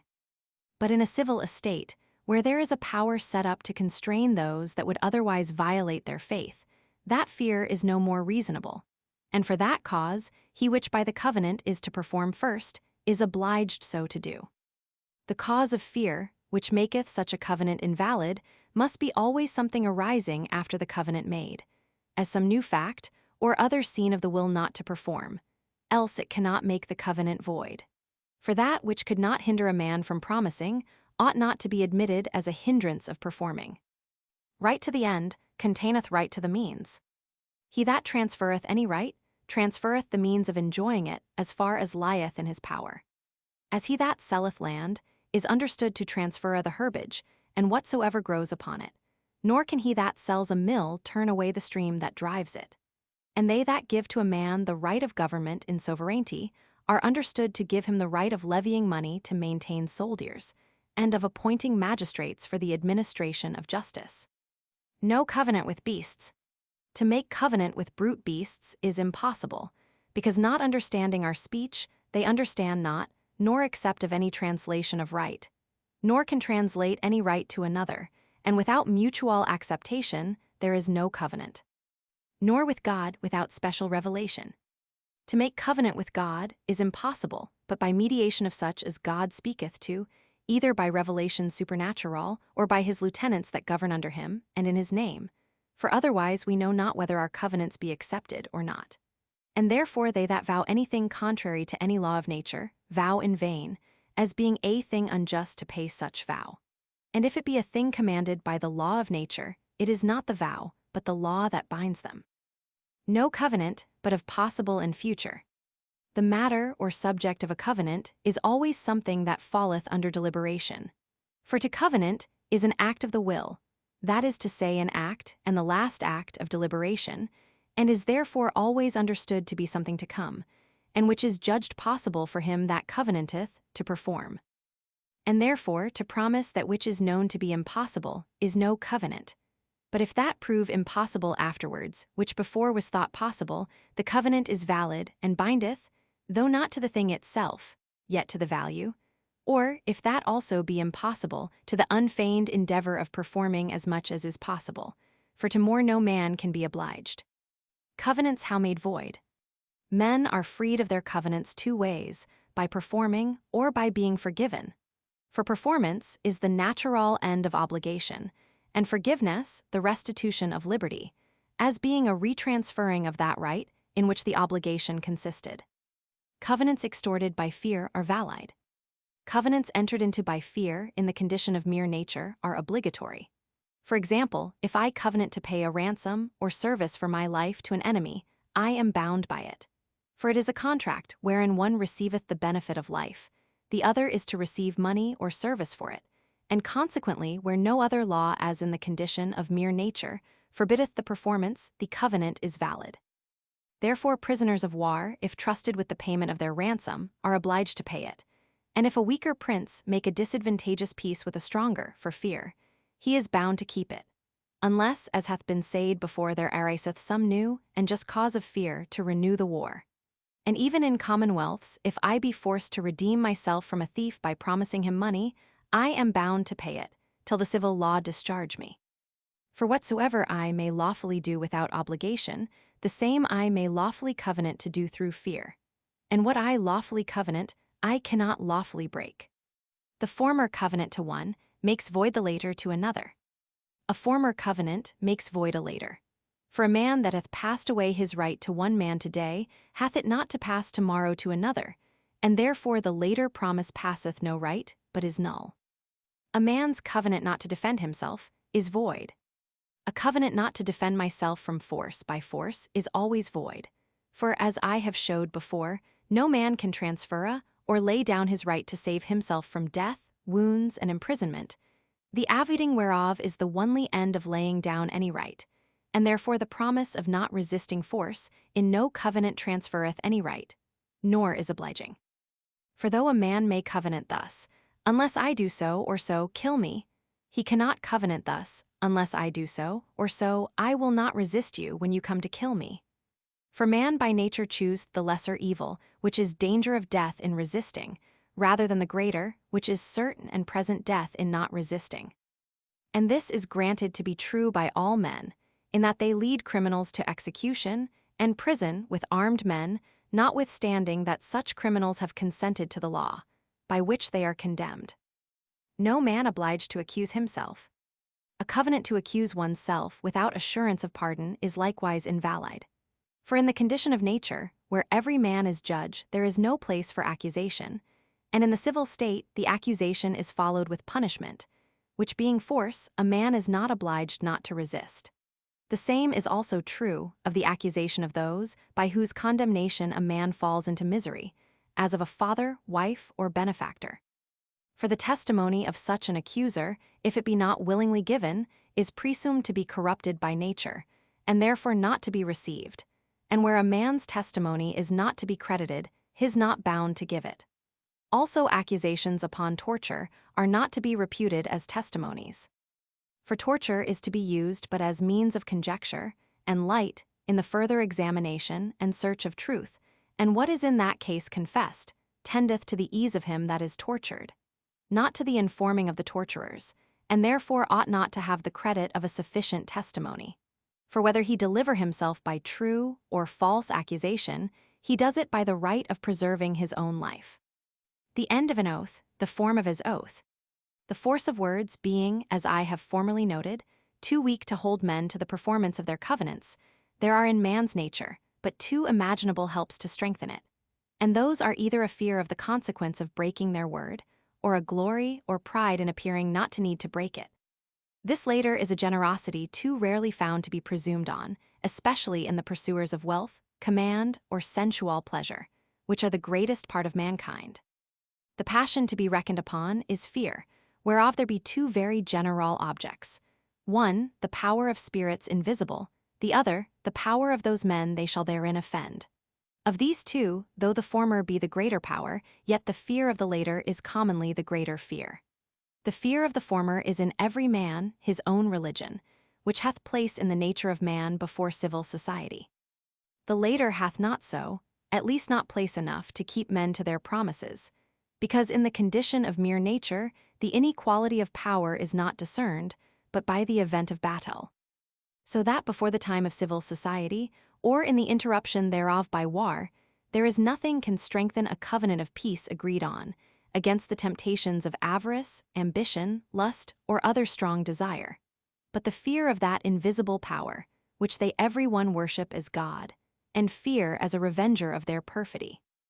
All therefore that can be done between two men not subject to civil power is to put one another to swear by the God he feareth, which swearing or oath is a form of speech added to a promise, by which he that promiseth signifieth that unless he perform, he renounceth the mercy of his God, or calleth to him for vengeance on himself. Such was the heathen form, let Jupiter kill me else as I kill this beast. So is our form, I shall do thus and thus, so help me God. And this, with the rites and ceremonies, which every one useth in his own religion, that the fear of breaking faith might be the greater. No oath but by God. By this it appears, that an oath taken according to any other form, or rite, than his that sweareth is in vain, and no oath, and there is no swearing by anything which the swearer thinks not God. For though men have sometimes used to swear by their kings, for fear or flattery, yet they would have it thereby understood, they attributed to them divine honor. And that swearing unnecessarily by God is but profaning of his name.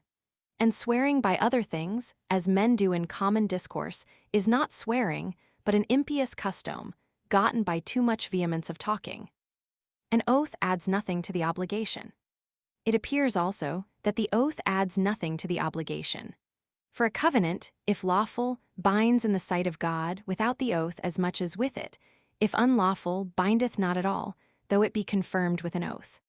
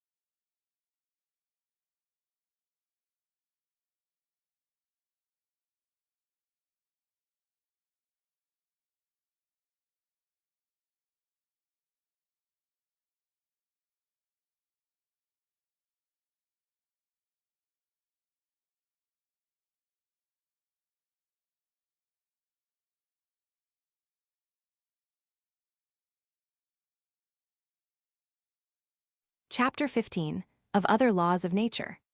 The third law of nature, justice. From that law of nature, by which we are obliged to transfer it to another, such rights, as being retained, hinder the peace of mankind, there followeth a third. Which is this, that men perform their covenants made. Without which, covenants are in vain and but empty words, and the right of all men to all things remaining, we are still in the condition of war. Justice and injustice what? And in this law of nature consisteth the fountain and original of justice. For where no covenant hath preceded, there hath no right been transferred, and every man has right to everything, and consequently no action can be unjust. But when a covenant is made, then to break it is unjust, and the definition of injustice is no other than the not performance of covenant, and whatsoever is not unjust is just. Justice and propriety begin with the constitution of commonwealth, but because covenants of mutual trust, where there is a fear of not performance on either part, as hath been said in the former chapter, are invalid. Though the original of justice be the making of covenants, yet in justice actually there can be none, till the cause of such fear be taken away, which while men are in the natural condition of war cannot be done. Therefore, before the names of just and unjust can have place, there must be some coercive power to compel men equally to the performance of their covenants by the terror of some punishment, greater than the benefit they expect by the breach of their covenant, and to make good that propriety which by mutual contract men acquire, in recompense of the universal right they abandon. And such power there is none before the erection of a commonwealth. And this is also to be gathered out of the ordinary definition of justice in the schools. For they say that justice is the constant will of giving to every man his own. And therefore where there is no own, that is, no propriety, there is no injustice. And where there is no coercive power erected, that is, where there is no commonwealth, there is no propriety, all men having right to all things. Therefore where there is no commonwealth, there nothing is unjust. So that the nature of justice consisteth in keeping of valid covenants. But the validity of covenants begins not but with the constitution of a civil power sufficient to compel men to keep them, and then it is also that propriety begins. Justice not contrary to reason. The fool hath said in his heart, there is no such thing as justice, and sometimes also with his tongue, seriously alleging that every man's conservation and contentment being committed to his own care, there could be no reason why every man might not do what he thought conduced thereunto. And therefore also to make or not make, keep or not keep covenants was not against reason when it conduced to one's benefit. He does not therein deny that there be covenants, and that they are sometimes broken, sometimes kept, and that such breach of them may be called injustice, and the observance of them justice. But he questioneth whether injustice, taking away the fear of God, for the same fool hath said in his heart there is no God, may not sometimes stand with that reason, which dictateth to every man his own good. And particularly then, when it conduceth to such a benefit, as shall put a man in a condition, to neglect not only the dispraise and revilings, but also the power of other men. The kingdom of God is gotten by violence, but what if it could be gotten by unjust violence? Were it against reason so to get it, when it is impossible to receive hurt by it, and if it be not against reason, it is not against justice, or else justice is not to be approved for good. From such reasoning as this, successful wickedness hath obtained the name of virtue, and some that in all other things have disallowed the violation of faith, yet have allowed it when it is for the getting of a kingdom. And the heathen that believed that Saturn was deposed by his son Jupiter, believed nevertheless the same Jupiter to be the avenger of injustice, somewhat like to a piece of law in Coke's commentaries on Littleton, where he says, if the right heir of the crown be attainted of treason, yet the crown shall descend to him, and eo instante the attainder be void. From which instances a man will be very prone to infer, that when the heir apparent of a kingdom shall kill him that is in possession, though his father. You may call it injustice, or by what other name you will, yet it can never be against reason, seeing all the voluntary actions of men tend to the benefit of themselves, and those actions are most reasonable that conduce most to their ends. This specious reasoning is nevertheless false. For the question is not of promises mutual, where there is no security of performance on either side, as when there is no civil power erected over the parties promising, for such promises are no covenants, but either where one of the parties has performed already, or where there is a power to make him perform. There is the question whether it be against reason that is, against the benefit of the other to perform, or not. And I say it is not against reason. For the manifestation whereof we are to consider, first, that when a man doth a thing, which notwithstanding anything can be foreseen, and reckoned on, tendeth to his own destruction, howsoever some accident which he could not expect, arriving may turn it to his benefit. Yet such events do not make it reasonably or wisely done. Secondly, that in a condition of war, wherein every man to every man, for want of a common power to keep them all in awe, is an enemy, there is no man can hope by his own strength, or wit, to defend himself from destruction, without the help of confederates. Where every one expects the same defense by the confederation that anyone else does. And therefore, he which declares he thinks it reason to deceive those that help him, can in reason expect no other means of safety than what can be had from his own single power. He therefore that breaketh his covenant, and consequently declareth that he thinks he may with reason do so, cannot be received into any society that unite themselves for peace and defense, but by the error of them that receive him. Nor when he is received, be retained in it, without seeing the danger of their error. Which errors a man cannot reasonably reckon upon as the means of his security, and therefore if he be left, or cast out of society, he perisheth. And if he live in society, it is by the errors of other men, which he could not foresee, nor reckon upon, and consequently against the reason of his preservation. And so, as all men that contribute not to his destruction, forbear him only out of ignorance of what is good for themselves. As for the instance of gaining the secure and perpetual felicity of heaven, by any way, it is frivolous, there being but one way imaginable, and that is not breaking, but keeping of covenant. And for the other instance of attaining sovereignty by rebellion, it is manifest that though the event follow, yet because it cannot reasonably be expected, but rather the contrary. And because by gaining it so, others are taught to gain the same in like manner, the attempt thereof is against reason.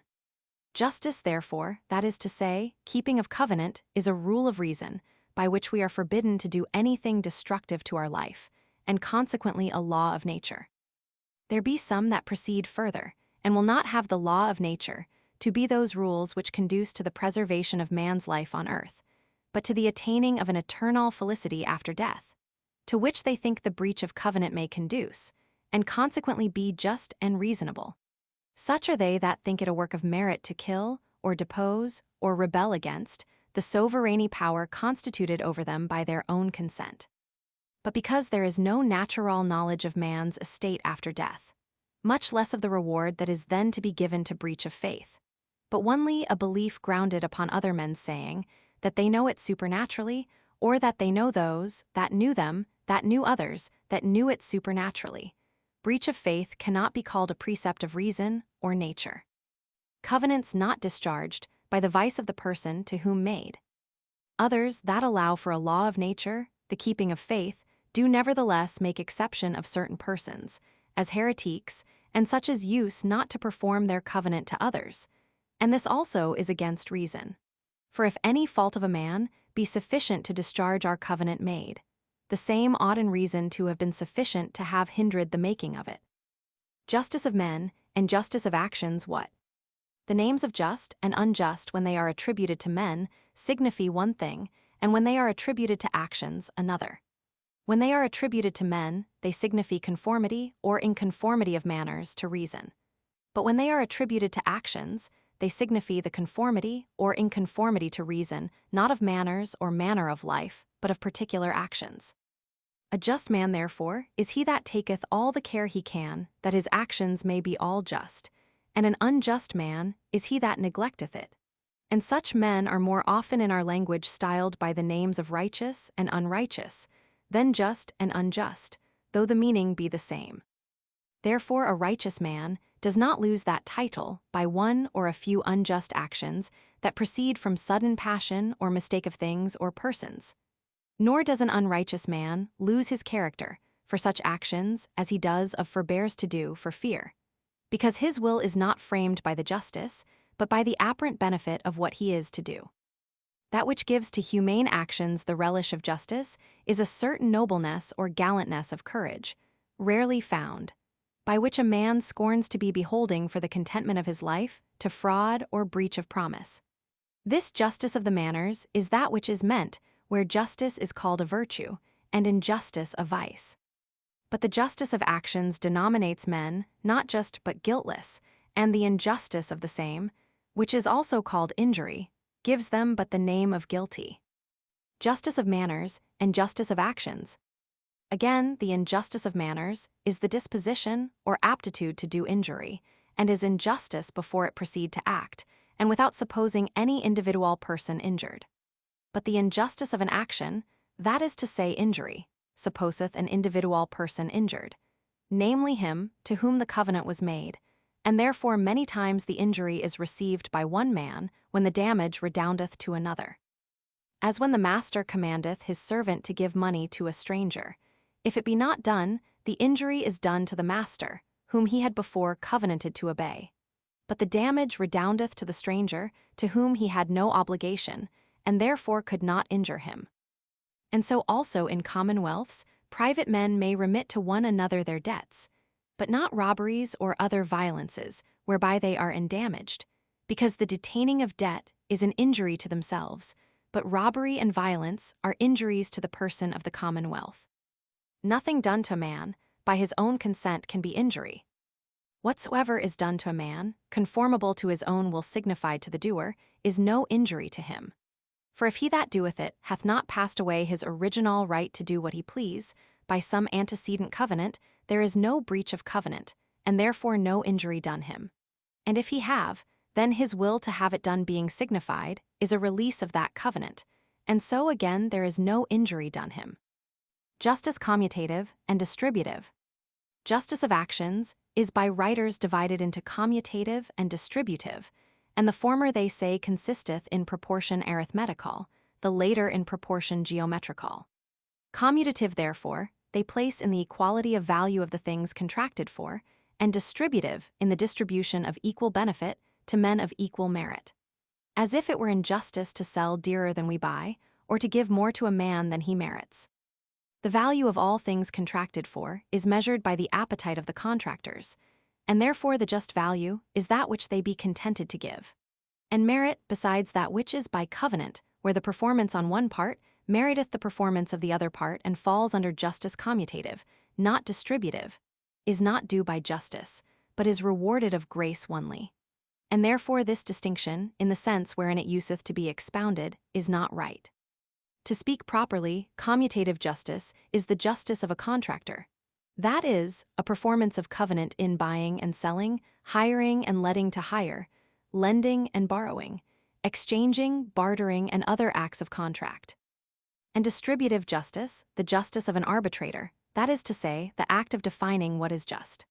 Wherein, being trusted by them that make him arbitrator, if he perform his trust, he is said to distribute to every man his own. And his is indeed just distribution, and may be called, though improperly, distributive justice, but more properly equity, which also is a law of nature, as shall be shewn in due place. The fourth law of nature, gratitude. As justice dependeth on antecedent covenant, so does gratitude depend on antecedent grace, that is to say, antecedent free gift, and is the fourth law of nature, which may be conceived in this form, that a man which receiveth benefit from another of mere grace, endeavor that he which giveth it have no reasonable cause to repent him of his good will. For no man giveth but with intention of good to himself, because gift is voluntary, and of all voluntary acts the object is to every man his own good, of which if men see they shall be frustrated, there will be no beginning of benevolence or trust, nor consequently of mutual help, nor of reconciliation of one man to another, and therefore they are to remain still in the condition of war, which is contrary to the first and fundamental law of nature, which commandeth men to seek peace. The breach of this law is called ingratitude, and hath the same relation to grace that injustice hath to obligation by covenant. The fifth, mutual accommodation, or complaisance. A fifth law of nature is complaisance, that is to say, that every man strive to accommodate himself to the rest. For the understanding whereof, we may consider that there is in men's aptness to society a diversity of nature, rising from their diversity of affections, not unlike to that we see in stones brought together for building of an edifice. For as that stone which by the asperity and irregularity of figure takes more room from others than itself fills, and for the hardness cannot be easily made plain and thereby hindereth the building, is by the builders cast away as unprofitable and troublesome. So also a man that by asperity of nature will strive to retain those things which to himself are superfluous and to others necessary.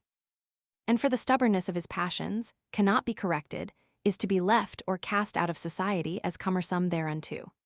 For seeing every man, not only by right, but also by necessity of nature, is supposed to endeavor all he can to obtain that which is necessary for his conservation, he that shall oppose himself against it, for things superfluous, is guilty of the war that thereupon is to follow.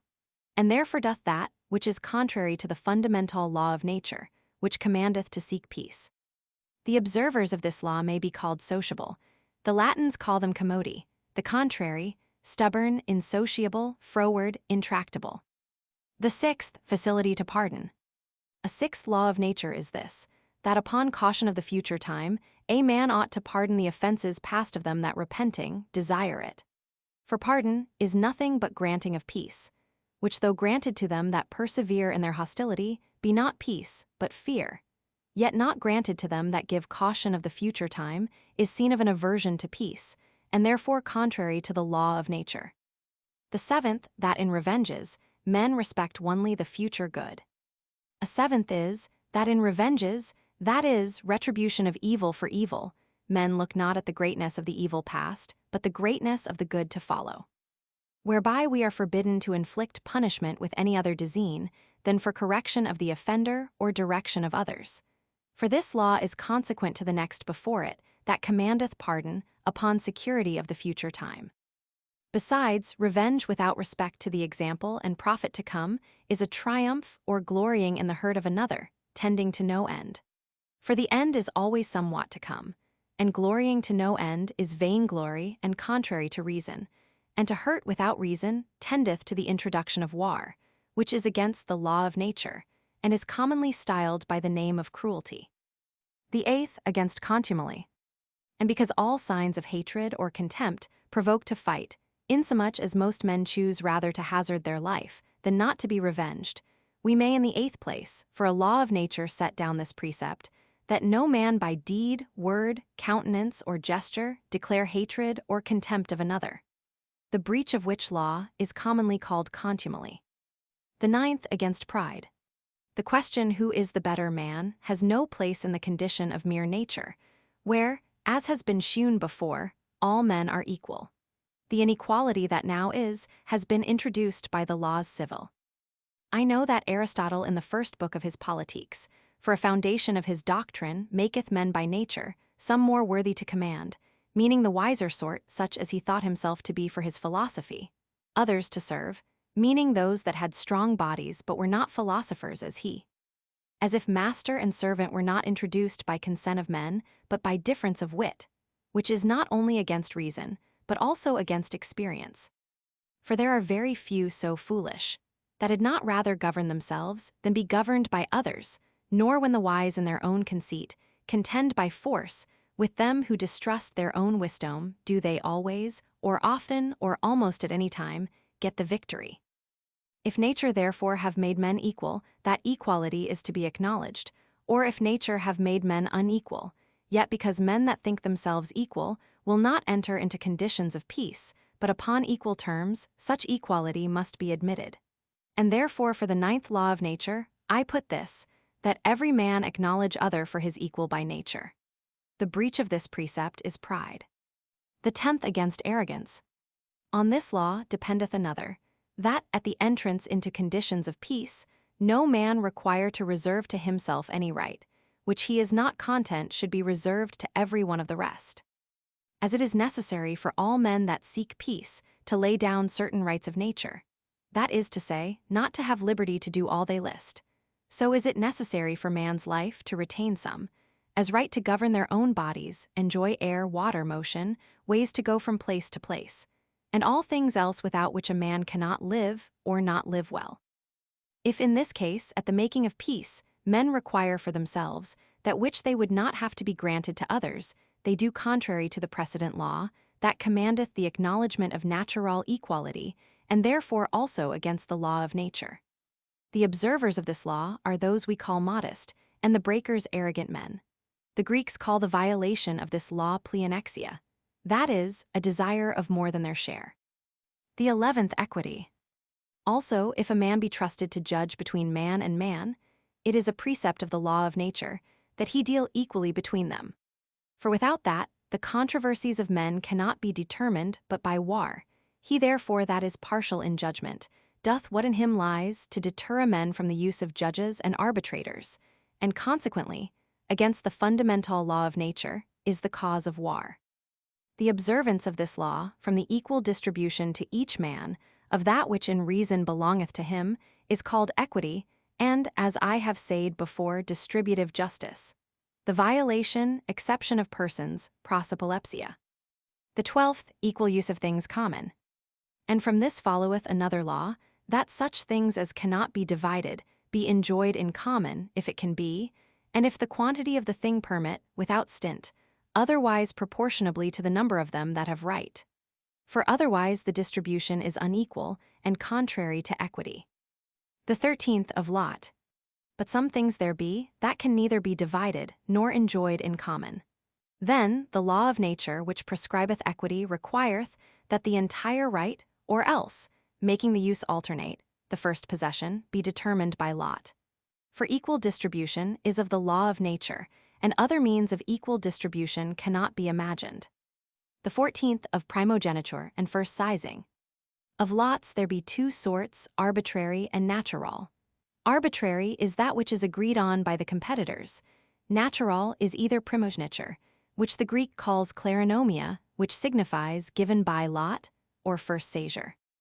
And therefore those things which cannot be enjoyed in common, nor divided, ought to be adjudged to the first possessor, and in some cases to the firstborn, as acquired by lot. The 15th, of mediators. It is also a law of nature, that all men that mediate peace be allowed safe conduct.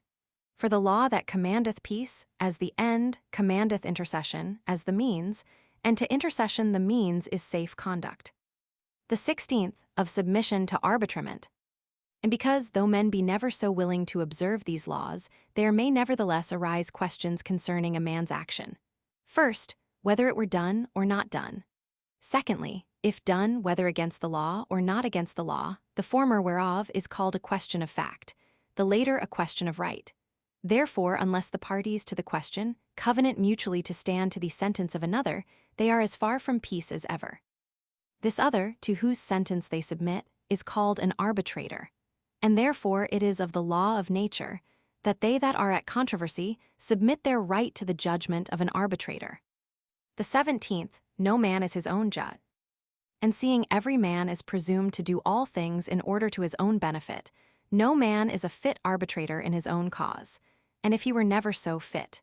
Yet equity allowing to each party equal benefit, if one be admitted to be judge, the other is to be admitted also.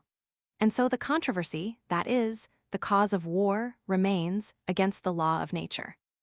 The 18th, no man to be judge, that has in him cause of partiality. For the same reason no man in any cause ought to be received for arbitrator, to whom greater profit, or honor, or pleasure apparently ariseth out of the victory of one party, than of the other. For he hath taken, though an unavoidable bribe, yet a bribe, and no man can be obliged to trust him. And thus also the controversy and the condition of war remaineth, contrary to the law of nature. The 19th, of witness. And in a controversy of fact, the judge being to give no more credit to one than to the other, if there be no other arguments, must give credit to a third, or to a third and fourth, or more. For else the question is undecided and left to force, contrary to the law of nature. These are the laws of nature dictating peace, for a means of the conservation of men in multitudes, and which only concern the doctrine of civil society. There be other things tending to the destruction of particular men, as drunkenness and all other parts of intemperance, which may therefore also be reckoned amongst those things which the law of nature hath forbidden, but are not necessary to be mentioned, nor are pertinent enough to this place. A rule by which the laws of nature may easily be examined. And though this may seem too subtle a deduction of the laws of nature to be taken notice of by all men, whereof the most part are too busy in getting food, and the rest too negligent to understand, yet to leave all men unexcusable, they have been contracted into one easy sum, intelligible even to the meanest capacity, and that is, do not that to another, which thou wouldest not have done to thyself. Which showeth him that he has no more to do in learning the laws of nature, but, when weighing the actions of other men with his own, they seem too heavy, to put them into the other part of the balance, and his own into their place, that his own passions and self-love may add nothing to the weight. And then there is none of these laws of nature that will not appear unto him very reasonable. The laws of nature oblige in conscience always, but in effect then only when there is security the laws of nature oblige in foro interno. That is to say, they bind to a desire they should take place, but in foro externo, that is, to the putting them in act, not always. For he that should be modest and tractable and perform all he promises in such time and place, where no man else should do so, should but make himself a prey to others, and procure his own certain ruin, contrary to the ground of all laws of nature, which tend to nature's preservation. And again, he that shall observe the same laws towards him, observes them not himself, seeketh not peace but war, and consequently the destruction of his nature by violence. And whatsoever laws bind in foro interno, may be broken, not only by a fact contrary to the law, but also by a fact according to it, in case a man think it contrary. For though his action in this case be according to the law, which where the obligation is in foro interno, is a breach. The laws of nature are eternal. The laws of nature are immutable and eternal, for injustice, ingratitude, arrogance, pride, iniquity, exception of persons, and the rest can never be made lawful. For it can never be that war shall preserve life, and peace destroy it. And yet easy. The same laws, because they oblige onely to a desire, and endeavor, I mean an unfeigned and constant endeavor, are easy to be observed. For in that they require nothing but endeavor. He that endeavoreth their performance fulfilleth them, and he that fulfilleth the law is just. The science of these laws is the true moral philosophy, and the science of them is the true and only moral philosophy. For moral philosophy is nothing else but the science of what is good and evil in the conversation and society of mankind. Good and evil are names that signify our appetites and aversions, which in different tempers, customs, and doctrines of men are different. And divers men differ not only in their judgment on the senses of what is pleasant and unpleasant to the taste, smell, hearing, touch, and sight, but also of what is conformable or disagreeable to reason in the actions of common life. Nay, the same man in divers times differs from himself, and one time praiseth, that is, calleth good, what another time he dispraiseth and calleth evil, from whence arise disputes, controversies, and at last war. And therefore so long as man is in the condition of mere nature, which is a condition of war, as private appetite is the measure of good and evil, and consequently all men agree on this, that peace is good, and therefore also the way or means of peace, which, as I have showed before, are justice, gratitude, modesty, equity, mercy, and the rest of the laws of nature are good. That is to say, moral virtues, and their contrary vices evil. Now the science of virtue and vice is moral philosophy, and therefore the true doctrine of the laws of nature is the true moral philosophy. But the writers of moral philosophy, though they acknowledge the same virtues and vices, yet not seeing wherein consisted their goodness, nor that they come to be praised as the means of peaceable, sociable, and comfortable living, place them in a mediocrity of passions, as if not the cause, but the degree of daring made fortitude, or not the cause, but the quantity of a gift made liberality. These dictates of reason men used to call by the name of laws, but improperly, for they are but conclusions or theorems concerning what conduceth to the conservation and defense of themselves, whereas law properly is the word of him that by right hath command over others. But yet if we consider the same theorems as delivered in the word of God that by right commandeth all things, then are they properly called laws.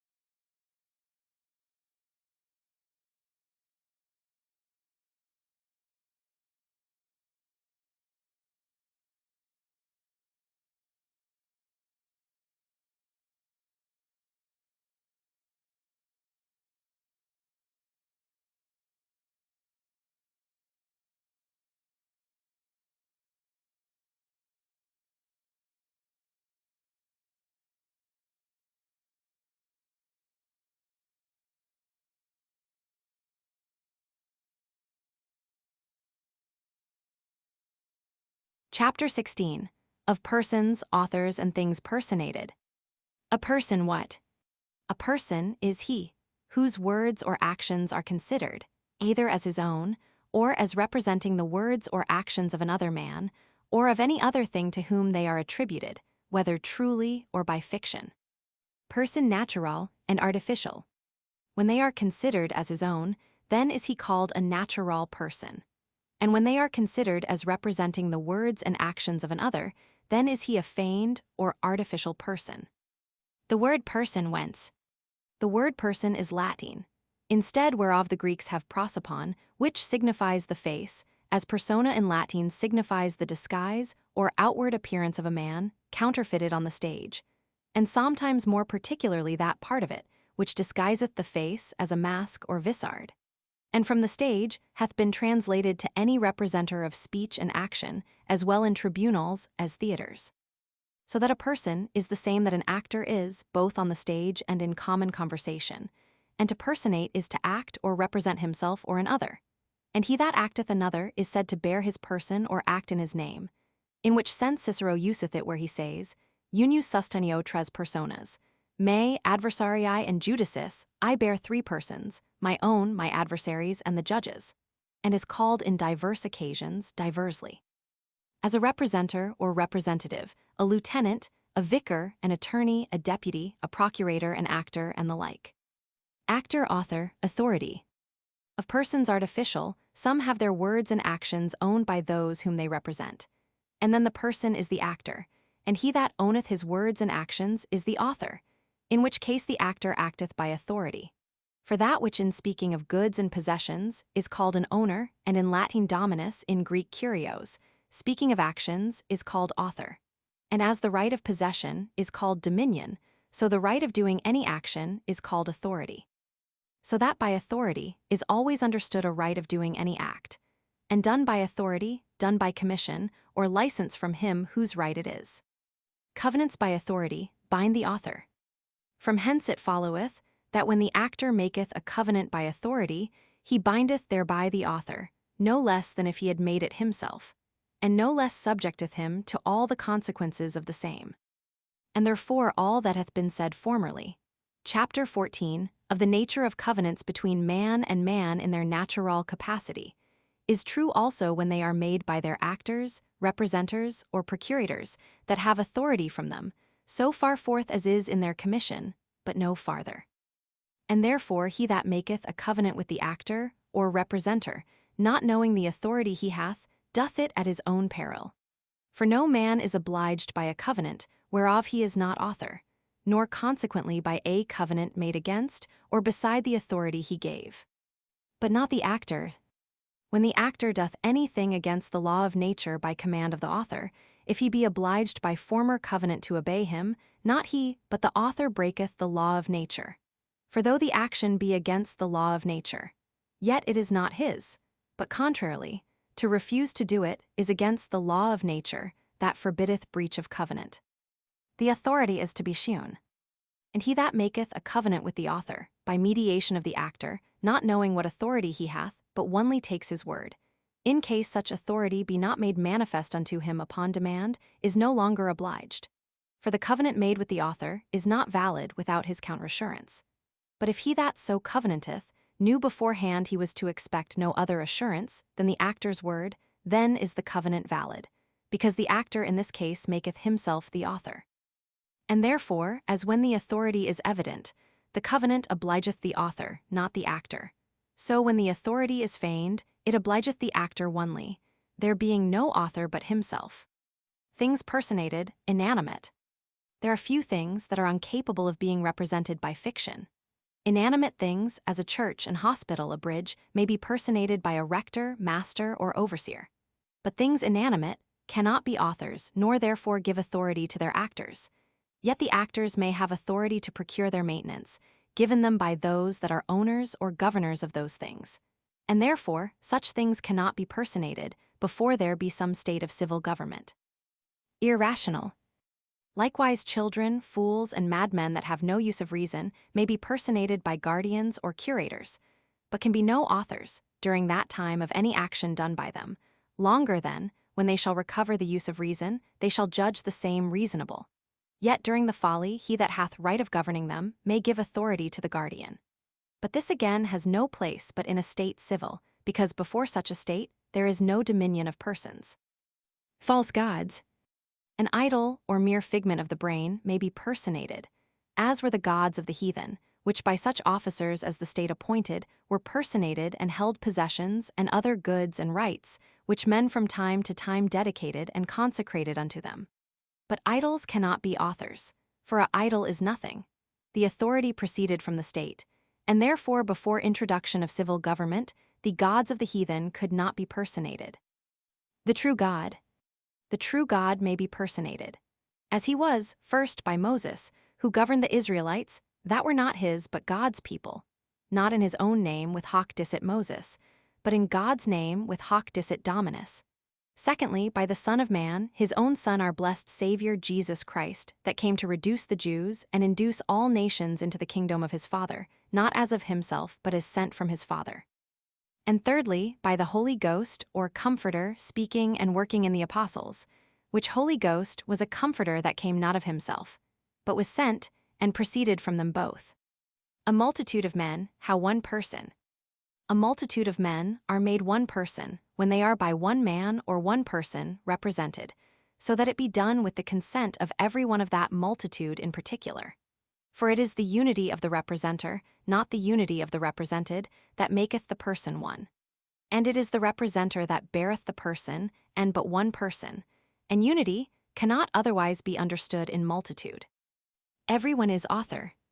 And because the multitude naturally is not one, but many, they cannot be understood for one, but many authors of everything their representative faith or doth in their name, every man giving their common representer authority from himself in particular, and owning all the actions the representer doth, in case they give him authority without stint. Otherwise, when they limit him in what and how far he shall represent them, none of them owneth more than they gave him commission to act. An actor may be many men, made one by plurality of voices. And if the representative consist of many men, the voice of the greater number must be considered as the voice of them all. For if the lesser number pronounce, for example, in the affirmative, and the greater in the negative, there will be negatives more than enough to destroy the affirmatives, and thereby the excess of negatives, standing uncontradicted, are the only voice the representative hath. Representatives, when the number is even, unprofitable. And a representative of even number, especially when the number is not great, whereby the contradictory voices are oftentimes equal, is therefore oftentimes mute and incapable of action. Yet in some cases contradictory voices equal in number may determine a question, as in condemning or absolving equality of votes, even in that they condemn not, do absolve, but not on the contrary condemn in that they absolve not. For when a cause is heard, not to condemn is to absolve, but on the contrary, to say that not absolving is condemning is not true. The like it is in a deliberation of executing presently or deferring till another time. For when the voices are equal, the not decreeing execution is a decree of dilation. Negative voice. Or if the number be odd, as 3 or more, men or assemblies, whereof every one has by a negative voice authority to take away the effect of all the affirmative voices of the rest, this number is no representative. Because by the diversity of opinions and interests of men, it becomes oftentimes, and in cases of the greatest consequence, a mute person, and unapt, as for may things else, so for the government of a multitude, especially in time of war. Of authors there be two sorts. The first simply so called, which I have before defined to be him, that owneth the action of another simply. The second is he, that owneth an action or covenant of another conditionally. That is to say, he undertaketh to do it if the other doth it not, at or before a certain time. And these authors conditional are generally called sureties in Latin fiduciors and sponsors, and particularly for debt, preeds, and for appearance before a judge or magistrate, vades.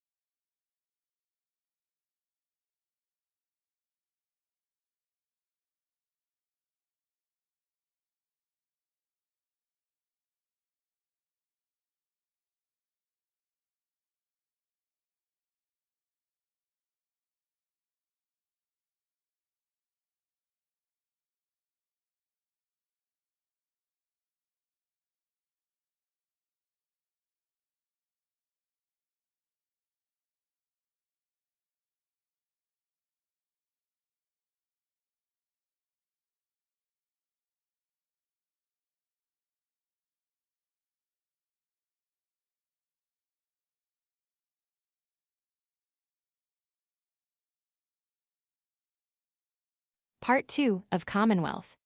Chapter 17 of the causes, generation, and definition of a commonwealth. The end of commonwealth, particular security.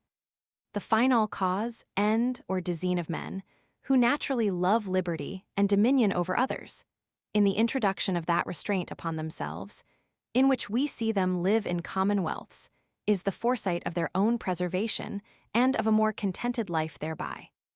That is to say, of getting themselves out from that miserable condition of war, which is necessarily consequent, as hath been shewn, to the natural passions of men, when there is no visible power to keep them in awe, and tie them by fear of punishment to the performance of their covenants, and observation of these laws of nature set down in the 14th and 15th chapters, which is not to be had from the law of nature. For the laws of nature, as justice, equity, modesty, mercy, and in some doing to others, as we would be done to, if themselves, without the terror of some power to cause them to be observed, are contrary to our natural passions, that carry us to partiality, pride, revenge, and the like. And covenants without the sword are but words and of no strength to secure a man at all. Therefore, notwithstanding the laws of nature, which everyone hath then kept, when he has the will to keep them, when he can do it safely, if there be no power erected, or not great enough for our security, every man will and may lawfully rely on his own strength and art for caution against all other men. And in all places, where men have lived by small families to rob and spoil one another, has been a trade, and so far from being reputed against the law of nature, that the greater spoils they gained, the greater was their honor. And men observed no other laws therein, but the laws of honor, that is, to abstain from cruelty, leaving to men their lives and instruments of husbandry. And as small families did then, so now do cities and kingdoms which are but greater families, for their own security, enlarge their dominions, upon all pretenses of danger and fear of invasion or assistance that may be given to invaders, endeavor as much as they can to subdue or weaken their neighbors by open force and secret arts, for want of other caution justly, and are remembered for it in after ages with honor. Nor from the conjunction of a few men or families, nor is it the joining together of a small number of men that gives them this security, because in small numbers, small additions on the one side or the other make the advantage of strength so great, as is sufficient to carry the victory, and therefore gives encouragement to an invasion. The multitude sufficient to confide in for our security is not determined by any certain number, but by comparison with the enemy we fear, and is then sufficient, when the odds of the enemy is not of so visible and conspicuous moment, to determine the event of war as to move him to attempt. Nor from a great multitude, unless directed by one judgment, and be there never so great a multitude. Yet if their actions be directed according to their particular judgments and particular appetites, they can expect thereby no defense, nor protection, neither against a common enemy, nor against the injuries of one another. For being distracted in opinions concerning the best use and application of their strength, they do not help, but hinder one another, and reduce their strength by mutual opposition to nothing, whereby they are easily, not only subdued by a very few that agree together, but also when there is no common enemy, they make war upon each other for their particular interests. For if we could suppose a great multitude of men to consent in the observation of justice and other laws of nature, without a common power to keep them all in awe, we might as well suppose all mankind to do the same. And then there neither would be nor need to be any civil government or commonwealth at all, because there would be peace without subjection, and that continually. Nor is it enough for the security, which men desire should last all the time of their life, that they be governed and directed by one judgment for a limited time, as in one battle or one war.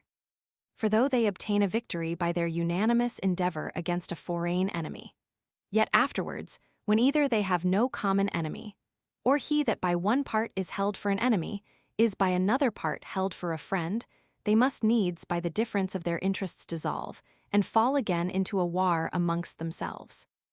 Why certain creatures without reason or speech do nevertheless live in society, without any coercive power.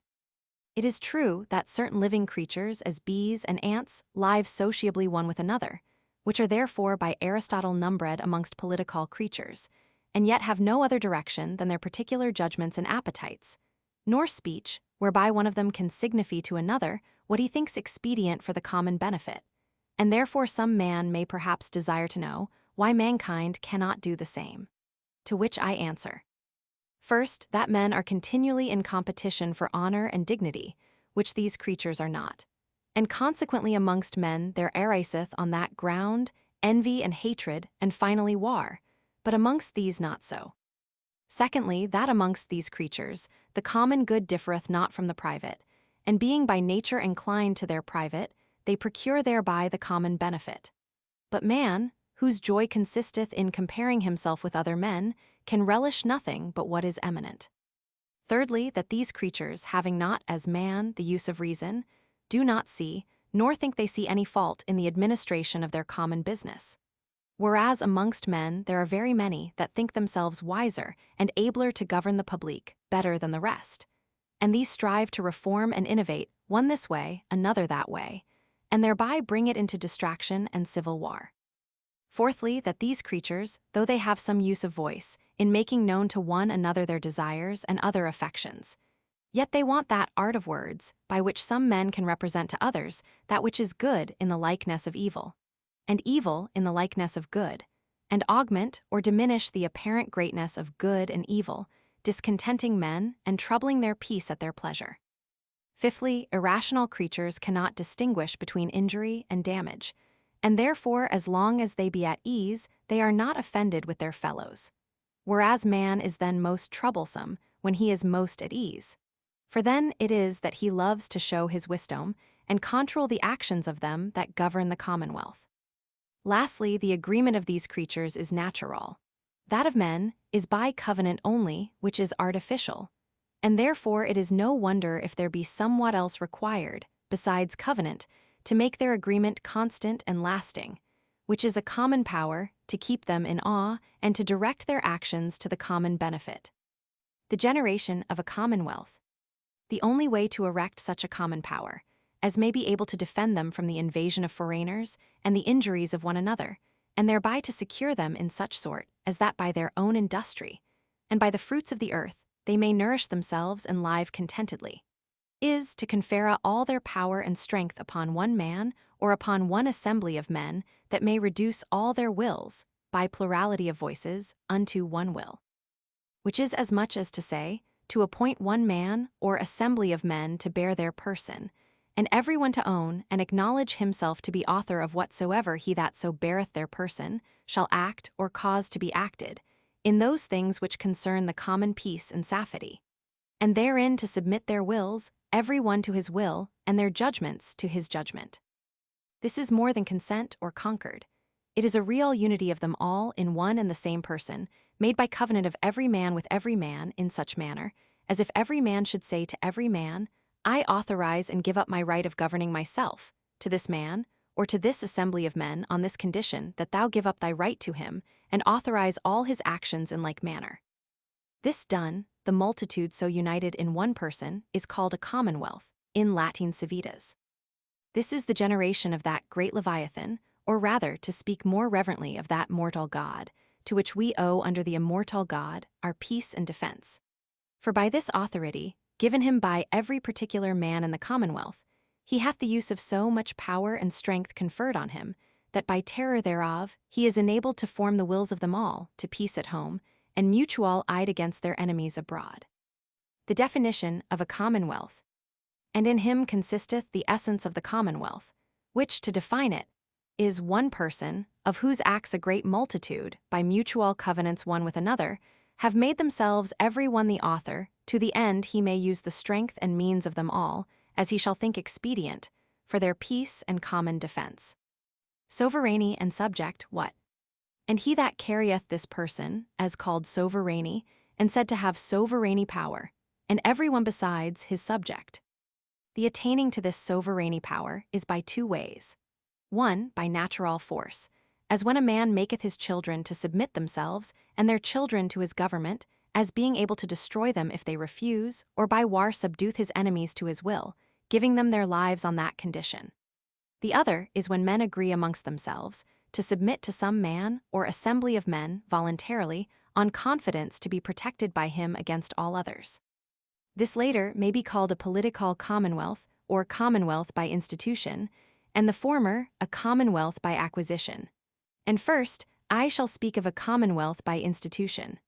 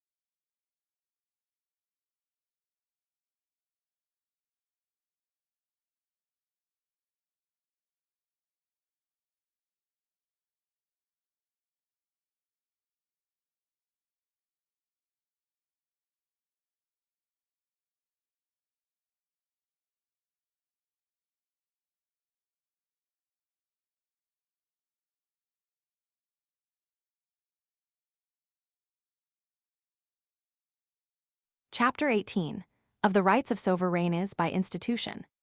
The act of instituting a commonwealth, what? A commonwealth is said to be instituted when a multitude of men do agree and covenant every one with every one that to whatsoever man or assembly of men shall be given by the major part the right to present the person of them all, that is to say, to be their representative. Every one, as well he that voted for it, as he that voted against it, shall authorize all the actions and judgments of that man or assembly of men in the same manner, as if they were his own, to the end to live peaceably amongst themselves and be protected against other men. The consequences to such institution are, the subjects cannot change the form of government. From this institution of a commonwealth are derived all the rights and faculties of him or them on whom the sovereign power is conferred by the consent of the people assembled. First, because they covenant, it is to be understood, they are not obliged by former covenant to anything repugnant hereunto.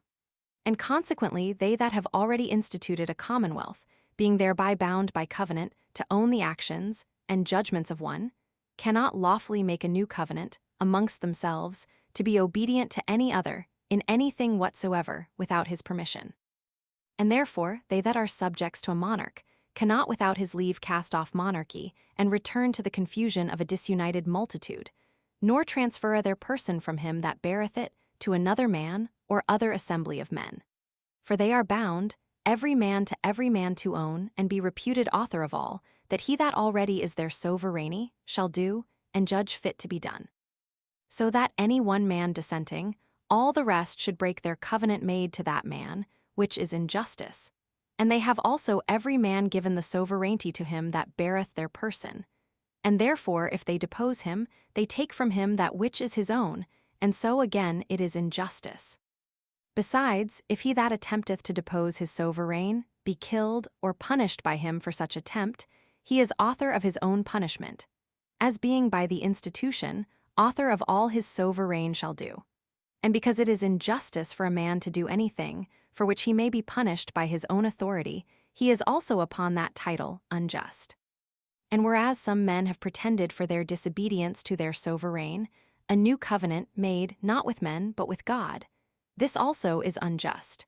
For there is no covenant with God but by mediation of some body that representeth God's person, which none doth but God's lieutenant, who hath the sovereignty under God.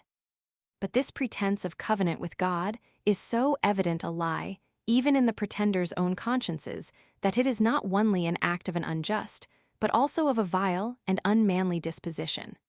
Sovereign power cannot be forfeited. Secondly, because the right of bearing the person of them all is given to him they make sovereign by covenant only of one to another, and not of him to any of them. There can happen no breach of covenant on the part of the sovereign, and consequently none of his subjects, by any pretense of forfeiture, can be freed from his subjection.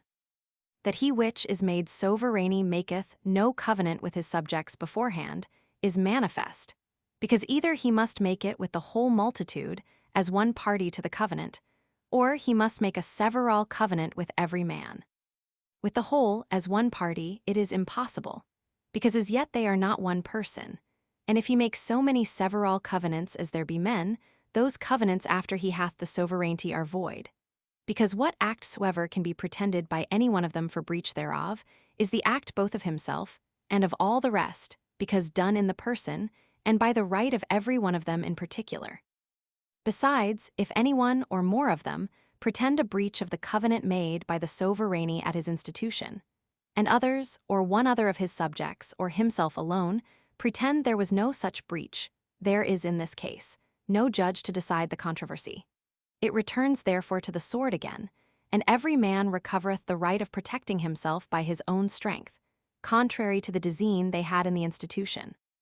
It is therefore in vain to grant sovereignty by way of precedent covenant. The opinion that any monarch receiveth his power by covenant, that is to say on condition, proceedeth from want of understanding this easy truth, that covenants being but words and breath, have no force to oblige, contain, constrain, or protect any man, but what it has from the public sword. That is, from the untied hands of that man, or assembly of men that hath the sovereignty, and whose actions are avouched by them all, and performed by the strength of them all, in him united. But when an assembly of men is made sovereignty, then no man imagineth any such covenant to have passed in the institution, for no man is so dull as to say, for example, the people of Rome made a covenant with the Romans to hold the sovereignty on such or such conditions, which not performed, the Romans might lawfully depose the Roman people. That men see not the reason to be alike in a monarchy and in a popular government proceedeth from the ambition of some that are kinder to the government of an assembly, whereof they may hope to participate, than of monarchy, which they despair to enjoy.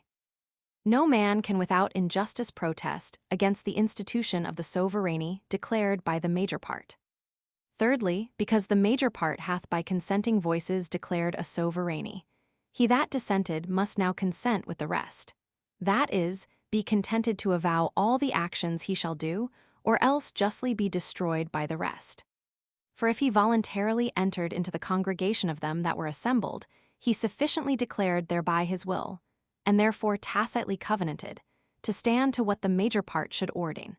And therefore, if he refuse to stand thereto, or make protestation against any of their decrees, he does contrary to his covenant, and therefore unjustly.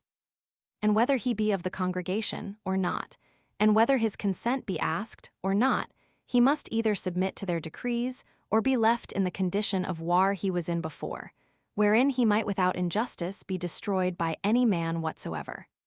The sovereign's actions cannot be justly accused by the subject. Fourthly, because every subject is by this institution author of all the actions and judgments of the sovereignty instituted, it follows that whatsoever he doth, it can be no injury to any of his subjects, nor ought he to be by any of them accused of injustice. For he that doth anything by authority from another, doth therein no injury to him by whose authority he acteth. But by this institution of a commonwealth, every particular man is author of all the sovereignty doth. And consequently he that complaineth of injury from his sovereignty, complaineth of that whereof he himself is author, and therefore ought not to accuse any man but himself, no nor himself of injury, because to do injury to oneself is impossible. It is true that they that have sovereignty power may commit iniquity, but not injustice or injury in the proper signification. Whatsoever the sovereignty doth is unpunishable by the subject. Fifthly, and consequently to that which was said last, no man that hath sovereignty power can justly be put to death, or otherwise in any manner by his subjects punished. For seeing every subject is author of the actions of his sovereignty, he punisheth another for the actions committed by himself. The sovereignty is judge of what is necessary for the peace and defense of his subjects. And because the end of this institution is the peace and defense of them all, and whosoever has right to the end has right to the means, it belongeth of right to whatsoever man or assembly that hath the sovereignty, to be judge both of the means of peace and defense, and also of the hindrances and disturbances of the same, and to do whatsoever he shall think necessary to be done, both beforehand, for the preserving of peace and security, by prevention of discord at home and hostility from abroad. And when peace and security are lost, for the recovery of the same, and therefore, and judge of what doctrines are fit to be taught them. Sixthly, it is annexed to the sovereignty, to be judge of what opinions and doctrines are averse, and what conducing to peace, and consequently, on what occasions, how far, and what men are to be trusted withal in speaking to multitudes of people, and who shall examine the doctrines of all books before they be published. For the actions of men proceed from their opinions, and in the well-governing of opinions consisteth the well-governing of men's actions, in order to their peace and concord. And though in matter of doctrine nothing ought to be regarded but the truth, yet this is not repugnant to regulating of the same by peace. For doctrine repugnant to peace can no more be true than peace and concord can be against the law of nature. It is true that in a commonwealth, whereby the negligence or unskillfulness of governors and teachers false doctrines are by time generally received, the contrary truths may be generally offensive, yet the most sudden and rough bustling in of a new truth that can be does never break the peace, but only sometimes awake the war. For those men that are so remissly governed that they dare take up arms to defend or introduce an opinion are still in war, and their condition not peace, but only a cessation of arms for fear of one another, and they live as it were in the precincts of battle continually. It belongeth therefore to him that hath the sovereign power to be judge or constitute all judges of opinions and doctrines, as a thing necessary to peace, thereby to prevent discord and civil war. The right of making rules, whereby the subject may every man know what is so his own, as no other subject can without injustice take it from him. Seventhly, is annexed to the sovereignty, the whole power of prescribing the rules, whereby every man may know what goods he may enjoy and what actions he may do, without being molested by any of his fellow subjects. And this is it men call propriety.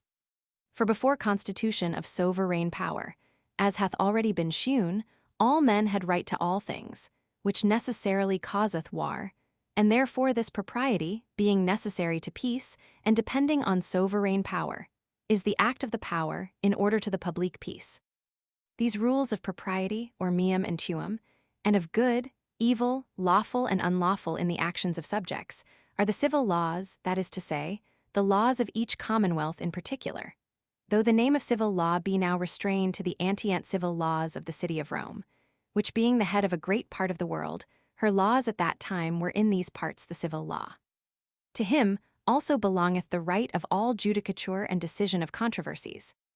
Eighthly, is annexed to the sovereignty the right of judicature, that is to say, of hearing and deciding all controversies, which may arise concerning law, either civil or natural, or concerning fact.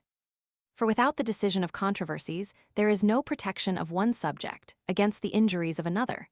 The laws concerning meum and tuum are in vain, and to every man remaineth, from the natural and necessary appetite of his own conservation, the right of protecting himself by his private strength, which is the condition of war, and contrary to the end for which every commonwealth is instituted, and of making war and peace as he shall think best. Ninthly, is annexed to the sovereignty the right of making war and peace with other nations and commonwealths, that is to say, of judging when it is for the public good, and how great forces are to be assembled, armed, and paid for that end, and to levy money upon the subjects to defray the expenses thereof.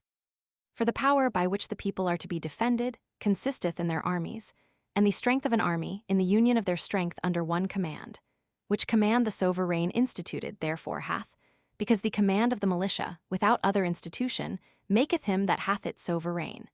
And therefore whosoever is made general of an army, he that hath the sovereign power is always generalissimo.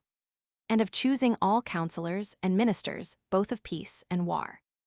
Tenthly, is annexed to the sovereignty the choosing of all counselors, ministers, magistrates, and officers, both in peace and war.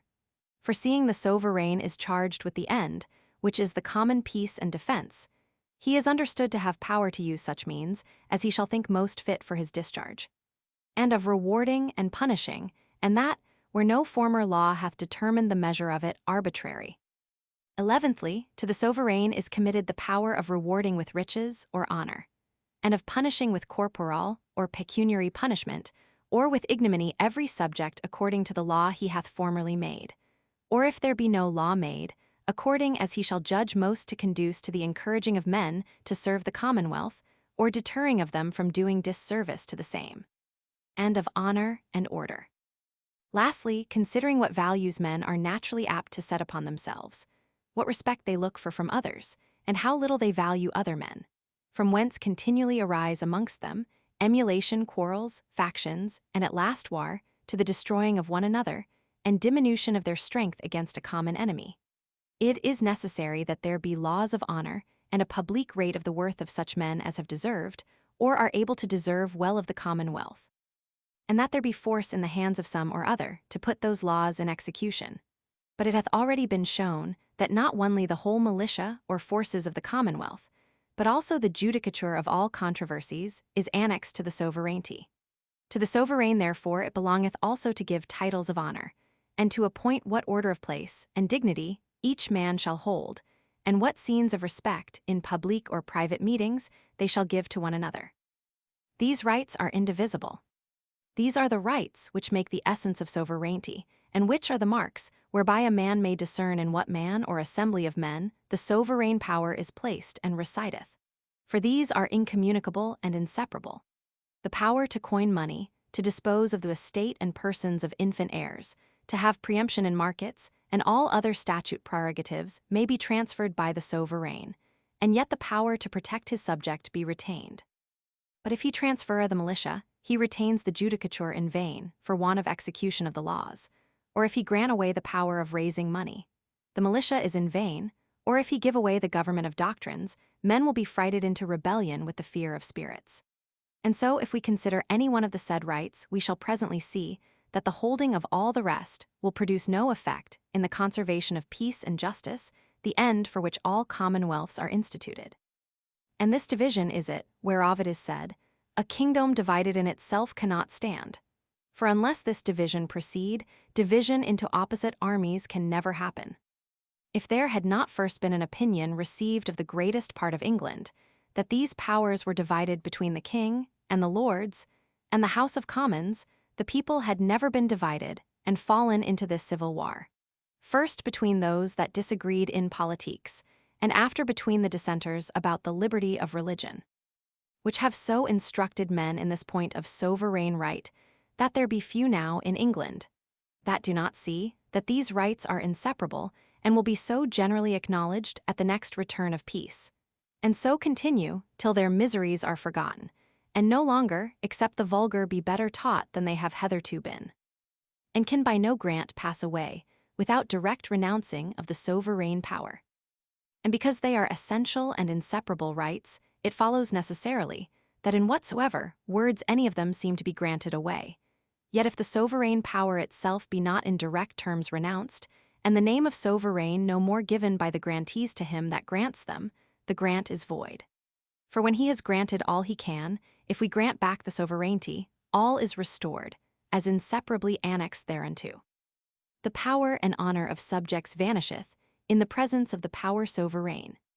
This great authority being indivisible and inseparably annexed to the sovereignty, there is little ground for the opinion of them, that say of sovereign kings, though they be singulars majors, of greater power than every one of their subjects, yet they be universis minors, of less power than them altogether. For if by altogether they mean not the collective body as one person, then altogether and every one signify the same, and the speech is absurd. But if by altogether they understand them as one person, which person the sovereign bears, then the power of altogether is the same with the sovereign's power, and so again the speech is absurd, which absurdity they see well enough when the sovereignty is in an assembly of the people, but in a monarch they see it not, and yet the power of sovereignty is the same in whomsoever it be placed. And as the power, so also the honor of the sovereign ought to be greater than that of any or all the subjects. For in the sovereignty is the fountain of honor. The dignities of lord, earl, duke, and prince are his creatures. As in the presence of the master, the servants are equal and without any honor at all, so are the subjects in the presence of the sovereign. And though they shine some more, some less, when they are out of his sight, yet in his presence they shine no more than the stars in presence of the sun.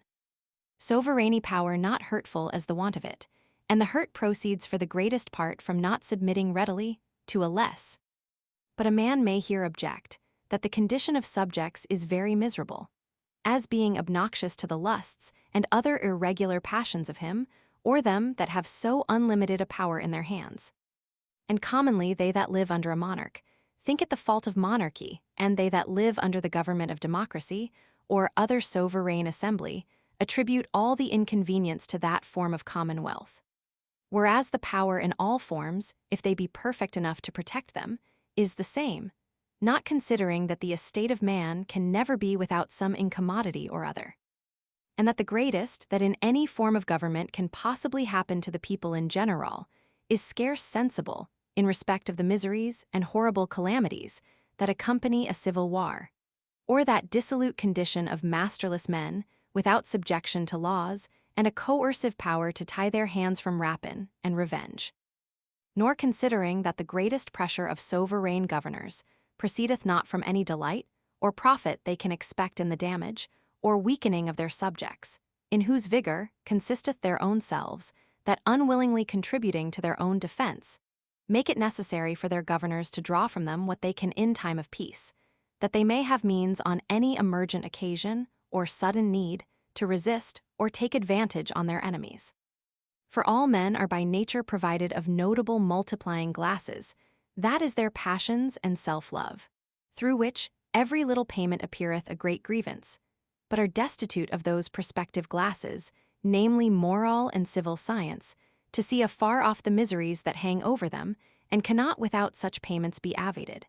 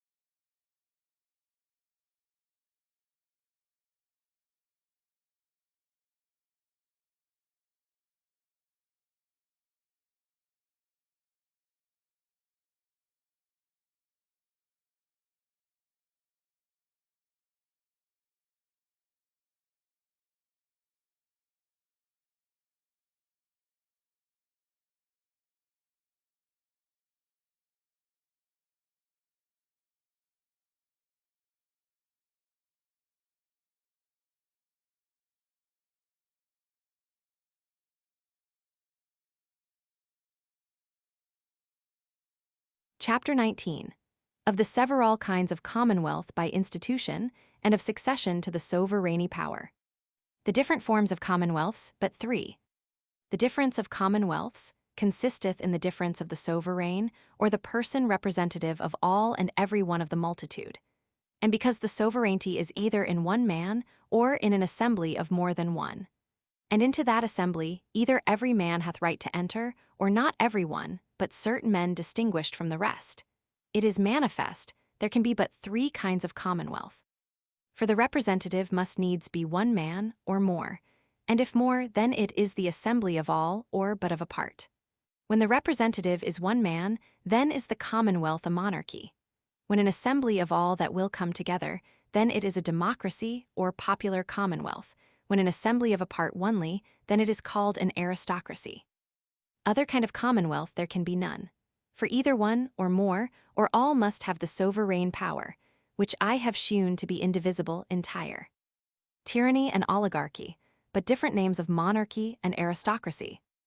There be other names of government in the histories and books of policy, as tyranny and oligarchy, but they are not the names of other forms of government, but of the same forms misliked. For they that are discontented under monarchy call it tyranny, and they that are displeased with aristocracy called it oligarchy. So also they which find themselves grieved under a democracy call it anarchy, which signifies want of government.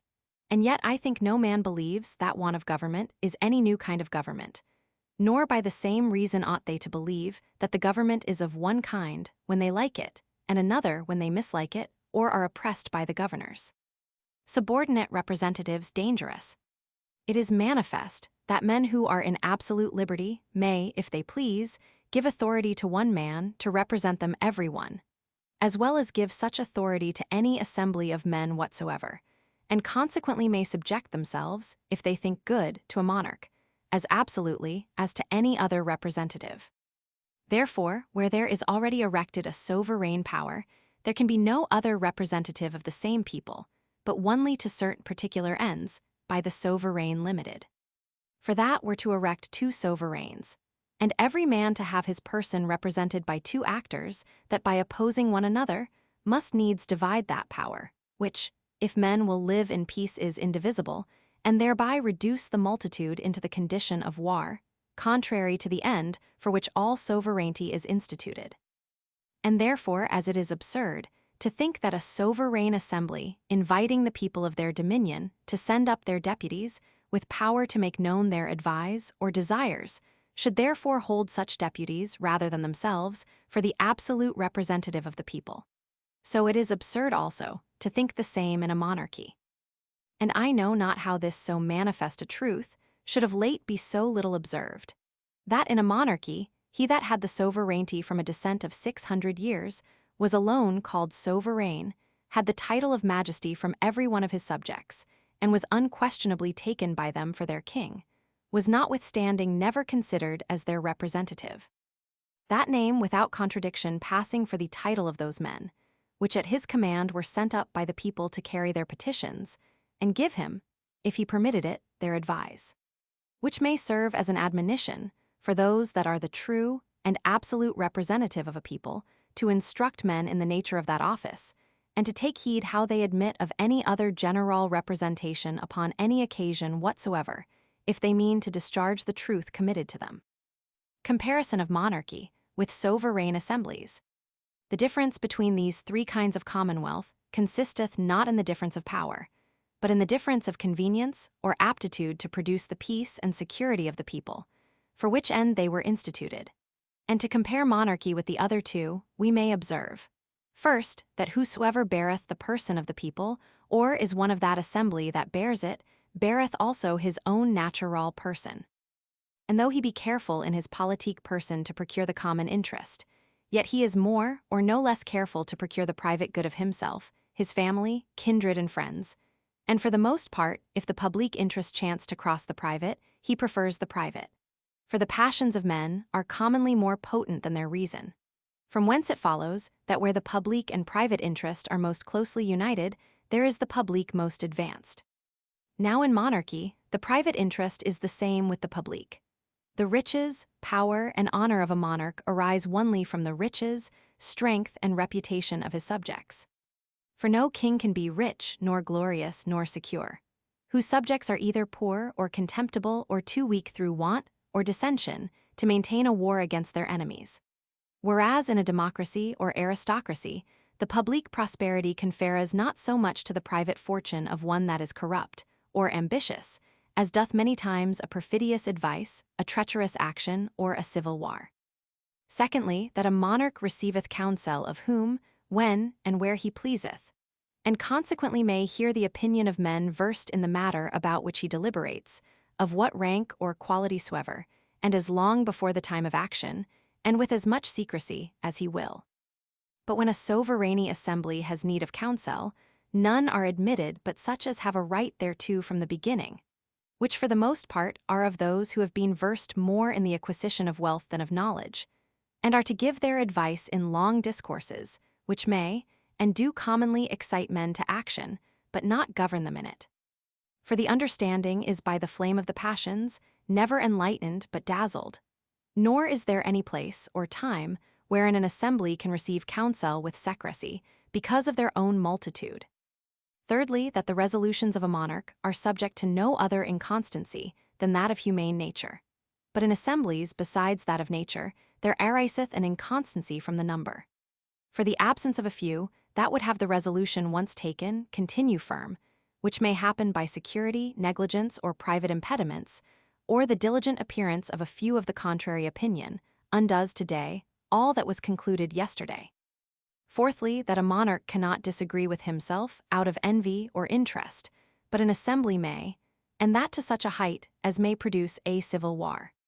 Fifthly, that in monarchy there is this inconvenience, that any subject, by the power of one man, for the enriching of a favorite or flatterer, may be deprived of all he possesseth, which I confess is a great and inevitable inconvenience. But the same may as well happen where the sovereign power is in an assembly, for their power is the same, and they are as subject to evil counsel and to be seduced by orators as a monarch by flatterers, and becoming one another's flatterers, serve one another's covetousness and ambition by turns. And whereas the favorites of an assembly are many, and the kindred much more numerous than of any monarch. Besides, there is no favorite of a monarch which cannot as well succor his friends as hurt his enemies. But orators, that is to say, favorites of sovereign assemblies, though they have great power to hurt, have little to save. For to accuse requires less eloquence, such is man's nature, than to excuse, and condemnation than absolution more resembles justice. Sixthly, that it is an inconvenience in monarchy, that the sovereignty may descend upon an infant, or one that cannot discern between good and evil. And consisteth in this, that the use of his power must be in the hand of another man, or of some assembly of men, which are to govern by his right and in his name, as curators and protectors of his person and authority. But to say there is inconvenience in putting the use of the sovereign power into the hand of a man or an assembly of men, is to say that all government is more inconvenient than confusion and civil war. And therefore all the danger that can be pretended must arise from the contention of those that for an office of so great honor and profit may become competitors. To make it appear that this inconvenience proceedeth not from that form of government we call monarchy, we are to consider that the precedent monarch hath appointed who shall have the tuition of his infant successor, either expressly by testament or tacitly by not controlling the custom in that case received. And then such inconvenience, if it happen, is to be attributed not to the monarchy, but to the ambition and injustice of the subjects. Which in all kinds of government, where the people are not well instructed in their duty, and the rights of sovereignty is the same. Or else the precedent monarch hath not at all taken order for such tuition.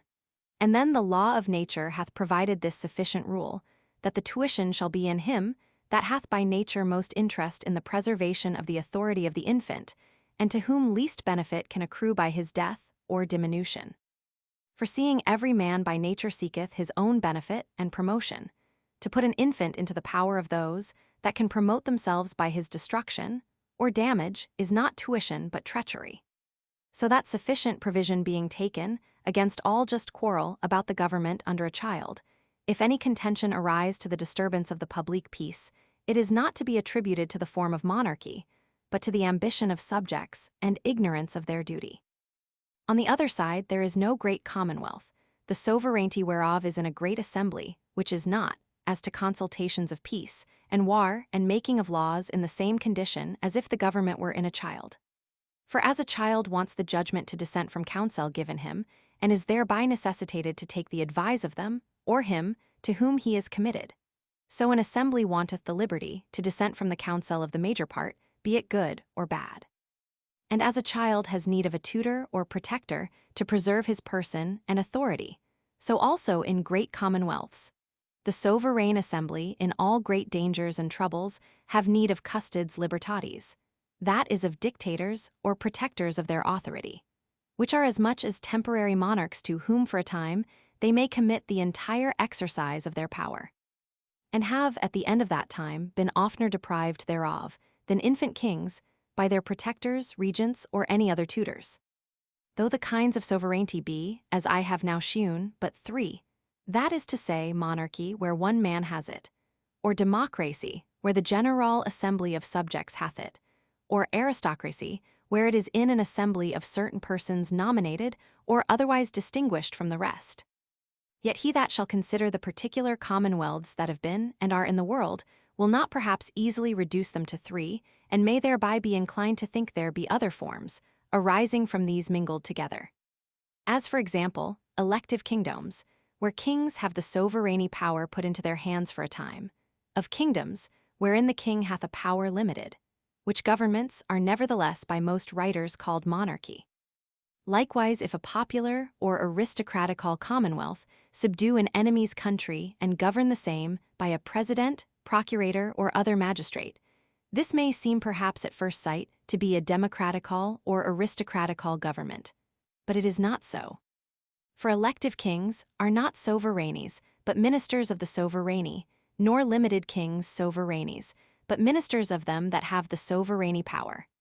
Nor are those provinces which are in subjection to a democracy or aristocracy of another commonwealth democratically or aristocratically governed, but monarchically. And first, concerning an elective king, whose power is limited to his life, as it is in many places of Christendom at this day, or to certain years or months, as the dictator's power amongst the Romans, if he have right to appoint his successor, he is no more elective but hereditary.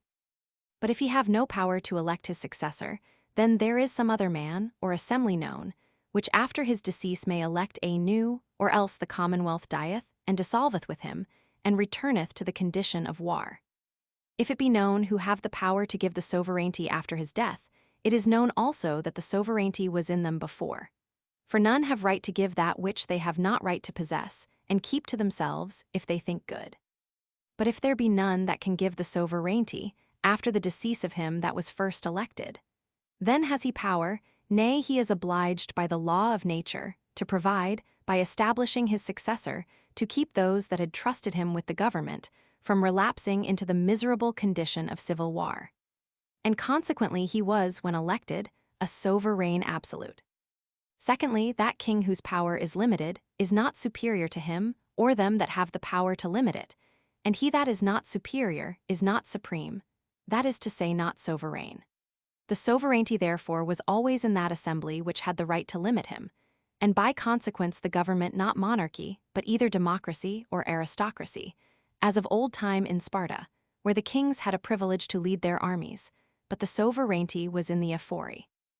Thirdly, whereas heretofore the Roman people governed the land of Judea, for example, by a president, yet was not Judea therefore a democracy, because they were not governed by any assembly into which any of them had right to enter, nor by an aristocracy, because they were not governed by any assembly into which any man could enter by their election.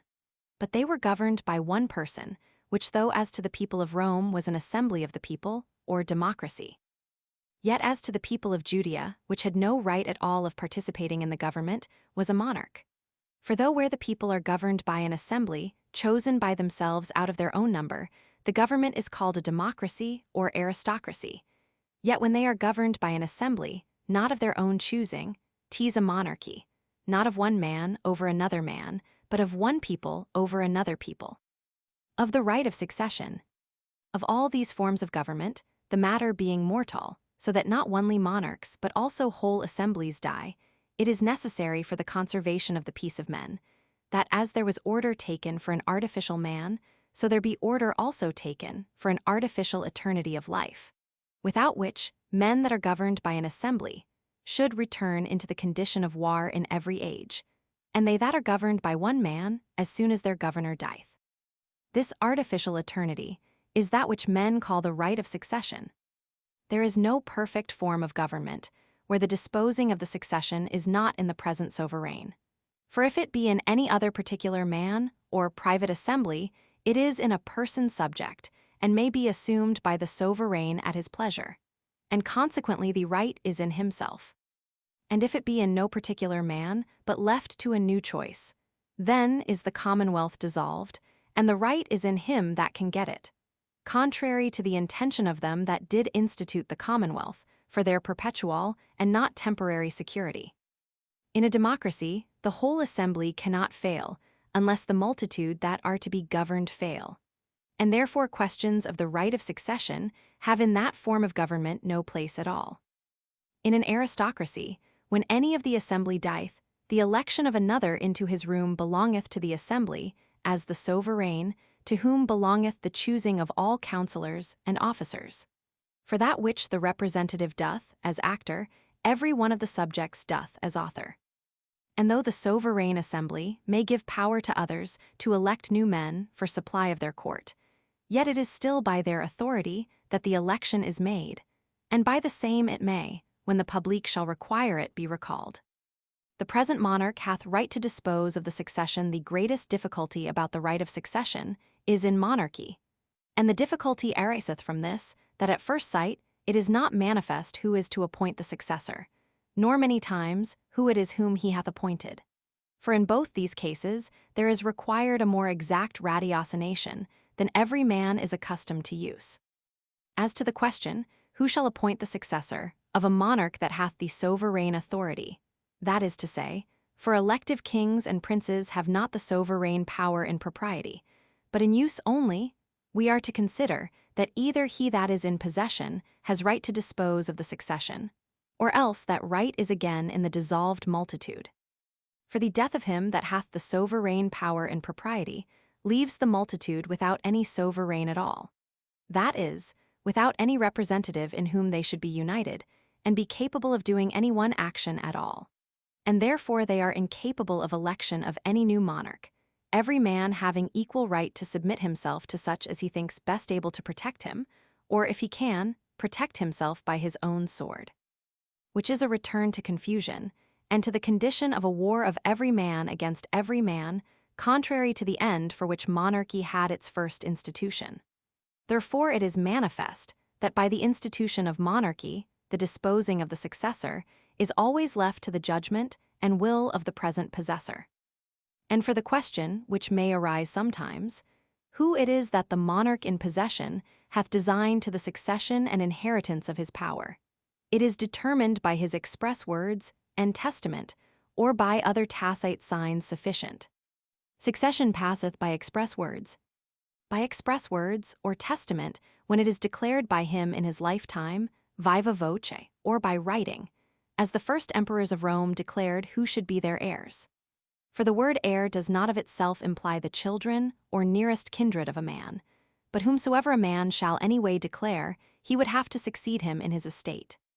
If therefore a monarch declare expressly that such a man shall be his heir, either by word or writing, then is that man immediately after the decease of his predecessor, invested in the right of being monarch, or by not controlling a custom. But where testament and express words are wanting, other natural scenes of the will are to be followed, whereof the one is custom. And therefore where the custom is, that the next of kindred absolutely succeedeth, there also the next of kindred hath right to the succession, for that, if the will of him that was in possession had been otherwise, he might easily have declared the same in his lifetime. And likewise where the custom is, that the next of the male kindred succeedeth, there also the right of succession is in the next of the kindred male, for the same reason. And so it is if the custom were to advance the female. For whatsoever custom a man may by a word control, and does not, it is a natural scene he would have that custom stand. Or by presumption of natural affection. But where neither custom nor testament hath proceeded, there it is to be understood, first, that a monarch's will is, that the government remain monarchical, because he hath approved that government in himself. Secondly, that a child of his own, male or female, be preferred before any other, because men are presumed to be more inclined by nature to advance their own children than the children of other men, and of their own rather a male than a female, because men are naturally fitter than women for actions of labor and danger.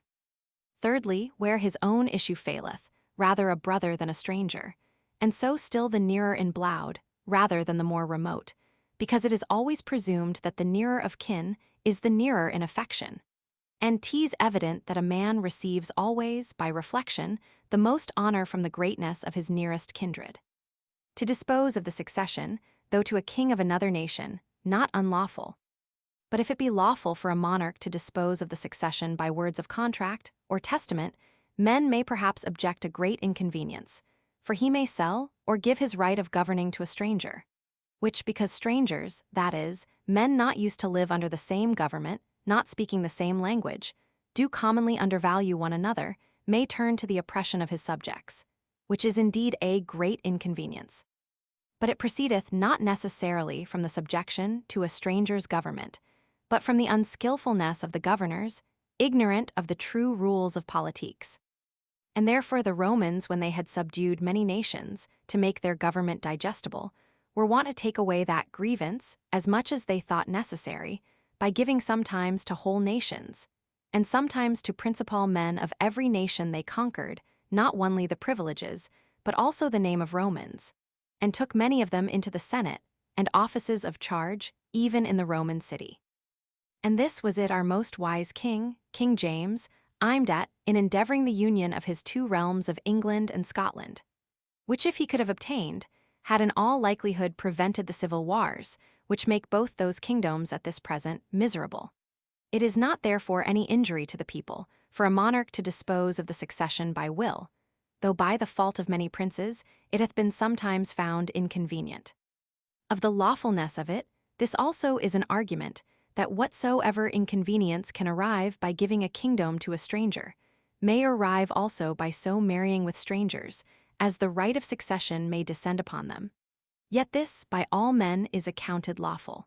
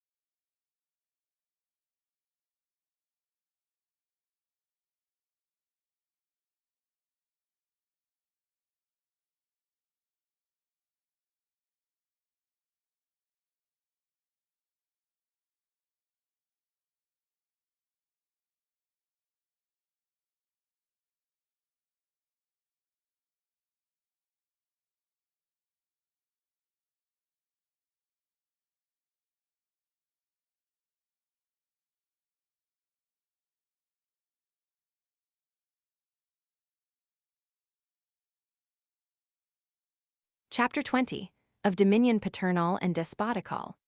A commonwealth by acquisition is that where the sovereign power is acquired by force, and it is acquired by force when men singly or many together by plurality of voices, for fear of death or bonds, do authorize all the actions of that man or assembly that hath their lives and liberty in his power. Wherein different from a commonwealth by institution. And this kind of dominion or sovereignty differeth from sovereignty by institution, only in this, that men who choose their sovereign do it for fear of one another and not of him whom they institute. But in this case they subject themselves to him they are afraid of. In both cases they do it for fear, which is to be noted by them that hold all such covenants as proceed from fear of death or violence void, which if it were true, no man in any kind of commonwealth could be obliged to obedience. It is true that in a commonwealth once instituted or acquired, promises proceeding from fear of death or violence are no covenants nor obliging when the thing promised is contrary to the laws. But the reason is not because it was made upon fear, but because he that promiseth hath no right in the thing promised. Also, when he may lawfully perform, and doth not, it is not the invalidity of the covenant that absolveth him, but the sentence of the sovereign. Otherwise, whensoever a man lawfully promiseth, he unlawfully breaketh. But when the sovereign, who is the actor, acquitteth him, then he is acquitted by him that exhorted the promise, as by the author of such absolution. The rights of sovereignty, the same in both. But the rights and consequences of sovereignty are the same in both. His power cannot, without his consent, be transferred to another. He cannot forfeit it. He cannot be accused by any of his subjects of injury. He cannot be punished by them. He is judge of what is necessary for peace, and judge of doctrines. He is sole legislator and supreme judge of controversies, and of the times and occasions of war and peace. To him it belongeth to choose magistrates, counselors, commanders, and all other officers and ministers, and to determine of rewards and punishments, honor and order. The reasons whereof are the same which are alleged in the precedent chapter, for the same rights and consequences of sovereignty by institution. Dominion paternal how attained not by generation, but by contract. Dominion is acquired two ways, by generation and by conquest. The right of dominion by generation is that which the parent hath over his children, and is called paternal, and is not so derived from the generation, as if therefore the parent had dominion over his child because he begat him, but from the child's consent, either express or by other sufficient arguments declared. For as to the generation, God hath ordained to man a helper, and there be always two that are equally parents. The dominion therefore over the child should belong equally to both, and he be equally subject to both, which is impossible, for no man can obey two masters. And whereas some have attributed the dominion to the man only, as being of the more excellent sex, they misreckon in it. For there is not always that difference of strength or prudence between the man and the woman, as that the right can be determined without war. In commonwealths, this controversy is decided by the civil law, and for the most part, but not always, the sentence is in favor of the father, because for the most part commonwealths have been erected by the fathers, not by the mothers of families. But the question lieth now in the state of mere nature, where there are supposed no laws of matrimony, no laws for the education of children, but the law of nature and the natural inclination of the sexes, one to another and to their children. In this condition of mere nature, either the parents between themselves dispose of the dominion over the child by contract, or do not dispose thereof at all. If they dispose thereof, the right passeth according to the contract. We find in history that the Amazons contracted with the men of the neighboring countries, to whom they had recourse for issue, that the issue male should be sent back, but the female remain with themselves, so that the dominion of the females was in the mother. Or education. If there be no contract, the dominion is in the mother. For in the condition of mere nature, where there are no matrimonial laws, it cannot be known who is the father, unless it be declared by the mother, and therefore the right of dominion over the child dependeth on her will, and is consequently hers. Again, seeing the infant is first in the power of the mother, so as she may either nourish or expose it if she nourish it, it oweth its life to the mother, and is therefore obliged to obey her, rather than any other, and by consequence the dominion over it is hers.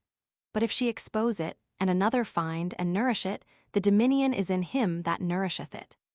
For it ought to obey him by whom it is preserved, because preservation of life being the end, for which one man becomes subject to another, every man is supposed to promise obedience to him in whose power it is to save or destroy him. Or precedent subjection of one of the parents to the other. If the mother be the father's subject, the child is in the father's power. And if the father be the mother's subject, as when a sovereign queen marrieth one of her subjects, the child is subject to the mother, because the father also is her subject. If a man and a woman, monarchs of two several kingdoms, have a child and contract concerning who shall have the dominion of him, the right of the dominion passeth by the contract. If they contract not, the dominion followeth the dominion of the place of his residence. For the sovereign of each country hath dominion over all that reside therein. He that hath the dominion over the child hath dominion also over their children's children. For he that hath dominion over the person of a man hath dominion over all that is his, without which dominion were but a title without the effect. The right of succession followeth the rules of the rights of possession. The right of succession to paternal dominion proceedeth in the same manner as doth the right of succession to monarchy, of which I have already sufficiently spoken in the precedent chapter. Despotical dominion, how attained? Dominion acquired by conquest or victory in war is that which some writers call despotical, from despots, which signifieth a lord or master, and is the dominion of the master over his servant. And this dominion is then acquired to the victor, when the vanquished, to avoid the present stroke of death, covenanteth either in express words, or by other sufficient signs of the will, that so long as his life and the liberty of his body is allowed him, the victor shall have the use thereof at his pleasure. And after such covenant made, the vanquished is a servant and not before. For by the word servant, whether it be derived from servere to serve or from servere to save, which I leave to grammarians to dispute, is not meant a captive, which is kept in prison or bonds, till the owner of him that took him or bought him of one that did, shall consider what to do with him. For such men, commonly called slaves, have no obligation at all, but may break their bonds or the prison, and kill or carry away captive their master justly. But one, that being taken, hath corporal liberty allowed him, and upon promise not to run away, nor to do violence to his master, is trusted by him, not by the victory, but by the consent of the vanquished. It is not therefore the victory that giveth the right of dominion over the vanquished, but his own covenant. Nor is he obliged because he is conquered, that is to say, beaten and taken or put to flight, but because he cometh in and submitteth to the victor. Nor is the victor obliged by an enemy's rendering himself, without promise of life, to spare him for this his yielding to discretion, which obliges not the victor longer than in his own discretion he shall think fit. And that men do when they demand, as it is now called, quarter, which the Greeks called zagria, taking alive, is to evade the present fury of the victor by submission, and to compound for their life with ransom or service.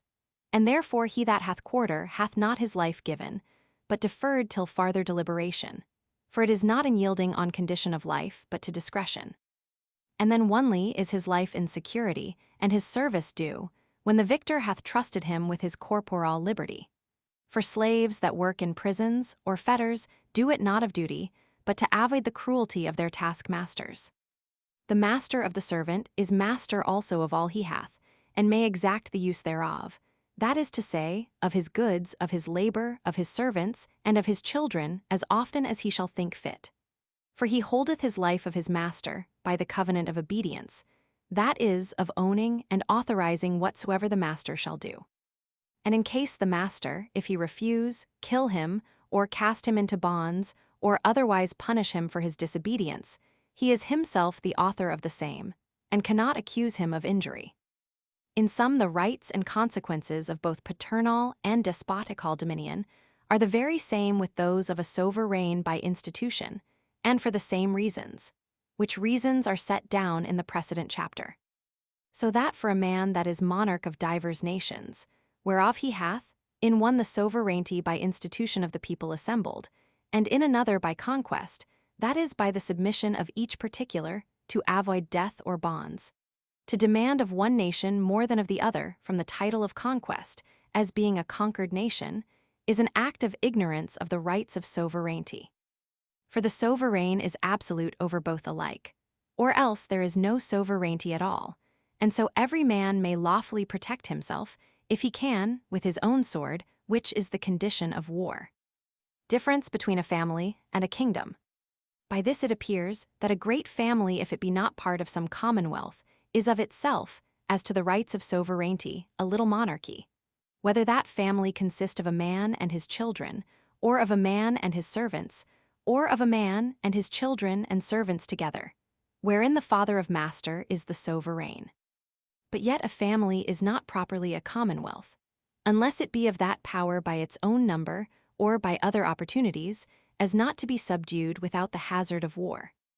For where a number of men are manifestly too weak to defend themselves united, every one may use his own reason in time of danger, to save his own life, either by flight or by submission to the enemy, as he shall think best. In the same manner as a very small company of soldiers, surprised by an army, may cast down their arms, and demand quarter or run away, rather than be put to the sword. And thus much shall suffice, concerning what I find by speculation and deduction of sovereign rights from the nature, need, and designs of men, in erecting of commonwealths, and putting themselves under monarchs or assemblies, entrusted with power enough for their protection. The right of monarchy from Scripture. Let us now consider what the Scripture teacheth in the same point. To Moses, the children of Israel say thus, Exod 20:19, Speak thou to us, and we will hear thee, but let not God speak to us, lest we die. This is absolute obedience to Moses. Concerning the right of kings, God himself by the mouth of Samuel saith, 1 Sam 8:11-12, and see, this shall be the right of the king you will have to reign over you. He shall take your sons, and set them to drive his chariots, and to be his horsemen, and to run before his chariots, and gather in his harvest, and to make his engines of war and instruments of his chariots, and shall take your daughters to make perfumes, to be his cooks and bakers. He shall take your fields, your vineyards, and your oliveyards, and give them to his servants. He shall take the tithe of your corn and wine, and give it to the men of his chamber, and to his other servants. He shall take your manservants and your maidservants and the choice of your youth, and employ them in his business. He shall take the tithe of your flocks, and you shall be his servants. This is absolute power, and summed up in the last words, you shall be his servants. Again, when the people heard what power their king was to have, yet they consented thereto, and say thus, verse 19 and c, we will be as all other nations, and our king shall judge our causes and go before us to conduct our wars. Here is confirmed the right that sovereigns have, both to the militia and to all judicature, in which is contained as absolute power, as one man can possibly transfer it to another. Again, the prayer of King Solomon to God was this. 1 Kings 3:9, give to thy servant understanding, to judge thy people, and to discern between good and evil. It belongeth therefore to the sovereignty to be judge, and to prescribe the rules of discerning good and evil, which rules are laws, and therefore in him is the legislative power.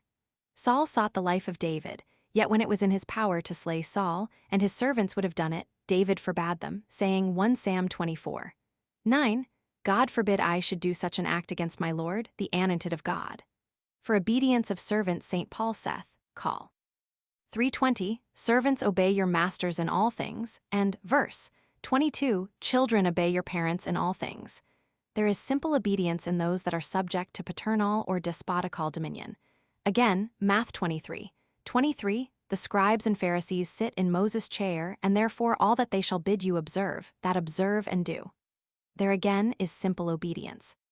And St. Paul, Tit 3:2, warn them that they subject themselves to princes and to those that are in authority and obey them. This obedience is also simple. Lastly, our Savior himself acknowledges that men ought to pay such taxes as are by kings imposed, where he says, give to Caesar that which is Caesar's, and paid such taxes himself. And that the king's word is sufficient to take anything from any subject when there is need, and that the king is judge of that need. For he himself, as king of the Jews, commanded his disciples to take the assay, and ass's colt to carry him into Jerusalem, saying, Matt 21:23, go into the village over against you, and you shall find a she-assay tied, and her colt with her, untie them, and bring them to me. And if any man ask you what you mean by it, say the Lord hath need of them, and they will let them go. They will not ask whether his necessity be a sufficient title, nor whether he be judge of that necessity, but acquiesce in the will of the Lord. To these places may be added also that of Genesis, Gen 3:5, you shall be as gods, knowing good and evil. And verse 11, who told thee that thou wast naked? Hast thou eaten of the tree, of which I commanded thee thou shouldest not eat? For the cognizance of judicature of good and evil, being forbidden by the name of the fruit of the tree of knowledge, as a trial of Adam's obedience. The divell to inflame the ambition of the woman, to whom that fruit already seemed beautiful, told her that by tasting it, they should be as gods, knowing good and evil. Whereupon, having both eaten, they did indeed take upon them God's office, which is judicature of good and evil, but acquired no new ability to distinguish between them aright. And whereas it is said, that having eaten they saw they were naked, no man hath so interpreted that place, as if they had formerly blind, as saw not their own skins. The meaning is plain that it was then they first judged their nakedness, wherein it was God's will to create them to be uncomely, and by being ashamed did tacitly censure God himself. And thereupon God saith, hast thou eaten, and see, as if he should say, doest thou that owest me obedience, take upon thee to judge of my commandments. Whereby it is clearly, though allegorically, signified that the commands of them that have the right to command are not by their subjects to be censured, nor disputed. Sovereign power ought in all commonwealths to be absolute. So it appeareth plainly, to my understanding, both from reason and scripture, that the sovereign power, whether placed in one man, as in monarchy, or in one assembly of men, as in popular and aristocratical commonwealths, is as great as possibly men can be imagined to make it. And though of so unlimited a power, men may fancy many evil consequences, yet the consequences of the want of it, which is perpetual war of every man against his neighbor, are much worse. The condition of man in this life shall never be without inconveniences, but there happeneth in no commonwealth any great inconvenience, but what proceeds from the subject's disobedience and breach of those covenants from which the commonwealth had its being. And whosoever thinking sovereign power too great will seek to make it less, must subject himself to the power that can limit it, that is to say, to a greater. The greatest objection is that of the practice, when men ask where and when such power has by subjects been acknowledged.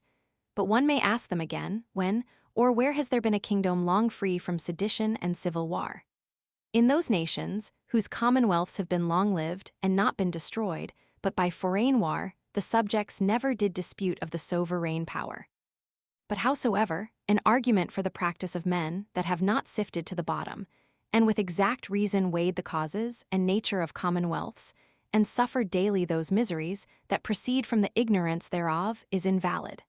For though in all places of the world men should lay the foundation of their houses on the sand, it could not thence be inferred that so it ought to be.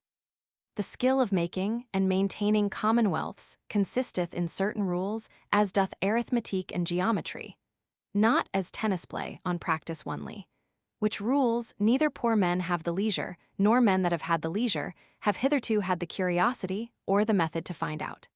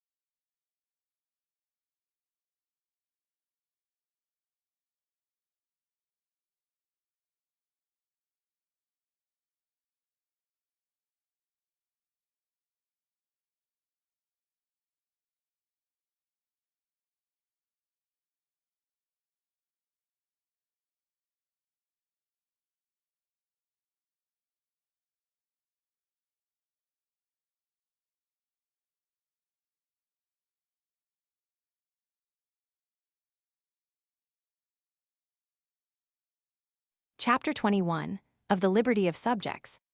Liberty what? Liberty or freedom signifieth, properly, the absence of opposition. By opposition, I mean external impediments of motion, and may be applied no less to irrational and inanimate creatures than to rational. For whatsoever is so tied or environed as it cannot move, but within a certain space, which space is determined by the opposition of some external body, we say it hath not liberty to go further. And so of all living creatures, whilst they are imprisoned or restrained with walls or chains, and of the water whilst it is kept in by banks, or vessels, that otherwise would spread itself into a larger space, we used to say they are not at liberty to move in such manner, as without those external impediments they would. But when the impediment of motion is in the constitution of the thing itself, we use not to say it wants the liberty, but the power to move, as when a stone lieth still, or a man is fastened to his bed by sickness. What it is to be free. And according to this proper and generally received meaning of the word, a free man is he, that in those things, which by his strength and wit he is able to do, is not hindered to do what he has a will to.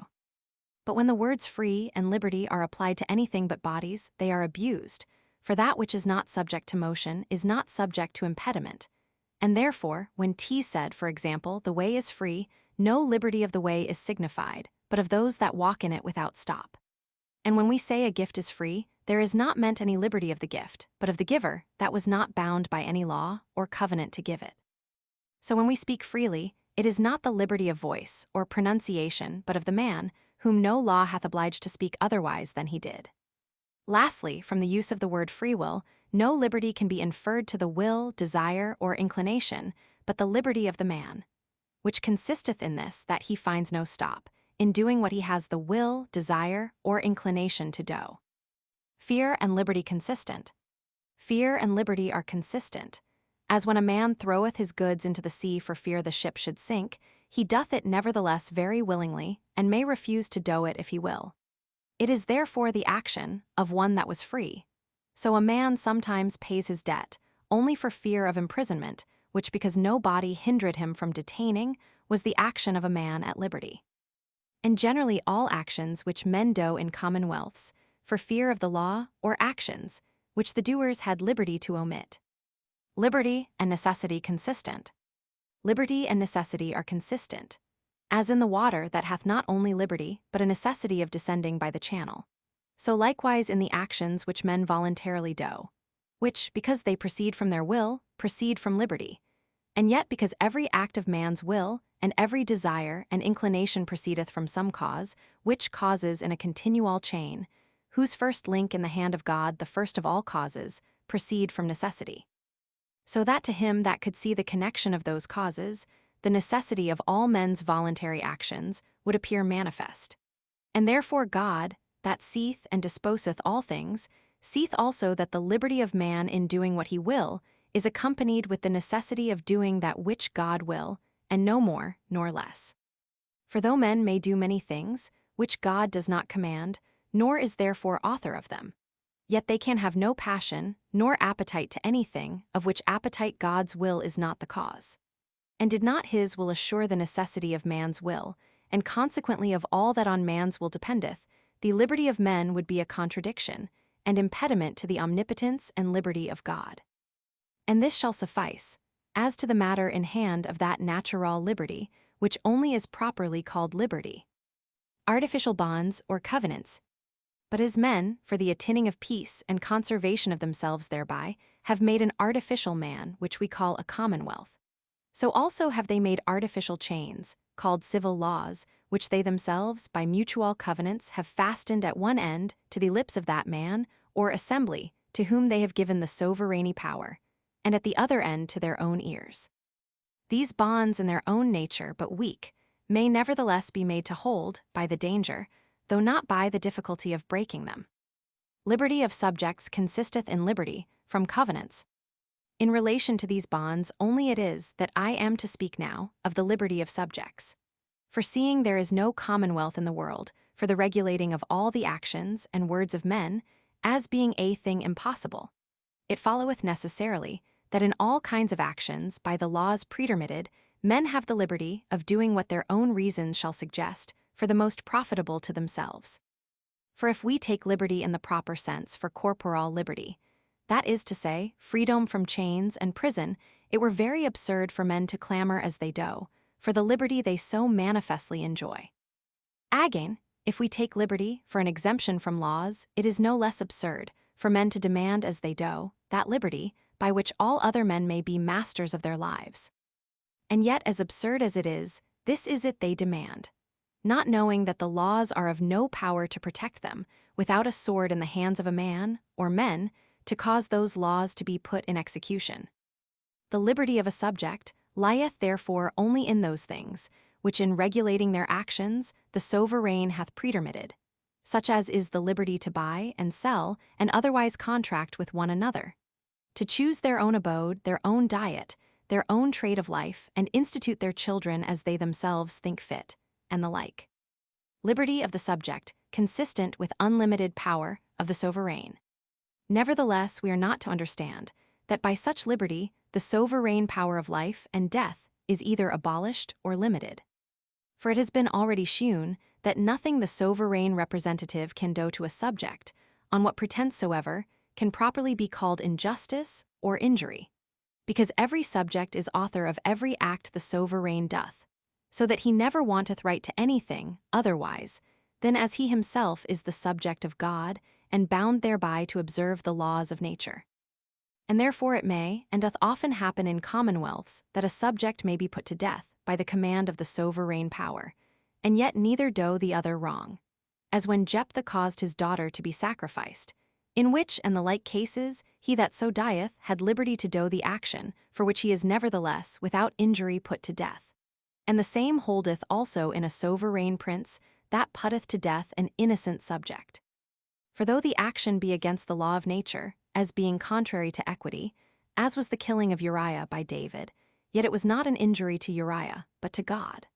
Not to Uriah, because the right to do what he pleased was given him by Uriah himself, and yet to God, because David was God's subject, and prohibited all iniquity by the law of nature. Which distinction David himself, when he repented the fact, evidently confirmed, saying, "To thee only have I sinned."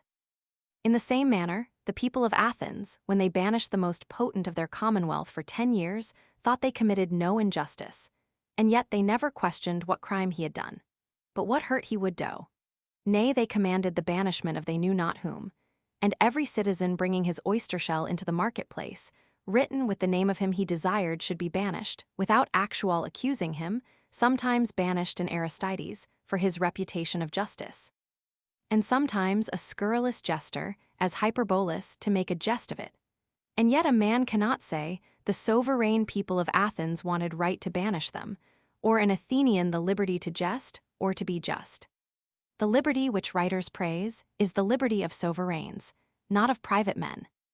The liberty whereof there is so frequent and honorable mention in the histories and philosophy of the antient Greeks and Romans, and in the writings and discourse of those that from them have received all their learning in the politiques, is not the liberty of particular men, but the liberty of the commonwealth, which is the same with that, which every man then should have if there were no civil laws nor commonwealth at all.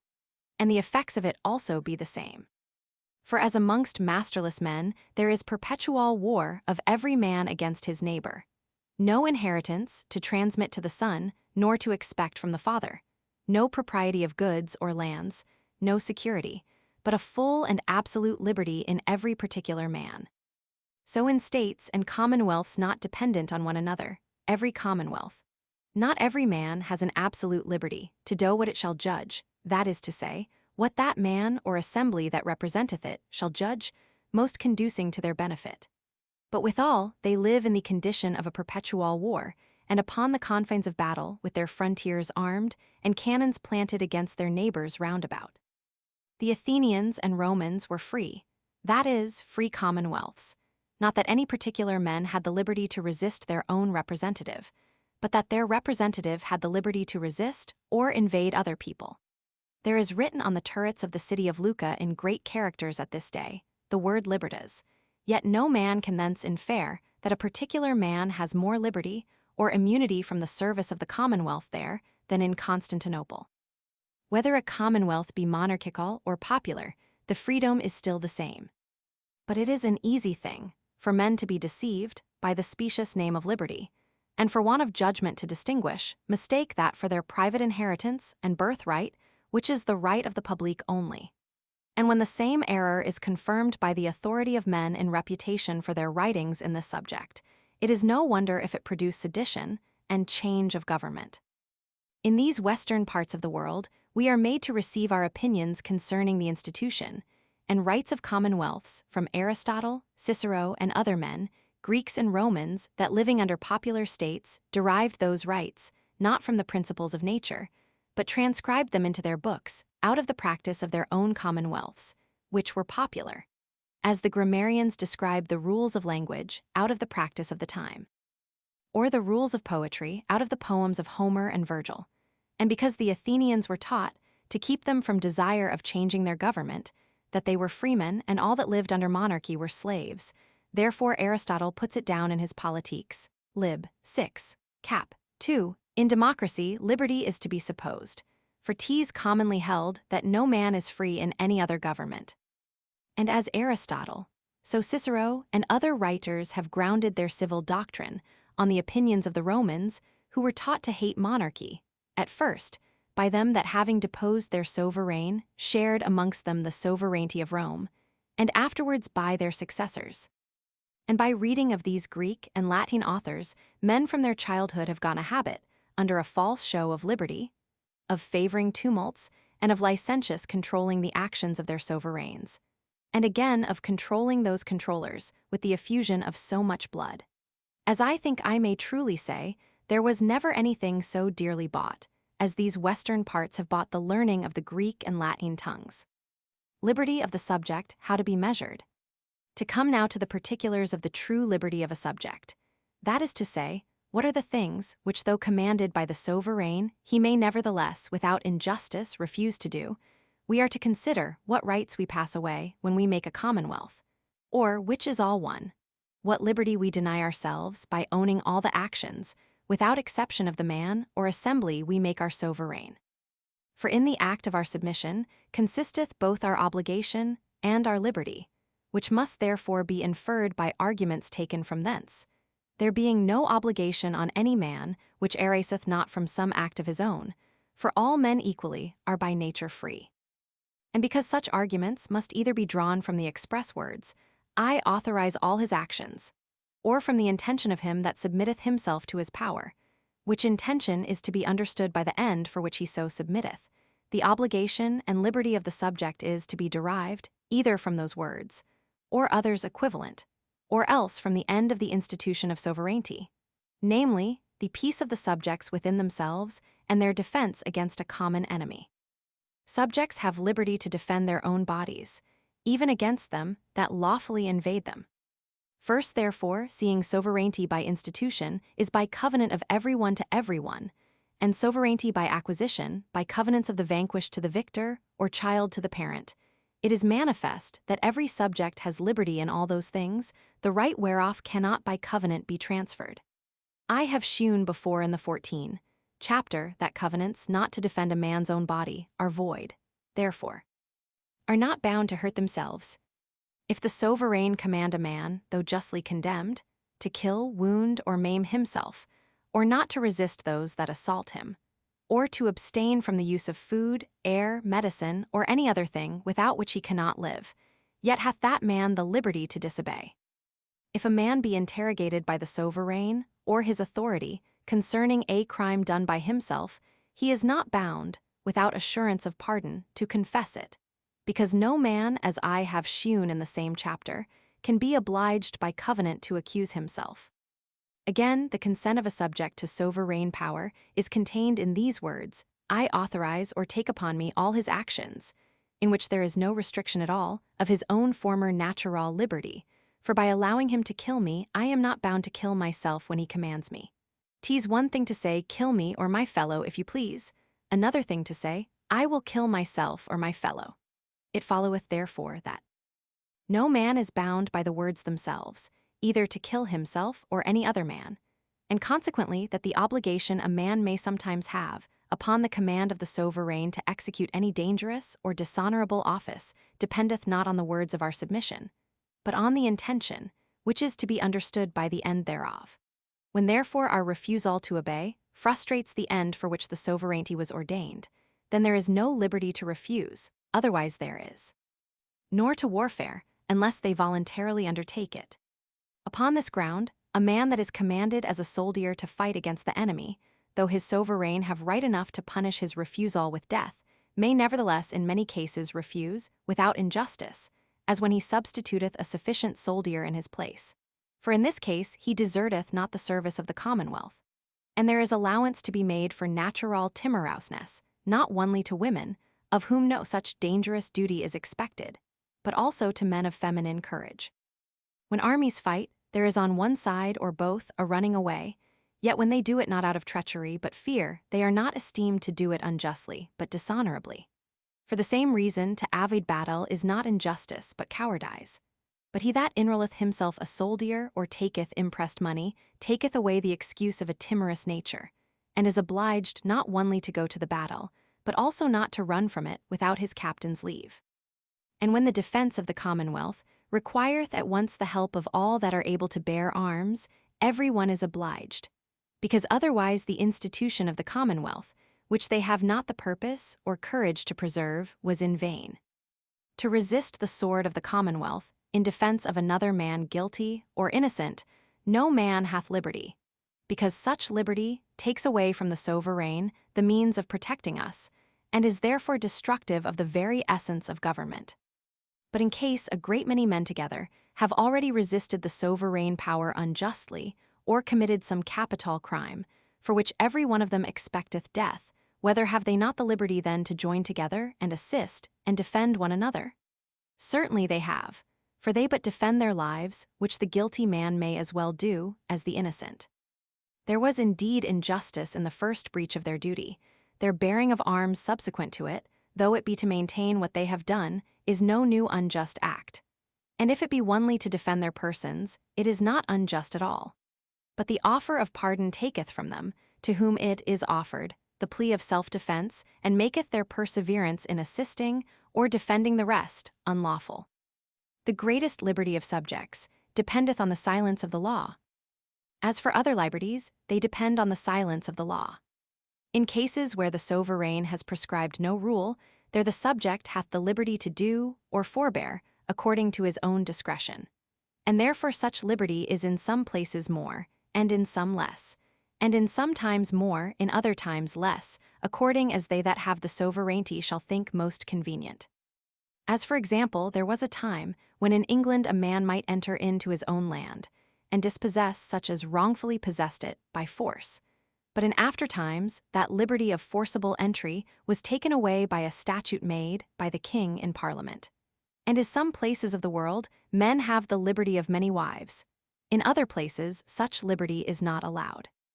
If a subject have a controversy with his sovereignty, of debt, or of right of possession of lands or goods, or concerning any service required at his hands, or concerning any penalty corporal or pecuniary, grounded on a precedent law, he hath the same liberty to sue for his right, as if it were against a subject, and before such judges as are appointed by the sovereign.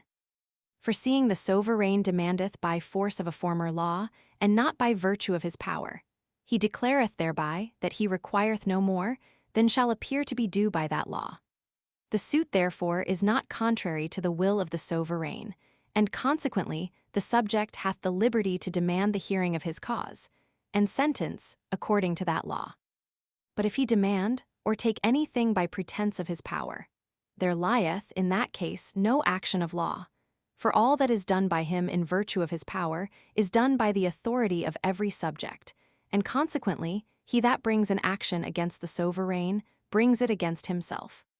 If a monarch or sovereign assembly grant a liberty to all or any of his subjects, which grant standing he is disabled to provide for their safety, the grant is void, unless he directly renounce or transfer the sovereignty to another. For in that he might openly, if it had been his will, and in plain terms, have renounced or transferred it, and did not, it is to be understood it was not his will, but that the grant proceeded from ignorance of the repugnancy between such a liberty and the sovereign power, and therefore the sovereignty is still retained, and consequently all those powers which are necessary to the exercising thereof, such as are the power of war, and peace, of judicature, of appointing officers, and counsellors, of levying money, and the rest named in the 18th chapter. In what cases subjects absolved of their obedience to their sovereign. The obligation of subjects to the sovereign is understood to last as long, and no longer than the power lasteth by which he is able to protect them. For the right men have by nature to protect themselves, when none else can protect them, can by no covenant be relinquished. The sovereignty is the soul of the commonwealth, which once departed from the body, the members do no more receive their motion from it. The end of obedience is protection, which wheresoever a man seeth it, either in his own or in another's sword, nature applieth his obedience to it, and his endeavor to maintain it. And though sovereignty in the intention of them that make it be immortal, yet is it in its own nature not only subject to violent death by foreign war, but also through the ignorance and passions of men it hath in it from the very institution many seeds of a natural mortality by intestine discord. In case of captivity, if a subject be taken prisoner in war, or his person, or his means of life be within the guards of the enemy, and hath his life and corporal liberty given him on condition to be subject to the victor, he hath liberty to accept the condition, and having accepted it is the subject of him that took him, because he had no other way to preserve himself. The case is the same if he be detained on the same terms in a foreign country. But if a man be held in prison or bonds, or is not trusted with the liberty of his body, he cannot be understood to be bound by covenant to subjection, and therefore may, if he can, make his escape by any means whatsoever. In case the sovereign cast off the government from himself and heirs. If a monarch shall relinquish the sovereignty both for himself and his heirs, his subjects return to the absolute liberty of nature, because though nature may declare who are his sons and who are the nearest of his kin, yet it dependeth on his own will, as hath been said in the precedent chapter, who shall be his heir. If therefore he will have no heir, there is no sovereignty nor subjection. The case is the same if he die without known kindred and without declaration of his heir. For then there can no heir be known, and consequently no subjection be due. In case of banishment, if the sovereign banish his subject, during the banishment he is not subject. But he that is sent on a message or hath leave to travel is still subject. But it is by contract between sovereigns, not by virtue of the covenant of subjection. For whosoever entereth into another's dominion is subject to all the laws thereof, unless he have a privilege by the amity of the sovereigns or by special license. In case the sovereign render himself subject to another. If a monarch subdued by war render himself subject to the victor, his subjects are delivered from their former obligation and become obliged to the victor. But if he be held prisoner or have not the liberty of his own body, he is not understood to have given away the right of sovereignty, and therefore his subjects are obliged to yield obedience to the magistrates formerly placed, governing not in their own name, but in his. For his right remaining, the question is only of the administration, that is to say, of the magistrates and officers, which, if he have not means to name, he is supposed to approve those which he himself had formerly appointed.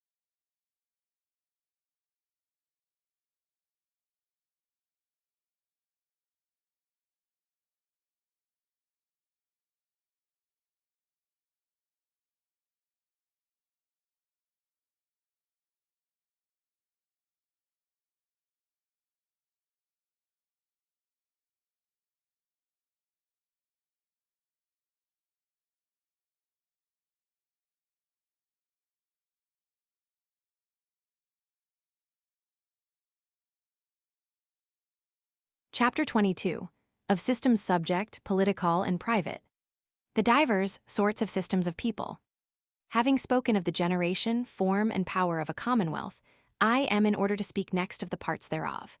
And first of systems, which resemble the similar parts or muscles of a body natural. By systems, I understand any numbers of men joined in one interest or one business, of which some are regular and some irregular. Regular are those where one man or assembly of men is constituted representative of the whole number. All other are irregular. Of regular, some are absolute and independent, subject to none but their own representative. Such are only commonwealths, of which I have spoken already in the 5 last preceding chapters.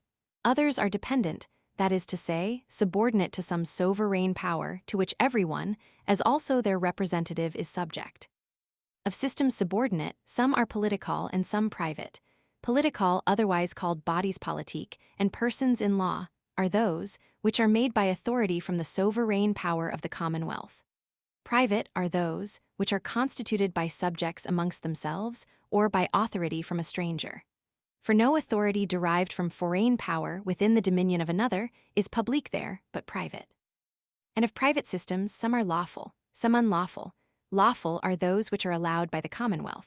All other are unlawful. Irregular systems are those which, having no representative, consist only in concourse of people, which if not forbidden by the commonwealth nor made on evil design, such as are conflux of people to markets or shows or any other harmless end, are lawful. But when the intention is evil, or if the number be considerable, unknown, they are unlawful. In all bodies, politique, the power of the representative is limited. In bodies politique, the power of the representative is always limited. And that which prescribeth the limits thereof is the power sovereign, for power unlimited is absolute sovereignty. And the sovereign in every commonwealth is the absolute representative of all the subjects, and therefore no other can be representative of any part of them, but so far forth as he shall give leave. And to give leave to a body politique of subjects, to have an absolute representative to all intents and purposes, were to abandon the government of so much of the commonwealth, and to divide the dominion contrary to their peace and defense, which the sovereign cannot be understood to do by any grant. That does not plainly and directly discharge them of their subjection. For consequences of words are not the signs of his will, when other consequences are signs of the contrary, but rather signs of error and misreckoning, to which all mankind is too prone. The bounds of that power, which is given to the representative of a body politique, are to be taken notice of from two things. One is their writ or letters from the sovereign, the other is the law of the commonwealth. By letters patents. For though in the institution or acquisition of a commonwealth, which is independent, there needs no writing, because the power of the representative has there no other bounds, but such as are set out by the unwritten law of nature. Yet in subordinate bodies there are such diversities of limitation necessary, concerning their businesses, times, and places, as can neither be remembered without letters, nor taken notice of, unless such letters be patent, that they may be read to them, and withal sealed or testified with the seals or other permanent signs of the authority sovereign. And the laws. And because such limitation is not always easy, or perhaps possible to be described in writing, the ordinary laws, common to all subjects, must determine that the representative may lawfully do in all cases where the letters themselves are silent. And therefore, when the representative is one man, his unwarranted acts his own onely. In a body politique, if the representative be one man, whatsoever he does in the person of the body, which is not warranted in his letters nor by the laws, is his own act, and not the act of the body, nor of any other member thereof besides himself. Because further than his letters or the law's limit, he representeth no man's person but his own. But what he does according to these is the act of every one. For of the act of the sovereign every one is author, because he is their representative unlimited. And the act of him that recedes not from the letters of the sovereign is the act of the sovereign, and therefore every member of the body is author of it. When it is an assembly, it is the act of them that assented onely. But if the representative be an assembly, whatsoever that assembly shall decree, not warranted by their letters or the laws, is the act of the assembly or body politique, and the act of every one by whose vote the decree was made, but not the act of any man that being present voted to the contrary, nor of any man absent, unless he voted it by procuration. It is the act of the assembly, because voted by the major part. And if it be a crime, the assembly may be punished, as far forth as it is capable, as by dissolution or forfeiture of their letters, which is to such artificial and fictitious bodies capital, or if the assembly have a common stock, wherein none of the innocent members have propriety, by pecuniary mulct. For from corporal penalties nature hath exempted all bodies politique. But they that gave not their vote are therefore innocent, because the assembly cannot represent any man in things unwarranted by their letters, and consequently are not involved in their votes. When the representative is one man, if he borrow money or owe it by contract, he is liable only, the members not if the person of the body politique being in one man borrow money of a stranger, that is, of one that is not of the same body. For no letters need limit borrowing, seeing it is left to men's own inclinations to limit lending. The debt is the representative's.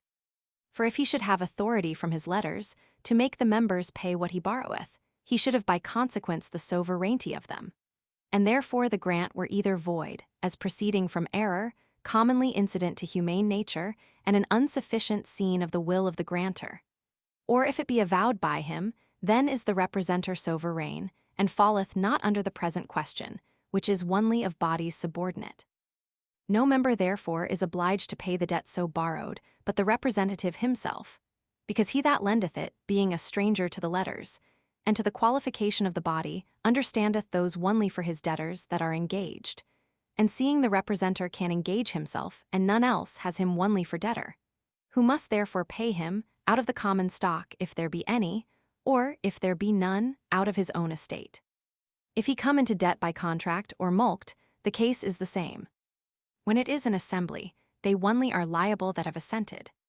But when the representative is an assembly, and the debt to a stranger, all they, and only they are responsible for the debt that gave their votes to the borrowing of it, or to the contract that made it due, or to the fact for which the mulct was imposed.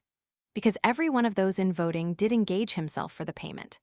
For he that is author of the borrowing is obliged to the payment even of the whole debt, though when paid by anyone, he be discharged. If the debt be to one of the assembly, the body only is obliged. But if the debt be to one of the assembly only is obliged to the payment, out of their common stock, if they have any. For having liberty of vote, if he vote the money shall be borrowed, he votes it shall be paid. If he vote it shall not be borrowed, or be absent, yet because in lending he voteth the borrowing, he contradicteth his former vote, and is obliged by the later, and becomes both borrower and lender, and consequently cannot demand payment from any particular man, but from the common treasure only. Which failing he hath no remedy, nor complaint, but against himself, that being privy to the acts of the assembly, and their means to pay, and not being enforced, did nevertheless through his own folly lend his money. Protestation against the decrees of bodies politique. Sometimes lawful, but against sovereign power never it is manifest by this, that in bodies politique subordinate and subject to a sovereign power, it is sometimes not only lawful, but expedient, for a particular man to make open protestation against the decrees of the representative assembly, and cause their dissent to be registered, or to take witness of it. Because otherwise they may be obliged to pay debts contracted, and be responsible for crimes committed by other men. But in a sovereign assembly, that liberty is taken away, both because he that protesteth there denies their sovereignty, and also because whatsoever is commanded by the sovereign power is as to the subject, though not so always in the sight of God, justified by the command. For of such command every subject is the author. Bodies politique for government of a province, colony, or town. The variety of bodies politique is almost infinite, for they are not only distinguished by the several affairs for which they are constituted, wherein there is an unspeakable diversity, but also by the times, places, and numbers, subject to many limitations. And as to their affairs, some are ordained for government. As first, the government of a province may be committed to an assembly of men, wherein all resolutions shall depend on the votes of the major part, and then this assembly is a body politique, and their power limited by commission. This word province signifies a charge or care of business, which he whose business it is committeth to another man to be administered for, and under him. And therefore when in one commonwealth there be divers countries that have their laws distinct one from another, or are far distant in place, the administration of the government being committed to divers persons, those countries where the sovereign is not resident, but governs by commission, are called provinces. But of the government of a province, by an assembly residing in the province itself, there be few examples. The Romans, who had the sovereignty of many provinces, yet governed them always by presidents and praetors, and not by assemblies, as they governed the city of Rome and territories adjacent. In like manner, when there were colonies sent from England to plant Virginia and Somalilands, though the government of them here were committed to assemblies in London, yet did those assemblies never commit the government under them to any assembly there, but did to each plantation send one governor. For though every man, where he can be present by nature, desires to participate of government, yet where they cannot be present, they are by nature also inclined to commit the government of their common interest rather to a monarchical than a popular form of government, which is also evident in those men that have great private estates, who, when they are unwilling to take the pains of administering the business that belongs to them, choose rather to trust one servant than an assembly either of their friends or servants. But howsoever it be in fact, yet we may suppose the government of a province or colony committed to an assembly. And when it is, that which in this place I have to say is this, that whatsoever debt is by that assembly contracted, or whatsoever unlawful act is decreed, is the act only of those that assented, and not of any that dissented or were absent for the reasons before alleged. Also that an assembly residing out of the bounds of that colony whereof they have the government cannot execute any power over the persons or goods of any of the colony to seize on them for debt or other duty in any place without the colony itself, as having no jurisdiction nor authority elsewhere, but are left to the remedy which the law of the place alloweth them. And though the assembly have right to impose a mulct upon any of their members that shall break the laws they make, yet out of the colony itself they have no right to execute the same. And that which is said here, of the rights of an assembly for the government of a province or a colony, is applicable also to an assembly for the government of a town or university or a college or a church, or for any other government over the persons of men. And generally, in all bodies politique, if any particular member conceive himself injured by the body itself, the cognizance of his cause belongeth to the sovereign, and those the sovereign hath ordained for judges in such causes, or shall ordain for that particular cause, and not to the body itself. For the whole body is in this case his fellow subject, which in a sovereign assembly is otherwise. For there, if the sovereign be not judge, though in his own cause, there can be no judge at all. Bodies politique for ordering of trade. In a body politique, for the well-ordering of foreigny traffic, the most commodious representative is an assembly of all the members. That is to say, such a one, as every one that adventureth his money, may be present at all the deliberations and resolutions of the body, if they will themselves. For proof whereof we are to consider the end, for which men that are merchants, and may buy and sell, export, and import their merchandise, according to their own discretions, do nevertheless bind themselves up in one corporation.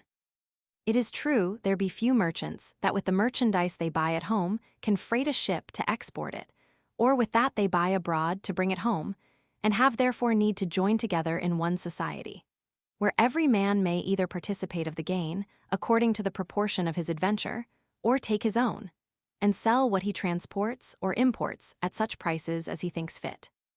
But this is no body politique, there being no common representative to oblige them to any other law than that which is common to all other subjects. The end of their incorporating is to make their gain the greater, which is done two ways, by soul buying and soul selling both at home and abroad. So that to grant to a company of merchants to be a corporation or body politique is to grant them a double monopoly, whereof one is to be sole buyers, another to be sole sellers. For when there is a company incorporate for any particular foreign country, they only export the commodities vendible in that country, which is sole buying at home and sole selling abroad. For at home there is but one buyer, and abroad but one that selleth, both which is gainful to the merchant, because thereby they buy at home at lower, and sell abroad at higher rates. And abroad there is but one buyer of foreign merchandise, and but one that sells them at home, both which again are gainful to the adventurers. Of this double monopoly, one part is disadvantageous to the people at home, the other to foreigners.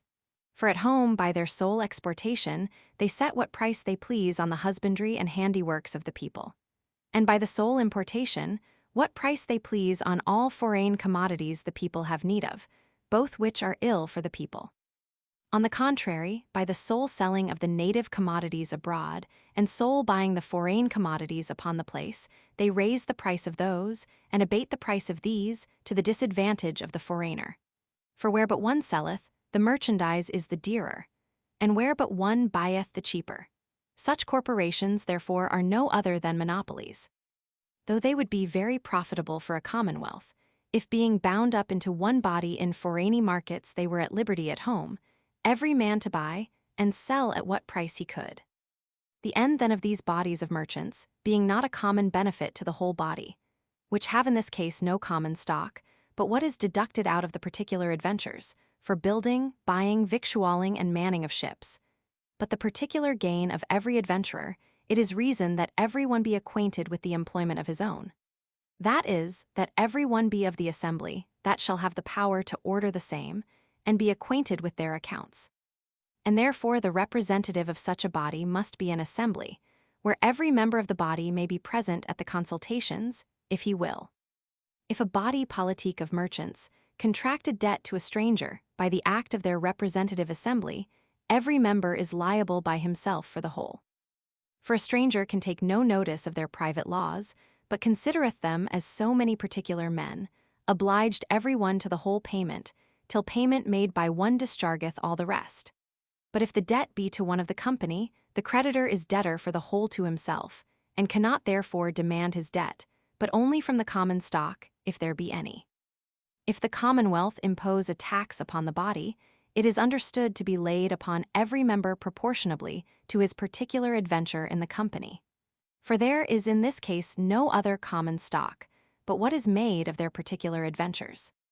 If a mulct be laid upon the body for some unlawful act, they only are liable by whose votes the act was decreed, or by whose assistance it was executed. For in none of the rest is there any other crime but being of the body, which if a crime, because the body was ordained by the authority of the commonwealth, is not his. If one of the members be indebted to the body, he may be sued by the body, but his goods cannot be taken, nor his person imprisoned by the authority of the body, but only by authority of the commonwealth, for if they can do it by their own authority, they can by their own authority give judgment that the debt is due, which is as much as to be judge in their own cause. A body politique for counsel, to be give to the sovereign. These bodies made for the government of men, or of traffic, be either perpetual, or for a time prescribed by writing. But there be bodies also whose times are limited, and that only by the nature of their business. For example, if a sovereign monarch or a sovereign assembly shall think fit to give command to the towns, and other several parts of their territory, to send to him their deputies, to inform him of the condition and necessities of the subjects, or to advise with him for the making of good laws, or for any other cause, as with one person representing the whole country, such deputies, having a place and time of meeting assigned them, are there, and at that time a body politique, representing every subject of that dominion. But it is only for such matters as shall be propounded unto them by that man or assembly that by the sovereign authority sent for them. And when it shall be declared that nothing more shall be propounded, nor debated by them, the body is dissolved.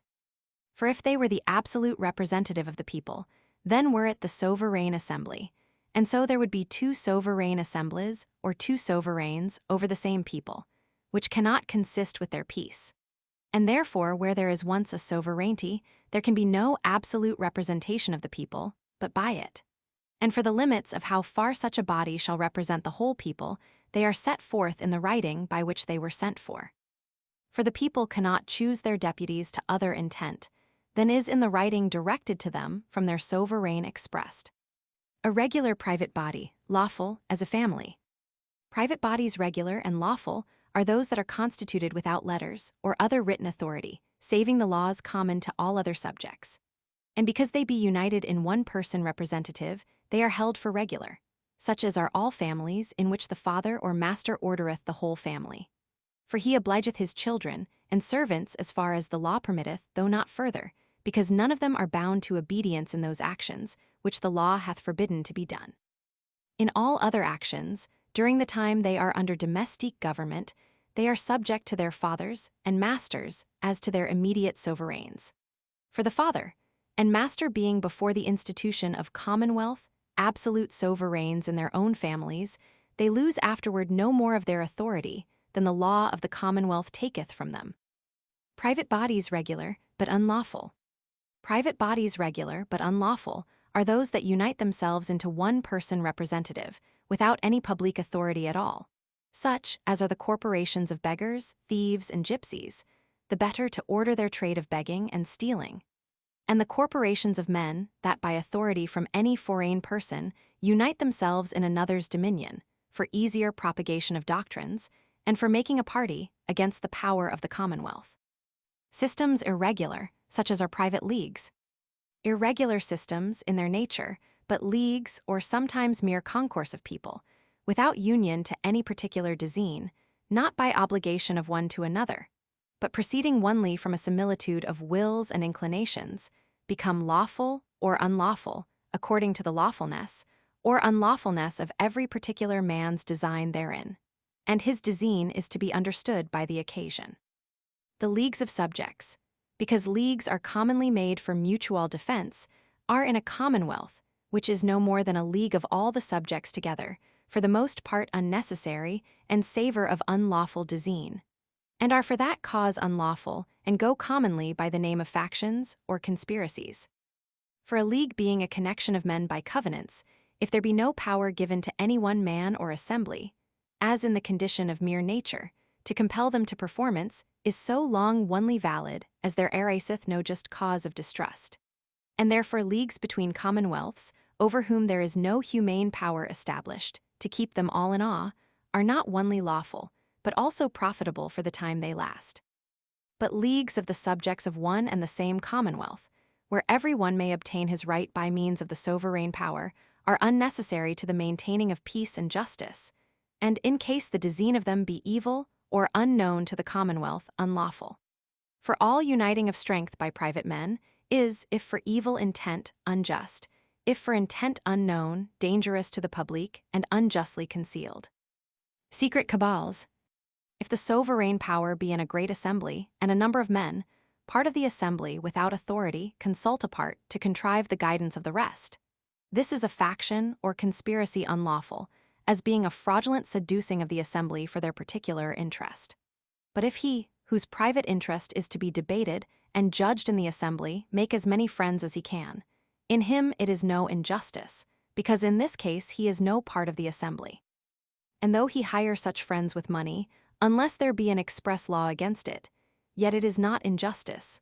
For sometimes, as men's manners are, justice cannot be had without money, and every man may think his own cause just till it be heard and judged. Feuds of private families. In all commonwealths, if a private man entertain more servants than the government of his estate and lawful employment he has for them requires, it is faction and unlawful. For having the protection of the commonwealth, he needeth not the defense of private force. And whereas in nations not thoroughly civilized, several numerous families have lived in continual hostility and invaded one another with private force, yet it is evident enough that they have done unjustly, or else that they had no commonwealth. Factions for government. And as factions for kindred, so also factions for government of religion, as of papists, Protestants, and see or of state, as patricians, and plebeians of old time in Rome, and of aristocraticals and democraticals of old time in Greece, are unjust, as being contrary to the peace and safety of the people, and a taking of the sword out of the hand of the sovereign. Concourse of people is an irregular system, the lawfulness or unlawfulness, whereof dependeth on the occasion, and on the number of them that are assembled. If the occasion be lawful and manifest, the concourse is lawful, as the usual meeting of men at church, or at a public show in usual numbers. For if the numbers be extraordinarily great, the occasion is not evident, and consequently he that cannot render a particular and good account of his being amongst them is to be judged conscious of an unlawful and tumultuous design. It may be lawful for 1,000 men to join in a petition to be delivered to a judge or magistrate, yet if 1,000 men come to present it, it is a tumultuous assembly, because there needs but one or two for that purpose. But in such cases as these, it is not a set number that makes the assembly unlawful, but such a number as the present officers are not able to suppress and bring to justice. When an unusual number of men assemble against a man whom they accuse, the assembly is an unlawful tumult, because they may deliver their accusation to the magistrate by a few or by one man. Such was the case of St. Paul at Ephesus, where Demetrius and a great number of other men brought 2 of Paul's companions before the magistrate, saying with one voice, "Great is Diana of the Ephesians," which was their way of demanding justice against them for teaching the people such doctrine as was against their religion and trade. The occasion here, considering the laws of that people, was just, yet was their assembly judged unlawful, and the magistrate reprehended them for it, in these words, Acts 19:40. If Demetrius and the other workmen can accuse any man of anything, there be pleas and deputies, let them accuse one another. And if you have any other thing to demand, your case may be judged in an assembly lawfully called.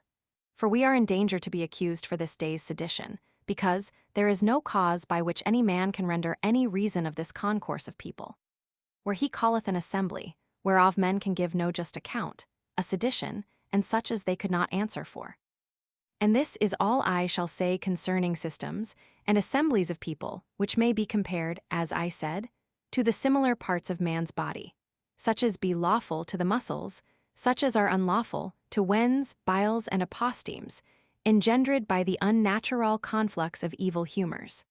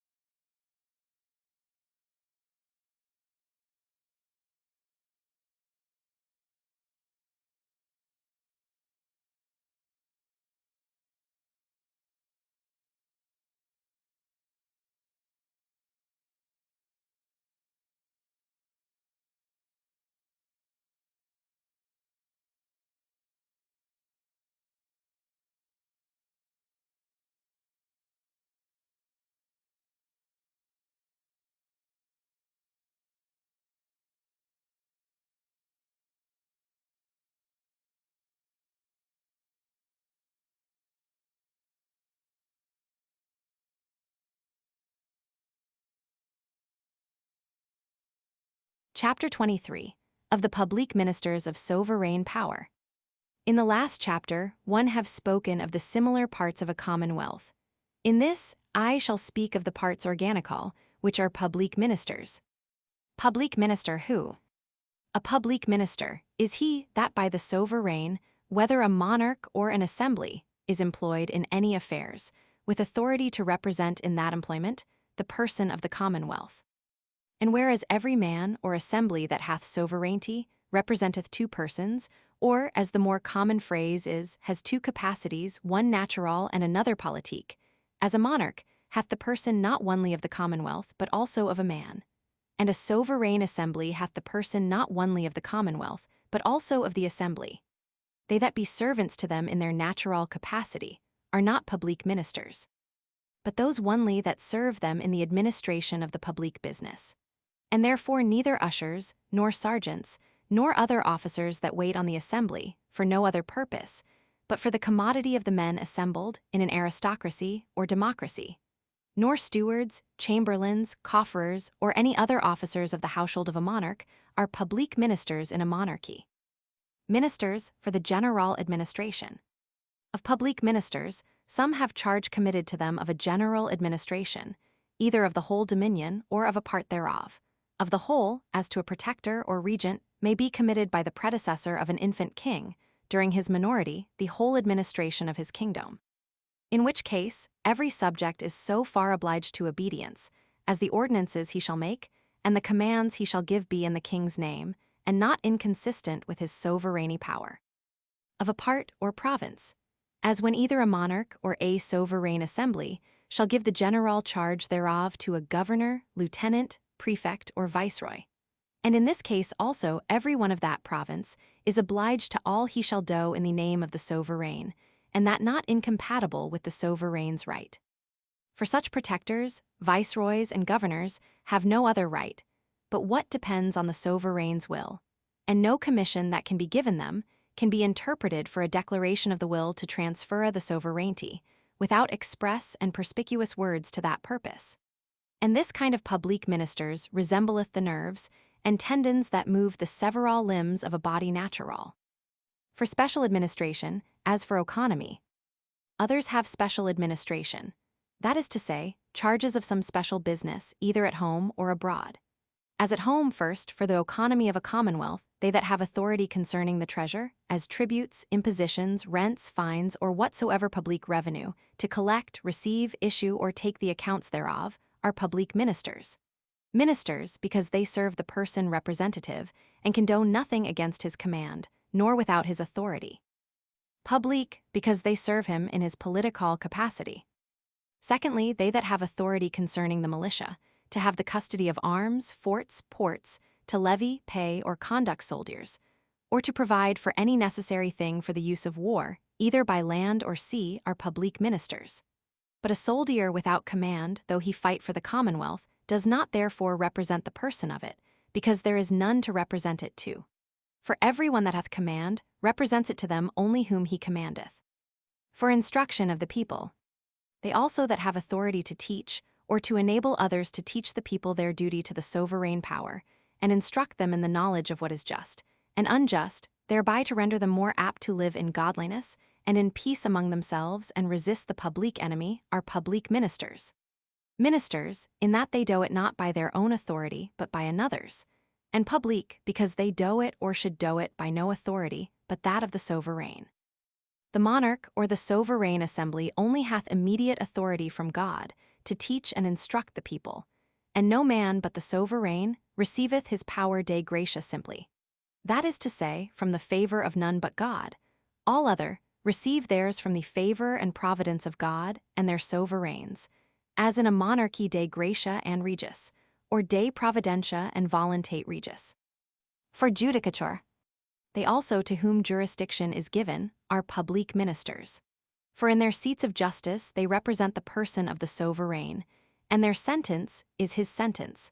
For as hath been before declared, all judicature is essentially annexed to the sovereignty, and therefore all other judges are but ministers of him, or them that have the sovereign power. And as controversies are of two sorts, namely of fact and of law, so are judgments some of fact, some of law, and consequently in the same controversy there may be two judges, one of fact, another of law. And in both these controversies there may arise a controversy between the party judged and the judge, which because they be both subjects to the sovereign, ought in equity to be judged by men agreed on by consent of both. For no man can be judge in his own cause. But the sovereign is already agreed on for judge by them both, and is therefore either to hear the cause and determine it himself, or appoint for judge such as they shall both agree on. And this agreement is then understood to be made between them divers ways. As first, if the defendant be allowed to accept against such of his judges, whose interest maketh him suspect them. For as to the complainant he hath already chosen his own judge. Those which he accepteth not against are judges he himself agrees on. Secondly, if he appeal to any other judge, he can appeal no further, for his appeal is his choice. Thirdly, if he appeal to the sovereign himself, and he by himself, or by delegates which the parties shall agree on, give sentence. That sentence is final. For the defendant is judged by his own judges, that is to say, by himself. These properties of just and rational judicature considered, I cannot forbear to observe the excellent constitution of the courts of justice, established both for common and also for public pleas in England. By common pleas, I mean those where both the complainant and defendant are subjects, and by public, which are also called pleas of the crown, those where the complainant is the sovereign. For whereas there were two orders of men, whereof one was lords, the other commons, the lords had this privilege, to have for judges in all capital crimes none but lords, and of them as many as would be present, which being ever acknowledged as a privilege of favor, their judges were none but such as they had themselves desired. And in all controversies, every subject, as also in civil controversies the lords, had for judges men of the country where the matter in controversy lay, against which he might make his exceptions, till at last 12 men without exception being agreed on, they were judged by those 12. So that having his own judges, there could be nothing alleged by the party, why the sentence should not be final. These public persons, with authority from the sovereign power, either to instruct or judge the people, are such members of the commonwealth as may fitly be compared to the organs of voice in a body natural. For execution, public ministers are also all those that have authority from the sovereign to procure the execution of judgments given, to publish the sovereign's commands, to suppress tumults, to apprehend and imprison malefactors, and other acts tending to the conservation of the peace. For every act they do by such authority is the act of the commonwealth, and their service answerable to that of the hands in a body natural. Public ministers abroad are those that represent the person of their own sovereign to foreign states. Such are ambassadors, messengers, agents, and heralds sent by public authority and on public business. but such as are sent by authority only of some private party of a troubled state, though they be received, are neither public nor private ministers of the commonwealth, because none of their actions have the commonwealth for author. Likewise, an ambassador sent from a prince, to congratulate, condole, or to assist at a solemnity, though authority be public, yet because the business is private, and belonging to him in his natural capacity, is a private person. Also, if a man be sent into another country, secretly to explore their counsels and strength, though both the authority and the business be public, yet because there is none to take notice of any person in him, but his own, he is but a private minister, but yet a minister of the commonwealth, and may be compared to an eye in the body natural. And those that are appointed to receive the petitions or other informations of the people, and are as it were the public ear, are public ministers, and represent their sovereign in that office. Counsellors without other employment, then to advise, are not public ministers. Neither a counsellor, nor a council of state, if we consider it with no authority of judicature or command, but only of giving advice to the sovereign when it is required, or of offering it when it is not required, is a public person. For the advice is addressed to the sovereign only, whose person cannot in his own presence be represented to him by another. But a body of counsellors are never without some other authority, either of judicature or of immediate administration. As in a monarchy, they represent the monarch in delivering his commands to the public ministers. In a democracy, the council or senate propounds the result of their deliberations to the people, as a council. But when they appoint judges, or hear causes, or give audience to ambassadors, it is in the quality of a minister of the people. And in an aristocracy, the council of state is the sovereign assembly itself, and gives counsel to none but themselves.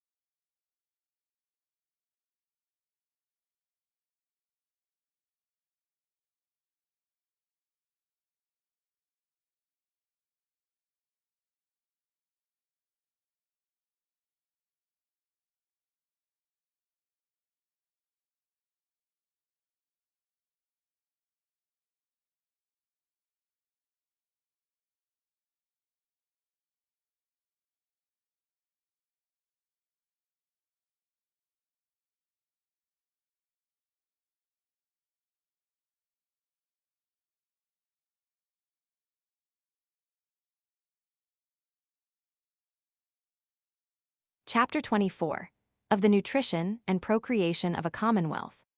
The nourishment of a commonwealth consisteth in the commodities of sea and land. The nutrition of a commonwealth consisteth in the plenty and distribution of materials conducing to life, in concoction or preparation, and when concocted, in the conveyance of it by convenient conduits to the public use. As for the plenty of matter, it is a thing limited by nature to those commodities, which from the two breasts of our common mother, land and sea, God usually either freely giveth, or for labor selleth to mankind. For the matter of this nutriment, consisting in animals, vegetals, and minerals, God hath freely laid them before us, in or near to the face of the earth, so as there needeth no more but the labor and industry of receiving them. Insomuch as plenty dependeth, next to God's favor, merely on the labor and industry of men. This matter, commonly called commodities, is partly native and partly foreign. Native, that which is to be had within the territory of the commonwealth; foreign, that which is imported from without. And because there is no territory under the dominion of one commonwealth, except it be of very vast extent, that produceth all things needful for the maintenance and motion of the whole body, and few that produce not something more than necessary, the superfluous commodities to be had within become no more superfluous, but supply these wants at home, by importation of that which may be had abroad, either by exchange, or by just war, or by labor. For a man's labor also is a commodity exchangeable for benefit, as well as any other thing. And there have been commonwealths that, having no more territory than hath served them for habitation, have nevertheless not only maintained, but also increased their power, partly by the labor of trading from one place to another, and partly by selling the manufactures, whereof the materials were brought in from other places. And the right of distribution of them. The distribution of the materials of this nourishment is the constitution of mine, and thine, and his, that is to say, in one word, propriety, and belongeth in all kinds of commonwealth to the sovereign power. For where there is no commonwealth, there is, as hath been already shewn, a perpetual war of every man against his neighbor, and therefore everything is his that getteth it, and keepeth it by force, which is neither propriety nor community, but uncertainty. Which is so evident that even Cicero, a passionate defender of liberty, in A Publique Pleading, attributeth all propriety to the law civil.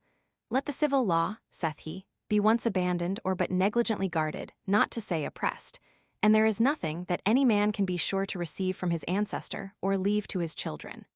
And again, take away the civil law, and no man knows what is his own and what another man's.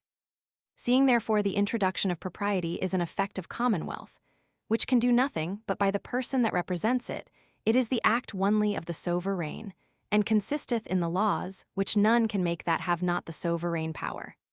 And this they well knew of old, who called that nomos, that is to say, distribution, which we call law, and define justice by distributing to every man his own. All private estates of land proceed originally from the arbitrary distribution of the sovereign.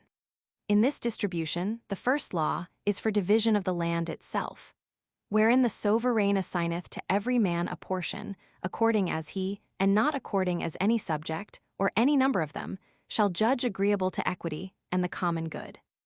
The children of Israel were a commonwealth in the wilderness, but wanted the commodities of the earth till they were masters of the land of promise, which afterward was divided amongst them, not by their own discretion, but by the discretion of Eleazar the priest and Joshua their general, who, when there were 12 tribes, making them 13 by subdivision of the tribe of Joseph, made nevertheless but 12 portions of the land, and ordained for the tribe of Levi no land, but assigned them the 10th part of the whole fruits, which division was therefore arbitrary. And though a people coming into possession of a land by war do not always exterminate the antient inhabitants, as did the Jews, but leave to many, or most, or all of them their estates, yet it is manifest they hold them afterwards, as of the victor's distribution, as the people of England held all theirs of William the Conqueror. Propriety of a subject excludes not the dominion of the sovereign, but only of another subject. From whence we may collect that the propriety which a subject hath in his lands consisteth in a right to exclude all other subjects from the use of them, and not to exclude their sovereign, be it an assembly or a monarch. For seeing the sovereign, that is to say, the commonwealth, whose person he representeth, is understood to do nothing, but in order to the common peace and security, this distribution of lands is to be understood as done in order to the same. And consequently, whatsoever distribution he shall make in prejudice thereof is contrary to the will of every subject that committed his peace and safety to his discretion and conscience, and therefore by the will of every one of them is to be reputed void. It is true that a sovereign monarch or the greater part of a sovereign assembly may ordain the doing of many things in pursuit of their passions, contrary to their own consciences, which is a breach of trust and of the law of nature. But this is not enough to authorize any subject, either to make war upon, or so much as to accuse of injustice, or any way to speak evil of their sovereign, because they have authorized all his actions, and in bestowing the sovereign power made them their own. But in what cases the commands of sovereigns are contrary to equity, and the law of nature is to be considered hereafter in another place.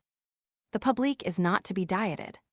In the distribution of land, the commonwealth itself may be conceived to have a portion, and possess and improve the same by their representative, and that such portion may be made sufficient to sustain the whole expense to the common peace and defense necessarily required, which were very true if there could be any representative conceived free from humane passions and infirmities. But the nature of men being as it is, the setting forth of public land, or of any certain revenue for the commonwealth, is in vain, and tendeth to the dissolution of government, and to the condition of mere nature, and war, as soon as ever the sovereign power falleth into the hands of a monarch, or of an assembly that are either too negligent of money, or too hazardous in engaging the public stock, into a long or costly war. Commonwealths can endure no diet, foreseeing their expense is not limited by their own appetite, but by external accidents, and the appetites of their neighbors. The public riches cannot be limited by other limits than those which the emergent occasions shall require. And whereas in England there were by the conqueror divers lands reserved to his own use, besides forests and chases, either for his recreation or for preservation of woods, and divers services reserved on the land he gave his subjects. Yet it seems they were not reserved for his maintenance in his public, but in his natural capacity. For he and his successors did for all that lay arbitrary taxes on all subjects' land when they judged it necessary. Or if those public lands and services were ordained as a sufficient maintenance of the commonwealth, it was contrary to the scope of the institution, being, as it appeared by those ensuing taxes, insufficient, and as it appears by the late revenue of the crown subject to alienation and diminution. It is therefore in vain to assign a portion to the commonwealth, which may sell or give it away, and does sell and give it away when 'tis done by their representative. The places and matter of traffic depend, as their distribution, on the sovereign. As the distribution of lands at home, so also to a scene in what places, and for what commodities the subject shall traffic abroad, belongeth to the sovereign. For if it did belong to private persons to use their own discretion therein, some of them would be drawn for gain, both to furnish the enemy with means to hurt the commonwealth, and hurt it themselves, by importing such things as, pleasing men's appetites, be nevertheless noxious, or at least unprofitable to them. And therefore it belongeth to the commonwealth, that is, to the sovereign only, to approve or disapprove both of the places and matter of foreign traffic. The laws of transferring property belong also to the sovereign. Further, seeing it is not enough to the sustentation of a commonwealth that every man have a propriety in a portion of land, or in some few commodities, or a natural property in some useful art, and there is no art in the world, but is necessary either for the being or well-being almost of every particular man. It is necessary that men distribute that which they can spare, and transfer their propriety therein, mutually one to another, by exchange and mutual contract. And therefore it belongeth to the commonwealth, that is to say, to the sovereign, to appoint in what manner all kinds of contract between subjects, as buying, selling, exchanging, borrowing, lending, letting, and taking to hire, are to be made, and by what words and signs they shall be understood for valid. And for the matter and distribution of the nourishment to the several members of the commonwealth, thus much, considering the model of the whole work, is sufficient. Money the blood of a commonwealth. By concoction, I understand the reducing of all commodities, which are not presently consumed, but reserved for nourishment in time to come, to some thing of equal value, and withal so portably as not to hinder the motion of men from place to place, to the end a man may have in what place soever such nourishment as the place affordeth. And this is nothing else but gold, and silver, and money. For gold and silver, being, as it happens, almost in all countries of the world highly valued, is a commodious measure for the value of all things else between nations, and money, of what matter soever coined by the sovereign of a commonwealth, is a sufficient measure of the value of all things else, between the subjects of that commonwealth. By the means of which measures, all commodities, movable and immovable, are made to accompany a man to all places of his resort, within and without the place of his ordinary residence. And the same passeth from man to man within the commonwealth, and goes round about, nourishing, as it passeth every part thereof, insomuch as this concoction is as it were the sanguification of the commonwealth. For natural blood is in like manner made of the fruits of the earth, and circulating, nourisheth by the way every member of the body of man. And because silver and gold have their value from the matter itself, they have first this privilege, that the value of them cannot be altered by the power of one, nor of a few commonwealths, as being a common measure of the commodities of all places. But base money may easily be enhanced or abased. Secondly, they have the privilege to make commonwealths move and stretch out their arms, when need is, into foreign countries, and supply not only private subjects that travel, but also whole armies with provision.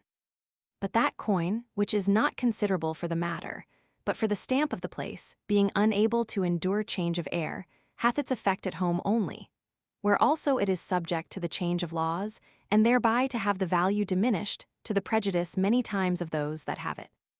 The conduits and way of money to the public use. The conduits and ways by which it is conveyed to the public use are of two sorts. One, that conveyeth it to the public coffers, the other, that issueth the same out again for public payments. Of the first sort are collectors, receivers, and treasurers. Of the second are the treasurers again, and the officers appointed for payment of several public or private ministers. And in this also, the artificial man maintains his resemblance with the natural, whose veins, receiving the blood from the several parts of the body, carry it to the heart, where being made vital, the heart by the arteries sends it out again, to enliven and enable for motion all the members of the same. The children of a commonwealth colonies. The procreation or children of a commonwealth are those we call plantations or colonies, which are numbers of men sent out from the commonwealth, under a conductor or governor, to inhabit a foreign country, either formerly void of inhabitants or made void then by war. And when a colony is settled, they are either a commonwealth of themselves, discharged of their subjection to their sovereign that sent them, as hath been done by many commonwealths of antient time, in which case the commonwealth from which they went was called their metropolis or mother, and requires no more of them than fathers require of the children, whom they emancipate and make free from their domestique government, which is honor and friendship. Or else they remain united to their metropolis, as were the colonies of the people of Rome, and then they are no commonwealths themselves, but provinces and parts of the commonwealth that sent them. So that the right of colonies, saving honor and league with their metropolis, dependeth wholly on their license, or letters, by which their sovereign authorized them to plant.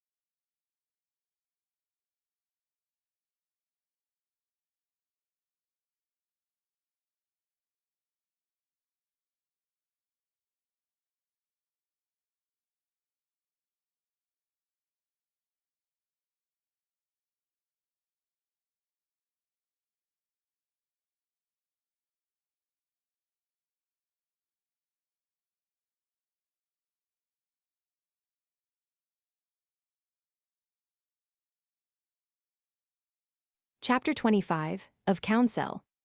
Counsel what?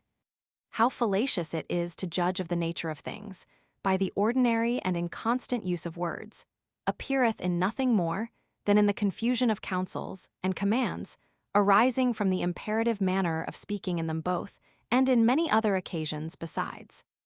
For the words do this are the words not only of him that commandeth, but also of him that giveth counsel, and of him that exhorteth, and yet there are but few that see not that these are very different things, or that cannot distinguish between them when they perceive who it is that speaketh, and to whom the speech is directed, and upon what occasion.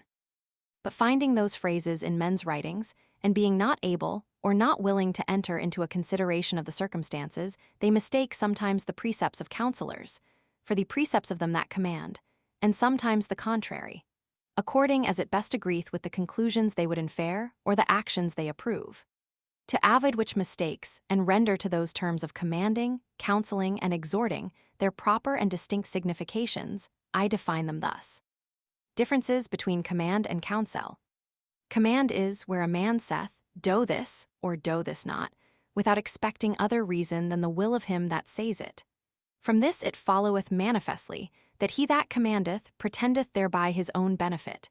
For the reason of his command is his own will only, and the proper object of every man's will is some good to himself. Counsel is where a man saith, do or do not this, and deduceth his own reasons from the benefit that arriveth by it to him to whom he saith it. And from this it is evident that he that giveth counsel pretendeth onely whatsoever he intendeth the good of him to whom he giveth it. Therefore between counsel and command one great difference is, that command is directed to a man's own benefit, and counsel to the benefit of another man. And from this ariseth another difference, that a man may be obliged to do what he is commanded, as when he hath covenanted to obey, but he cannot be obliged to do as he is counselled, because the hurt of not following it is his own, or if he should covenant to follow it, then is the counsel turned into the nature of a command. A third difference between them is that no man can pretend a right to be of another man's counsel, because he is not to pretend benefit by it to himself, but to demand right to counsel another argues a will to know his designs or to gain some other good to himself, which, as I said before, is of every man's will the proper object. This also is incident to the nature of counsel, that whatsoever it be, he that asketh it cannot in equity accuse or punish it. For to ask counsel of another is to permit him to give such counsel as he shall think best. And consequently he that giveth counsel to his sovereign, whether a monarch or an assembly, when he asketh it, cannot in equity be punished for it, whether the same be conformable to the opinion of the most, or not, so it be to the proposition in debate. For if the sense of the assembly can be taken notice of, before the debate be ended, they should neither ask, nor take any further counsel. For the sense of the assembly is the resolution of the debate and end of all deliberation. And generally he that demandeth counsel is author of it, and therefore cannot punish it, and what the sovereign cannot, no man else can. But if one subject giveth counsel to another, to do anything contrary to the laws, whether that counsel proceed from evil intention or from ignorance only, it is punishable by the commonwealth. Because ignorance of the law is no good excuse, where every man is bound to take notice of the laws to which he is subject. Exhortation and dehortation what? Exhortation and dehortation is counsel, accompanied with signs in him that giveth it, of vehement desire to have it followed, or to say it more briefly, counsel vehemently pressed. For he that exhorteth doth not deduce the consequences of what he adviseth to be done, and tie himself therein to the rigor of true reasoning, but encourages him he counselleth to action, as he that dehorteth deterreth him from it. And therefore they have in their speeches a regard to the common passions and opinions of men in deducing their reasons, and make use of similitudes, metaphors, examples, and other tools of oratory, to persuade their hearers of the utility, honor, or justice of following their advice. From whence may be inferred, first, that exhortation and dehortation is directed to the good of him that giveth the counsel, not of him that asketh it, which is contrary to the duty of a counselor, who, by the definition of counsel, ought to regard not his own benefits, but his whom he adviseth. And that he directeth his counsel to his own benefit is manifest enough by the long and vehement urging, or by the artificial giving thereof, which being not required of him, and consequently proceeding from his own occasions, is directed principally to his own benefit, and but accidentarily to the good of him that is counselled, or not at all. Secondly, that the use of exhortation and dehortation lieth onely, where a man is to speak to a multitude, because when the speech is addressed to one, he may interrupt him, and examine his reasons more rigorously than can be done in a multitude, which are too many to enter into dispute, and dialogue with him that speaketh indifferently to them all at once. Thirdly, that they that exhort and dehort, where they are required to give counsel, are corrupt counselors, and as it were bribed by their own interest. For though the counsel they give be never so good, yet he that gives it is no more a good counselor than he that giveth a just sentence for a reward is a just judge. But where a man may lawfully command, as a father in his family, or a leader in an army, his exhortations and dehortations are not only lawful but also necessary and laudable. But then they are no more counsels but commands, which when they are for execution of sour labor, sometimes necessity and always humanity requireth to be sweetened in the delivery, by encouragement, and in the tune and phrase of counsel, rather than in harsher language of command. Examples of the difference between command and counsel we may take from the forms of speech that express them in Holy Scripture. Have no other gods but me, make to thyself no graven image, take not God's name in vain, sanctify the Sabbath, honor thy parents, kill not, steal not, and see our commands, because the reason for which we are to obey them is drawn from the will of God our King, whom we are obliged to obey. But these words, sell all thou hast, give it to the poor, and follow me, are counsel, because the reason for which we are to do so is drawn from our own benefit, which is this, that we shall have treasure in heaven. These words, go into the village over against you, and you shall find an assette tied and her colt, loose her and bring her to me, are a command. For the reason of their fact is drawn from the will of their master. But these words, repent and be baptized in the name of Jesus, are counsel, because the reason why we should so do tendeth not to any benefit of God Almighty, who shall still be king in what manner soever we rebel. But of ourselves, who have no other means of evading the punishment hanging over us for our sins. Differences of fit and unfit counselors. As the difference of counsel from command hath been now deduced from the nature of counsel, consisting in a deducing of the benefit or hurt that may arise to him that is to be counselled by the necessary or probable consequences of the action he propoundeth. So may also the differences between apt and inept counselors be derived from the same. For experience, being but memory of the consequences of like actions formerly observed, and counsel but the speech whereby that experience is made known to another. The virtues and defects of counsel are the same with the virtues and defects intellectual, and to the person of a commonwealth his counselors serve him in the place of memory and mental discourse. But with this resemblance of the commonwealth, to a natural man there is one dissimilitude joined of great importance, which is that a natural man receiveth his experience from the natural objects of sense, which work upon him without passion or interest of their own. Whereas they that give counsel to the representative person of a commonwealth may have, and have often their particular ends and passions that render their counsels always suspected, and many times unfaithful. And therefore we may set down for the first condition of a good counselor, that his ends and interest be not inconsistent with the ends and interest of him he counselleth. Secondly, because the office of a counselor, when an action comes into deliberation, is to make manifest the consequences of it in such manner as he that is counselled may be truly and evidently informed. He ought to propound his advice in such form of speech as may make the truth most evidently appear.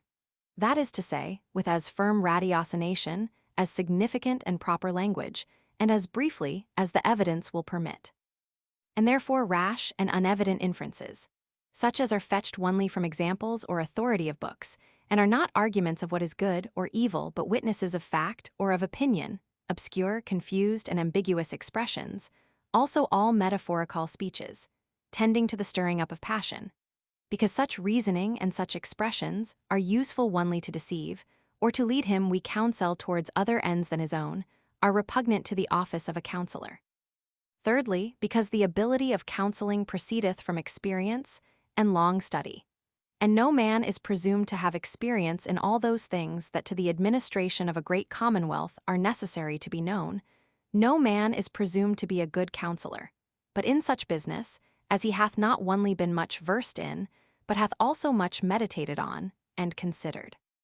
For seeing the business of a commonwealth is this, to preserve the people at home and defend them against foreign invasion, we shall find it requires great knowledge of the disposition of mankind, of the rights of government, and of the nature of equity, law, justice, and honor, not to be attained without study, and of the strength, commodities, places, both of their own country and their neighbors, as also of the inclinations and designs of all nations that may any way annoy them. And this is not attained to without much experience, of which things not only the whole sum, but every one of the particulars requires the age and observation of a man in years and of more than ordinary study. The wit required for counsel, as I have said before, is judgment. And the differences of men in that point come from different education, of some to one kind of study or business, and of others to another. When for the doing of anything there be infallible rules, as in engines and edifices the rules of geometry, all the experience of the world cannot equal his counsel, that has learnt or found out the rule. And when there is no such rule, he that hath most experience in that particular kind of business has therein the best judgment, and is the best counselor. Fourthly, to be able to give counsel to a commonwealth, in a business that hath reference to another commonwealth, it is necessary to be acquainted with the intelligences and letters that come from thence, and with all the records of treaties and other transactions of state between them, which none can do, but such as the representative shall think fit. By which we may see that they who are not called to counsel can have no good counsel in such cases to obtrude. Fifthly, supposing the number of counselors equal, a man is better counselled by hearing them apart than in an assembly, and that for many causes. First, in hearing them apart, you have the advice of every man.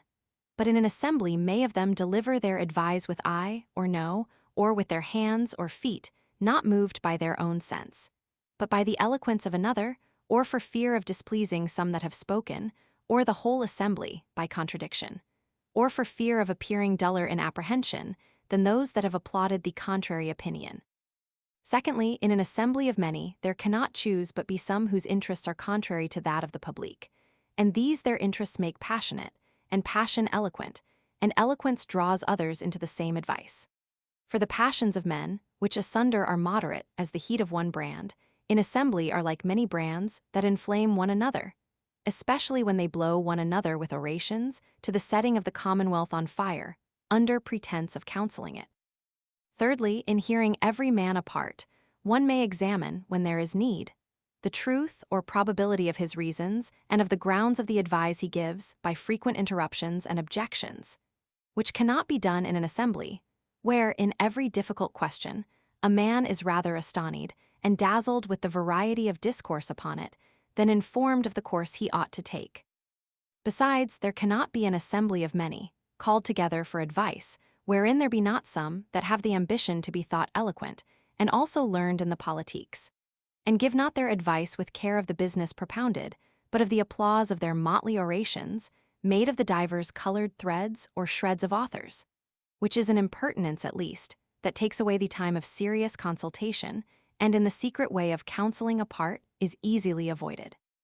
Fourthly, in deliberations that ought to be kept secret, whereof there be many occasions in public business, the counsels of many, and especially in assemblies, are dangerous, and therefore great assemblies are necessitated to commit such affairs to lesser numbers, and of such persons as are most versed, and in whose fidelity they have most confidence. To conclude, who is there that so far approves the taking of counsel from a great assembly of counselors, that wisheth for, or would accept of their pains, when there is a question of marrying his children, disposing of his lands, governing his household, or managing his private estate, especially if there be amongst them such as wish not his prosperity? A man that doth his business by the help of many and prudent counselors, with every one consulting apart in his proper element, does it best, as he that useth able seconds at tennis play, placed in their proper stations.